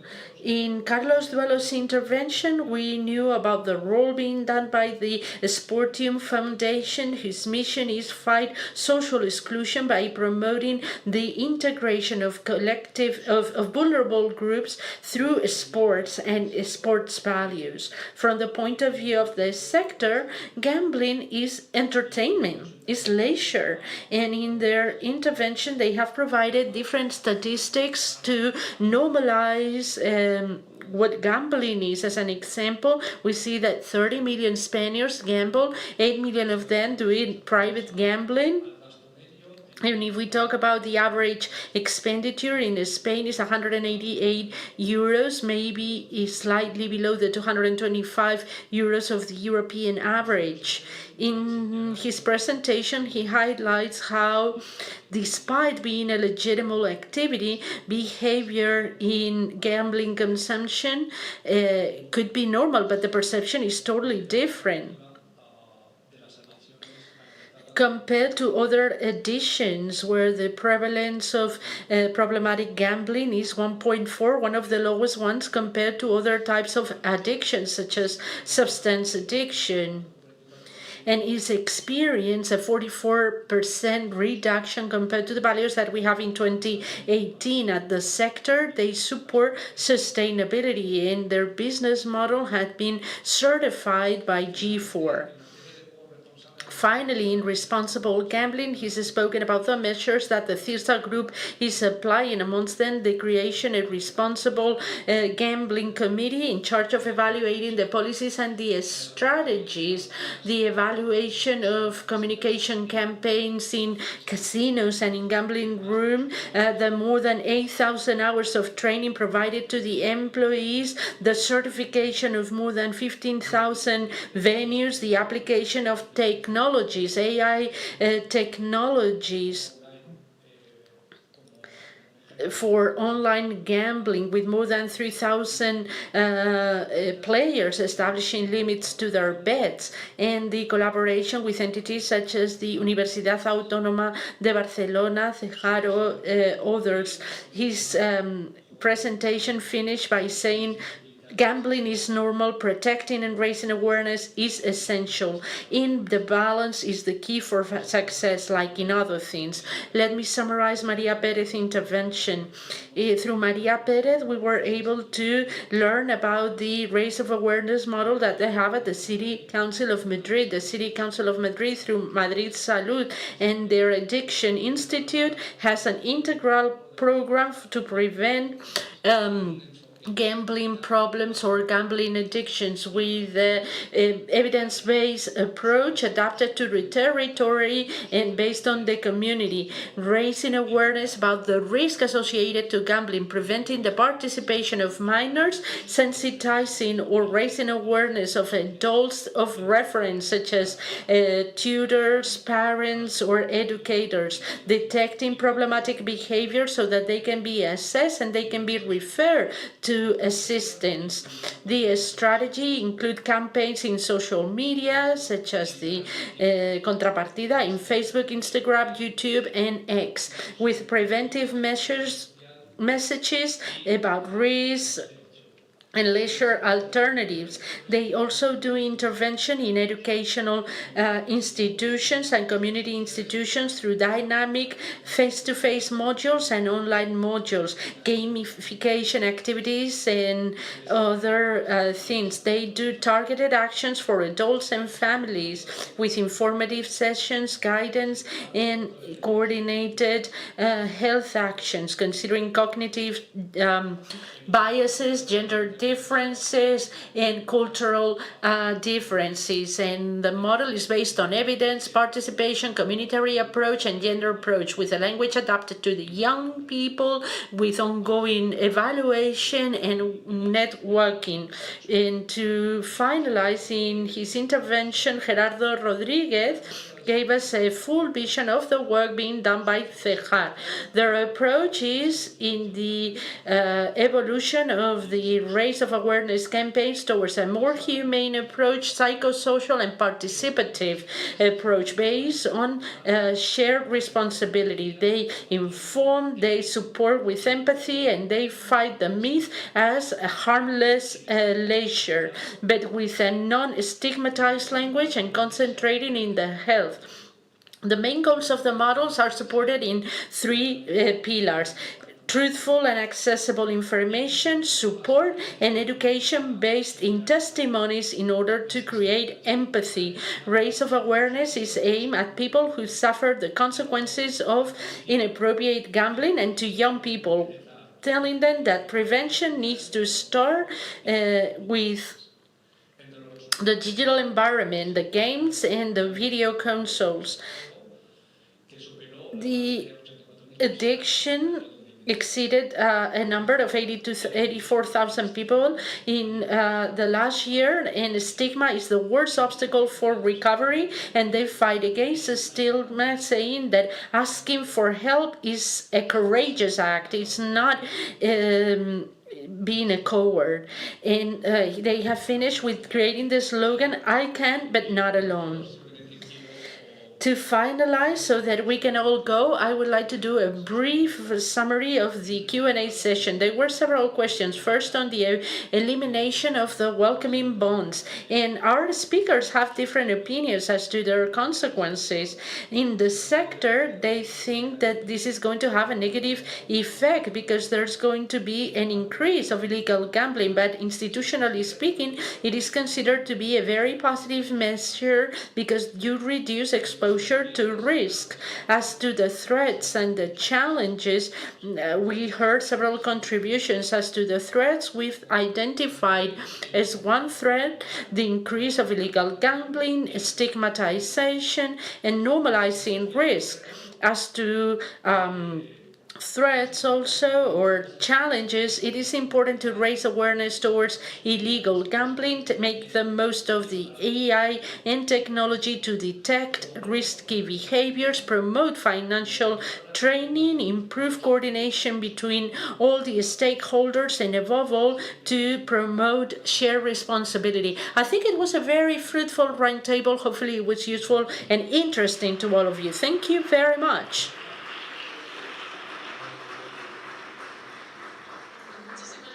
Well, thank you very much, Alberto and Meche, for their summaries, and thank you very much to all those participants in this first day. Thank you very much to those who are following the streaming in YouTube, and thank you for not missing this at all. We conclude this day in which we've spoken about challenges, different perspectives with regards to gambling regulation in Europe, the detection mechanism, the risky behaviors, the damage and the return of gambling, and the raise of awareness models.